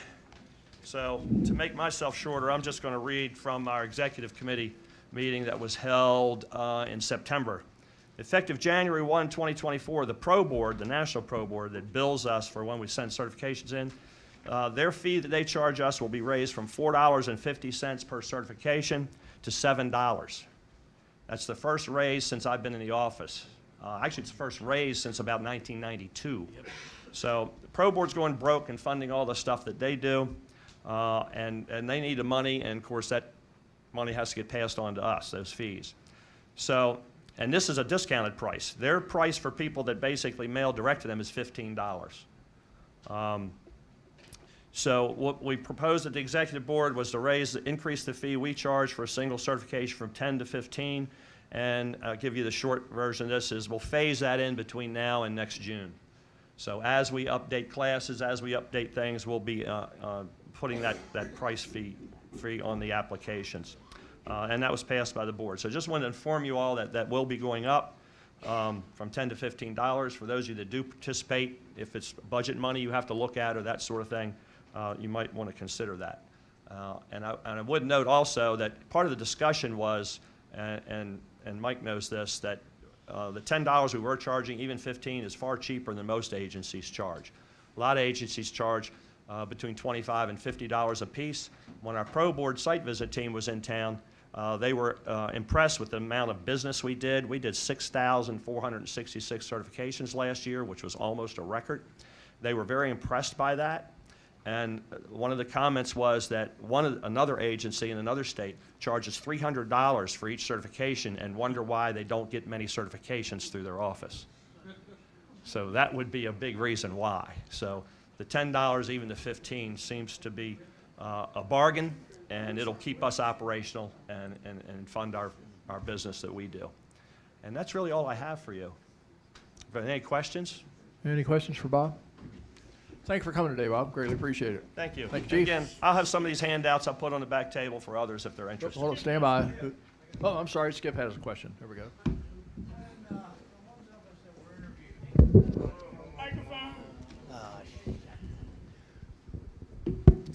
When the ones of us that were interviewed by the Pro Board, were we successful or marginal or what? Oh, for the site visit? Yeah. Yes, the site visit team, and again, it was just 2 weeks ago they were in. They found a few discrepancies that they wanted things fixed. MIFRE staff stayed and worked into the night most nights, and by the next morning, anything they found that they thought was a problem, and I say that, there's discrepancies and there's recommendations. So everything they asked to be done was done before they left town. So they left town with us not owing them anything. So we anticipate that the National Pro Board Board of Accreditation, which will be meeting early in January, I think the day before the National Pro Board Conference starts in Florida, they meet, and we anticipate our accreditation being renewed at that meeting for the next 5 years. And just so you know, IFSAC is coming to town in 2 weeks. Pro Board changed their schedule, so they both come in the same year now. IFSAC will be hitting us the week of December 11th. They'll be here for 3 or 4 days with a team of 4 people. They'll be doing almost the same thing, going through all our test banks, all our policies, all our procedures to make sure that we meet the IFSAC requirements and comply with NFPA 1000, which is the standard for certification. There's a standard for issuing standard certifications. Yes. Very good, Bob. Anybody else have questions regarding the training? Okay, thank you, guys. Greatly appreciate it. Thank you all. Mike, Safety Committee on next, followed by High School, Rural Water, and Standards Committee, which may not be reporting. We'll catch the next up. Good afternoon, everybody. Most of you got my report. I want to apologize to you. I went to save it, and when I read it the next day, report of the MSFA Executive Committee. So I did a bad boy. I saved it, and it changed the title. Anyway, you probably saw that. I sent it to most of you. We've had 2 meetings since the last Executive Committee meeting. And in that, when we went over the loss runs for the fatalities, it all goes back, like we've been talking for 10 years, heart attack. Heart attack's still at about 65% of your sudden deaths on the, or a death of any kind on this, from what we do, firefighting and responding.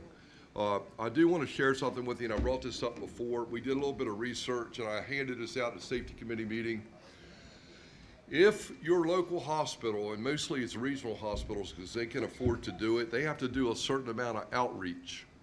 And if they have a cardiac unit within their hospital, and if they have where you go for cardiac rehabilitation, most of the hospitals in Maryland will offer, if you're 50 years or older, 50 years or and if you are not under a cardiac care situation with a cardiologist or a post-cardiac event, they will allow you to do what they call heart screening. And there are counties, there are about 6 counties in the state of the 23 that do not offer any type of paid physical examinations. I have purposely gone once a year to Peninsula Regional Medical Center in Salisbury, even though I have a full exam every year, 2 exams, cardiac exam and a regular exam through Ocean City. But my wife and I have purposely gone to this and had it done, and it's a 12-lead EKG. It's looked at by a cardiologist, and they call you back and tell you the results. But for those of you and I use the word poorer counties, the counties that won't fund any type of exam or local municipality, this is a easy way to get your people, or to ask your people to go and look for this. I've been told through the cardiac people that there's some of them are being funded now, not through the state, but through different pharmaceutical companies and all like that to help them out with the proactive activity that they're doing, trying to keep people from dying of heart attack. If you want more information on it, I can send it to you. Call me or email me, and I promise you I will tell you what's going on. I have been going to the one at PRMC for probably 7 years, and just as a backup, looked at by another cardiologist, but food for thought, guys, it's free. Free is beautiful. Our meeting in Kent Island, we talked about the coronavirus real quick. If you've got anybody that just doesn't believe it and they're very blasé about it, it's still happening in the state of Maryland. If you don't think so, we get the Sun paper in Ocean City every day, and I look at it. If you go to page 2 at the top, 3 times a week, they list all the coronavirus active issues in the state. If you got any hard-headed EMS people or anybody that's in denial about it, go and look at it. Look at all the acute people that are in acute care. They're in whatever type care they're in. But typically, it averages around 250 people in the state that are hospitalized today, if you look at tomorrow's paper, because of coronavirus. So it's still active in the community. I'm dealing with a young friend paramedic right now that's been in the hospital, and he's a runner. He runs 5 miles a day. He moved to Pittsburgh. He's a paramedic, and he's been in the hospital and scared the living crap out of him. So it's still active, so we cannot discount it. If you don't think so, again, go to the Sun paper. Every Wednesday, every Friday, every Sunday, and open it up, page 2 at the top, and make your people read it.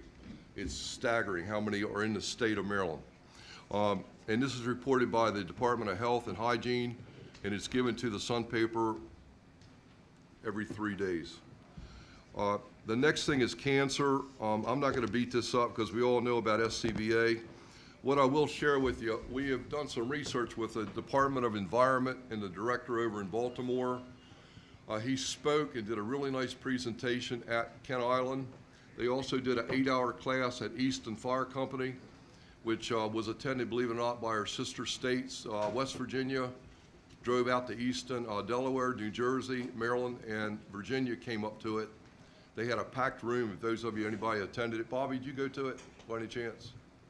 And it was on lithium-ion batteries and what they found, and they put on an 8-hour, and I've heard from the chief of Easton, it was outstanding.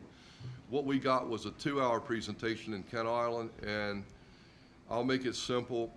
A false sense of security. Typically, when we see white smoke, we think of steam, or we think of the fire being suppressed. With these lithium-ion batteries, the hydrocarbons that's coming off of these when they start to fail, whether it's a cell phone or it's a bus on fire with lithium-ion energization, the white smoke is very, very hazardous. The lithium is bad for you. The metal that's burning and superheated, it's typically 3,000 degrees when they're off, when you got several units off. It's called propagation. When it takes off, that white smoke is bad stuff. They're not even worried about the runoff from it when you put water on it. They're not worried about that, Department of Environment. They're worried about the hydrocarbons coming off of it. When you drive up and you see white smoke coming from these cars or batteries of any kind. Also, just to give you a reference real quick, the Fire Department in Virginia and the Department of Environment for the state of Virginia has got a couple speakers. They came to Worcester County and gave a class. I've got the contact name. They are willing to come, including their convention, and speak on what they've done. They've been all over east of the Mississippi, almost every state, offering this either 4 or 8-hour program. We're going to try to get them at the convention. I was going to talk to our executive director. But there's a lot of things that's popping up that this is all new stuff that's happening. Another thing we've got going on around the state, whether you talk to Baltimore Gas and Electric or Potomac Edison or Chop Tank Electric or Delmarva Power, is they're getting ready to add battery farms to areas that use, like this area is growing, Sussex County, Delaware, Ocean City at 100th Street by the water tower.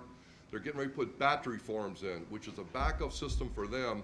So basically they have just traded land, Skip probably has heard about it, they've traded land in Ocean City, and they're getting ready to put these huge battery farms in, big as this room. So, and again, you've got the propagation of one battery catching fire and then the next one malfunctioning, and all of a sudden you've got all this stuff that we're not used to. And my whole reason for telling you this story is you need to contact, you as fire chiefs, and for the good of your people, you need to contact your local representative for your different utility companies, electric companies. And we have been dealing with the engineers. The engineers are the ones that really don't know a lot because this is new to them, but they know people that know a lot. And they can tell you what is happening in your local response area, and they can tell you what's going on in your region. So if you get a mutual aid call, but all this stuff is new to us, and when they do burn, or if they burn at a big magnitude, even the pump operator is exposed to it. If you smell it, it's not good for you. But again, it goes back to white smoke we never thought was being put out. The white smoke is very, very bad for you. And the director from the Maryland Department of Environment in Kent Island made that very clear to us. Be careful of that white smoke because we don't know what's in it, and it will kill you or cause problems down the road. I've got a handout, by the way. It's 4 pages, and I can get that to anybody. The Virginia Beach Fire Department gave me permission to share it with you guys. If you contact me, I'll just email it to you, and you can use it. Those of you that don't need to reference this, the NFPA 855 standard, it's up to about 10 pages now. They keep adding to it almost all the time. Every time they meet, like people like Kenny Bush and all, they go and they meet as a group committee. That's being added to just constantly. It keeps growing. It started out at 3 pages. It's already up to 10. But they're talking about all the things that the solar farms, these big things are getting ready to put off Ocean City, wind turbines. They're talking about all this new supplemental electric that's being made now. They're talking about these battery farms, which are brand new, by the way, and it's just a backup system for them. Their transformer, these substations that we're used to going to, they're changing up. They just had a fire. They burned up 2 fire trucks in Alabama about 2 months ago. In these solar farms, if you'll notice the one at Y Mills, you heard this the other day, or if you look at some of them like over on the Eastern Shore, and I'm sorry, I don't know about over here, they don't cut the grass under them. So you get a subcontractor that comes up there to do some kind of work on these solar farms. They don't cut the grass. They park their vehicle. They get out. The catalytic converter sets it on fire. They leave it running. They hear the radios. They get scared. They drive off. They call the fire department. You drive up. All of a sudden, the panels on them are made of plastic. The conduit running from loop to loop to loop is made of plastic. The wiring, the rubber around it to seal them to keep water from it is burn combustible. And before long, you've got a fire that you don't know how to put it out. In this case, they went into an area and the wind changed on them and it set a brush truck on fire and burned an engine. They had to have it repainted. The problem was, and the issue is, we don't know a lot about them. And I'm leading up to this. We don't know a lot about them, number one. We've got one at Whaleyville on Route 50. You've probably seen it for Ocean City. That's strictly for Ocean City. You drive up, you see it on fire, you start to do your thing, and you don't know what it's exposed after it's burnt the conduit off, number one. The second thing is the wind changes, setting your vehicles on fire. And the third thing is you don't know about reverse energization. I'm not an electrical man, but there's a whole lot of issues with it. Now, real quick, if we get a call for any of these, contact on your way to the scene if it's a confirmed fire, or even if it's not, somebody calls it in, and have your local distribution company, electric company, Baltimore Gas Electric, Chop Tank, Delmarva, whoever, respond to it. And I would not go into these areas until they get a rep on the scene, not some guy sitting behind a computer up in Christiana. You need somebody on the scene. So there's a lot going on. It's happening very, very quick with us. So you need to tell your chiefs to make a real good contact, or even go out and do some training. Go out and park your trucks one night and just look at these huge solar farms being built. God forbid in Ocean City, they're going to be 900 feet in the air and the oil catches fire, and we've got to go out there, and I'm not going to be going out there. I might, but I don't hope not. When you got some guy that's got heat exhaustion up in the air at 900 feet, and we've got to go up there and get him down, and that's that's the kind of stuff we're seeing. It could happen in Chrisfield. It could happen in Southern Maryland. So there's a lot that's changing in our fire response. Again, the director said he would come out from the Maryland Department of Environment and speak to all of you. He would assign, he's got regional techs in every region of the state. I would recommend you have him come to your meeting or training and let these people do a by Jesus with you, and work together so you've got some unilateral safety going on, because it's stuff that we're learning every time we go to a meeting or hear about it. It's just like, whoa, whoa, whoa, whoa, whoa. So anyway, and backfeed's another issue. But anyway, that's pretty much it. These battery storage areas are getting ready to take off. One last thing on this, substations. Ocean City is getting ready to change over their buses over a period of a couple years. Our governor's really pushing it. Baltimore City's getting ready to change over to 175 buses are going to be all battery. In order to do that, from what they're telling us, you have to shove electricity through 1,600 batteries underneath a bus, and it takes a lot of force to do that, just like shoving water through a small hose, as we would equate a booster line. So you're going through these little tiny batteries, but 1,600 of them or 2,000 of them. A train that would be out in this area right here, which could have 5,000 or 10,000 batteries under it or with it to energize it, to keep it moving. And we're going to have to get training on it, but the issue is one battery propagation, it's called. One battery goes bad of those 1,600, then the next one goes bad and catches fire, and the next one goes bad and catches fire.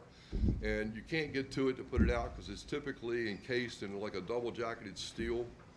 So there's a whole bunch of things that we're not ever trained for that's going to be happening. Going back to the substations real quick, every place that has a major energization to recharge these batteries is going to have its own independent substation. Again, Baltimore Gas Electric's going to get ready, BG&E is going to build a $3.7 million substation in the city for the buses. Ocean City's going to have a substation at the city compound behind the public safety building. All this is costing them money. Who's going to pay for it? But this has got to happen everywhere because that's the only way to energize these great big things that we're using, including rail. If they enter, they've got to recharge somewhere. So anyway, just keep that in mind. But what I would do is, to summarize, is if you are in a location that would have any things we've talked about, invite your local power company to come to a meeting or a chief's meeting and pick his brain on what's going on around you. And I've been dealing again with the engineers, the one in Christiana, the one in Denton, Maryland. I've not talked to anybody on the Western Shore. And the director from the Department of Environment told me to tell you this. Get with these guys, develop a partnership, and do what you can to find out what's in your area and what's going to be in your area, because they've got a budget for this. And get it done, because the state of Maryland is heavily pushing this. And they're foreseeing in the next year or so a lot of federal grants coming out from our president really pushing this. And I think it's going to happen quicker than you realize. I never thought I would think that in a year and a half, 175 buses in Baltimore City are going to be fueled by lithium ion. But that's exactly what's going to happen. So that's it, sir. Okay, thank you, Mike. Any questions for the Safety Committee? Thank you, Mike. Yes, sir. Dan, the high school tech program and then rural water supply and standards, if anybody's here. Okay, thank you, sir. I don't think mine will be quite as long as the safety, but the high school program, there's no written report. Apologize for that, no excuses. There have been no problems that I've heard from any of the counties, and I know that the ones in southern Maryland are running fine. I hope to get some one of my problems is I don't have good coordinator information, and I'm going to rely on you all. This time I'll send you an email if I don't hear from you, who's the coordinator for your high school program in the county or counties that you represented, so I can get the information and get a better report for you all last time. So these programs are probably the best recruitment tool that many of us have, and it's good if you don't have one. And an observation that I've made, and maybe it's not accurate, but it seems like as the career systems take off in a county, the high school programs sort of wane. And I guess they don't need them as bad as the volunteers do. So keep that in mind and try to encourage your high school programs if you have one. And I promise to have a better report for you next meeting. Thank you, sir. Thank you, Chief Dan. Anybody from Rural Water Supply or Standards Committees? Okay, moving right along. See, Bill Hildebrand kind of touched on the personnel group this morning, so I think that's safe. Anybody from Search and Rescue? MCAC? Okay, we're okay on those. We'll keep on running. Let's see what's we fit in today. Awards. Doyle, think we can do our awards today? Program. We got a couple of them here. There we go. 1, 2, yeah. Okay, the awards committee, everything is running smooth. We're getting ready to have a mail out. It'll probably be going out the first part of February, advertising the different awards and get the nominations in. Okay. Firefighter of the Year Committee, anything on that? Oh, that's good. Hall of Fame. Bobby, anything on Bob Schirmer Committee?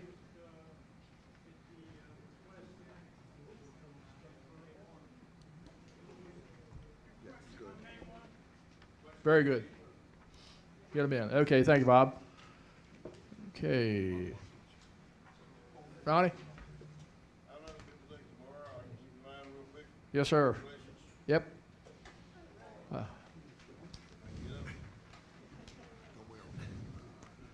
In fact, let's go ahead and do that branch while we're there. That'll just knock them all off. Yeah, let's do that branch. Get Tim's branch out of the way. Good afternoon, ladies and gentlemen, well, mostly gentlemen, ladies too. Sadly, since the last meeting, I was slowed down considerably by my computers, which were failing me, and we managed to resuscitate them. We put an AED on them and shocked them a couple times, and they brought the pulse back up. And they're working better. I've been around several places throughout the state, a lot of different things going on. I had the opportunity to attend the 150th anniversary celebration in Western Enterprise Fire Department just last week. Excellent program they put together. Quite a few other departments are using more and more using the media to get the stuff out to the people. The only thing I want to say about that is that if you get people in your area, tell them, hey, look, don't tell the people about it 3 days before, and don't tell the people 3 days after you had it. Which I see that a lot. Oh, it was really great. We had a wonderful thing. But the bottom line is they've already had it. Nobody knew about it till it was done. Get the word out a couple, 3 weeks ahead of time, because most of us are doing all kinds of stuff, and it takes a little bit of time to get things programmed in, okay? And like I say, if the state association plans on giving a plaque or an award or something, you got to have a little time to make the things up. I'd like to offer a tip of the hat to the Carroll County Misfire Prevention people. They're consistently putting out good posts on fire prevention information on the Facebook and several other areas as well. And they do this on a regular basis. It's a good thing, good program, and obviously people are using it. I'd like to congratulate John Dayton on the last issue of the Volunteer Trumpet. Tell him it looked very good. Had an excellent article on the work of Buck Gladhill in the Volunteer Firefighters Room. Some of you all probably don't remember too much about that because it's been a little while since we were doing that. That originally, when it was established, was supposed to eventually be a place for the Maryland State Firemen Association to have their executive committee meetings. And I think we only had 1 or 2 there the whole time because it's a fairly small room. And the parking was a little difficult and everything else, but that was what that was for. It's not there now, obviously. Frank Underwood has done imaginative work to getting the stuff together that they were trying to throw away, and he's taking care of a lot of it for us.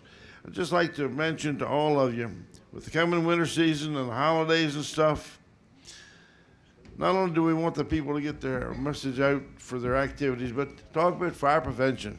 This is a very, very dangerous time of the year for our people around us. And we see fires from candles, fires from Christmas trees, fires from heaters, lots of different causes.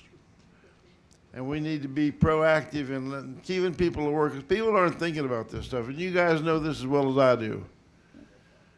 You got to remind them every once in a while, hey, look, make sure you check all the candles in your house before you go to bed. Make sure you get your heaters away from the stuff that's going to get caught on fire. And that's all I'm going to tell you, except for one more thing, and that's get your damn immunization shots.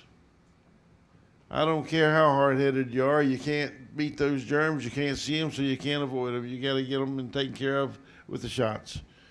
There's no point in the world in having these things available to us. And I'll tell you what, you can't put the fires out. You can't rescue the people if you can't get to them. And if you all are laid up with the flu or the COVIDs and everything else, you ain't doing no good for your people. That's all I have unless anybody has any questions for us. Okay, questions for Ronnie? Thank you, sir. I know Jonathan's not here today. He'll be here tomorrow maybe, or? Okay, so we'll maybe catch him tomorrow. Frank still back here? Historical and Archives? Frank, and then John Denver after Frank.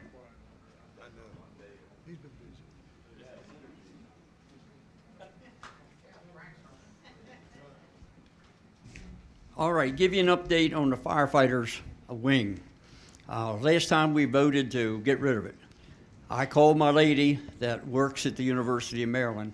She goes, no, please don't close it. If you do it, Marriott's going to come in and remodel and tear the whole damn place apart. So the stuff is still in the cabinets. She's offered to help me take care of it. So it still stands that one day it will be eliminated, but to this point, we still have it. All right, so that's where that stands. Other than that, update, what I call back in my county when it comes to historical and archives, same old stuff. Part of it's there, part of it's in Emmitsburg. We still got all of it somewhere. Everything that we've ever had has been, some of it's been repurposed and used, as you all know, and nothing goes to waste. Yeah, we haven't lost anything. So we're still hanging in there. Thank you for your diligence, Frank. Thank you. Keep it up on it. John? Marketing and events.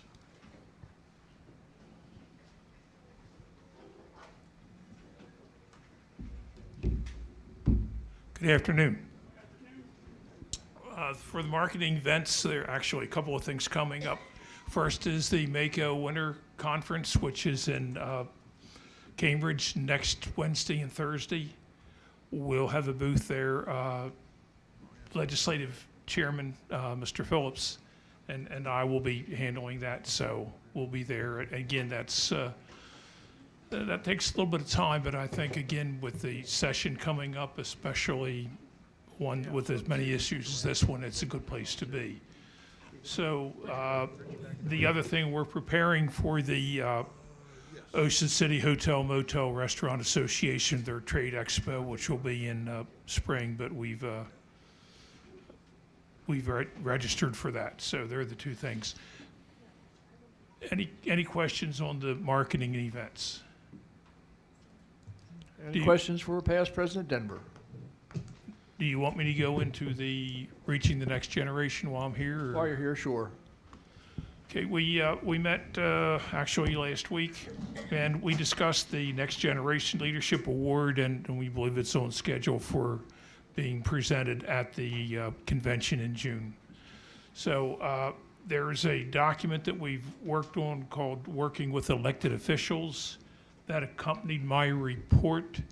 What you saw there is it's a still draft, but it's pretty close to finish. There are a couple of typos, but other than that, it's pretty close to finish. It's been pointed out that the logos that we use there don't include the copyright symbol, so we'll get that added, so that's taken care of. If you haven't had a chance to look at it, the reason is that it seems around the state we have fire departments butting heads with their local government, and the idea here was to try to talk about how you avoid that and basically communicate and build relationships.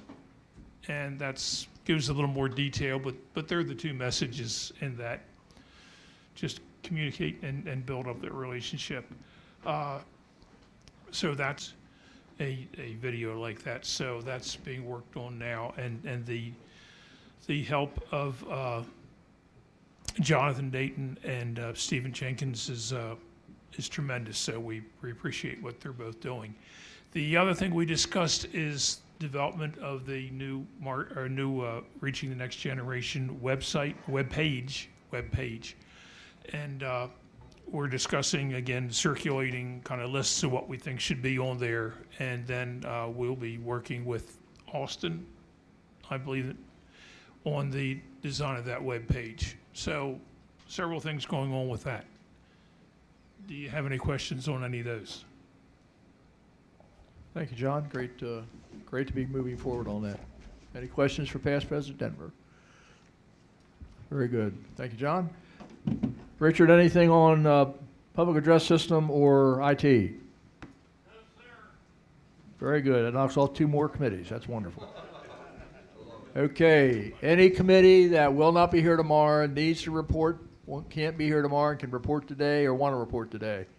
We got a couple big ones tomorrow, but we got a hearing none. Mr. Chairman, strategic initiatives to the area. One of yours now? Okay, strategic initiative, go right ahead. I'll call on Steve Cox for the Strategic Planning Steering Committee. And actually, it's going to be real quick. We're going to call a meeting the first week of January to go over the legislative agenda and talk about that and the way ahead. So you'll get a better report next meeting. Any questions? Representing Roger Steger, Steve Cox for the Past Presidents Committee. As soon as he finds his notes. Got to find a report.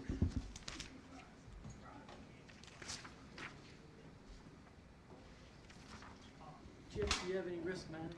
Just the insurance has been renewed so far. So far, so good. Okay.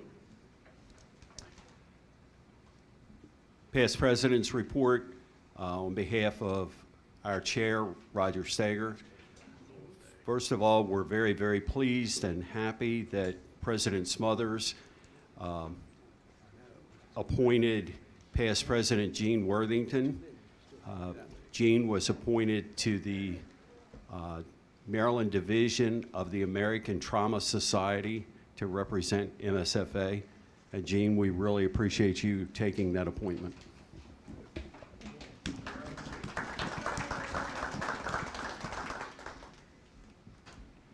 And that's basically the report for past presidents.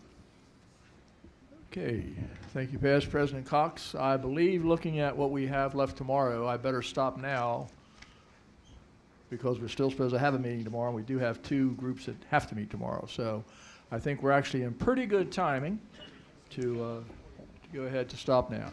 Anything from any of the executive committee members that they'd like to bring forward today before we leave? Sir. Go ahead, Doug. I would like to take this opportunity, and I have spoken to the chief chaplain, but I'm going to come before you today to report that our best friend in the legislature and as a member of the legislative committee, Mr. Jim Malone, is back in the hospital. There has been a reoccurrence of the leukemia. He is under strict hospital, doesn't leave, he's taking his medicine and doing everything. So in addition to the chief chaplain asking for prayers, I want to take a personal request for a dear friend of not only mine, but of the MSFA, Jim Malone. Thank you, folks. Thank you, Doug. And certainly our prayers and thoughts stay with Jimmy. He's been a part of us in some way, shape, or form for decades, particularly when he was in the legislature. Where's President Stevens at, or President Dan? From Westminster. Oh, from Westminster. Yeah, Plunkett. Yeah. Is he still here? Bob, Dan, are we okay leaving stuff here overnight? Okay, leaving our, okay. Okay. President Ben. Yes, President Ben. Mr. Chairman, one quick thing. I think kudos to Randy. He got another award from the NAACP. He's going to have to build a whole new wing to his home with the awards, but kudos, Randy. It's outstanding.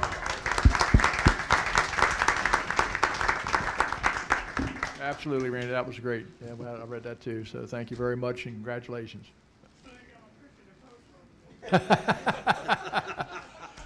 Anything else that comes before the good of the assembly for today?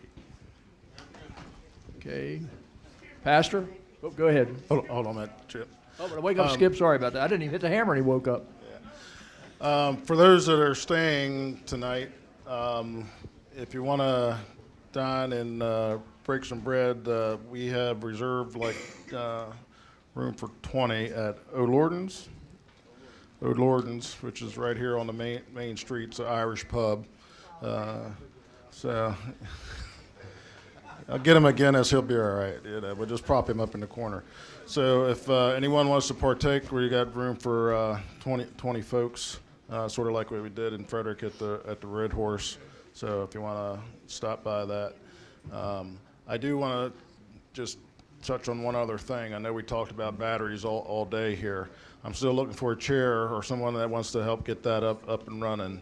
That's the only one of the last two committees. So after that, so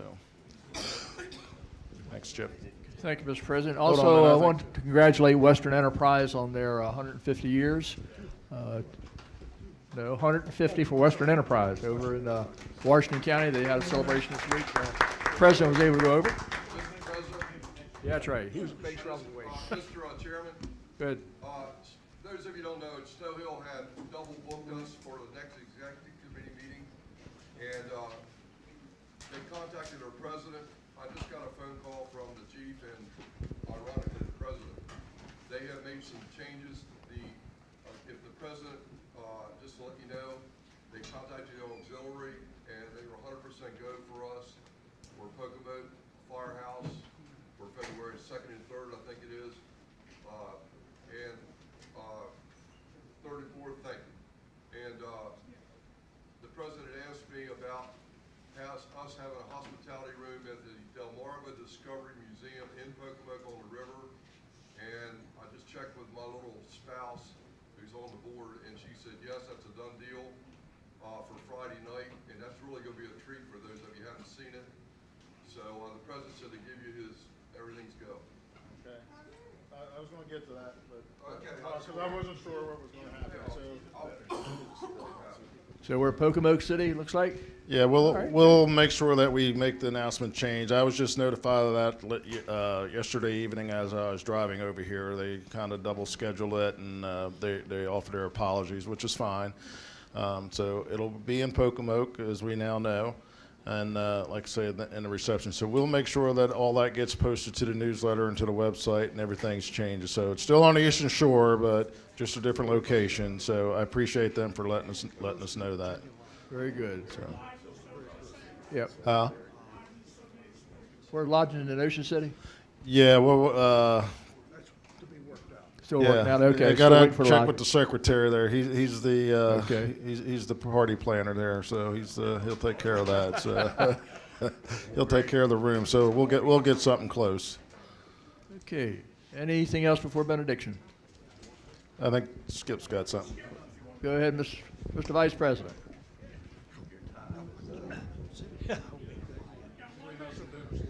During the lunch break, I discussed things with the president and the second vice president. I'm running for president. Charlie's running for first vice president. And we ain't got nobody running for second vice president yet. But we decided, we had a nice talk, and we decided that's what I was running for. Are you sure? Okay. We're done. Don't forget, vote for Skip. Okay. That's right. Vote for Skip, not Chip. Okay, Skip. That's who's running. Make sure you get the right one. Okay. Something about a pip. Okay. Going downhill quick. We need a reverend. Where are we at? Pastor, thank you very much.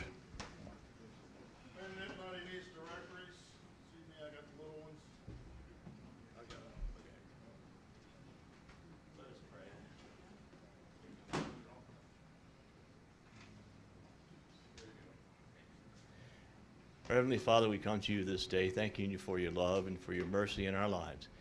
I thank you, Lord, for this association, and I pray that you would bless us as we gather for the good of others. Father, we pray for those who are sick or in the hospital.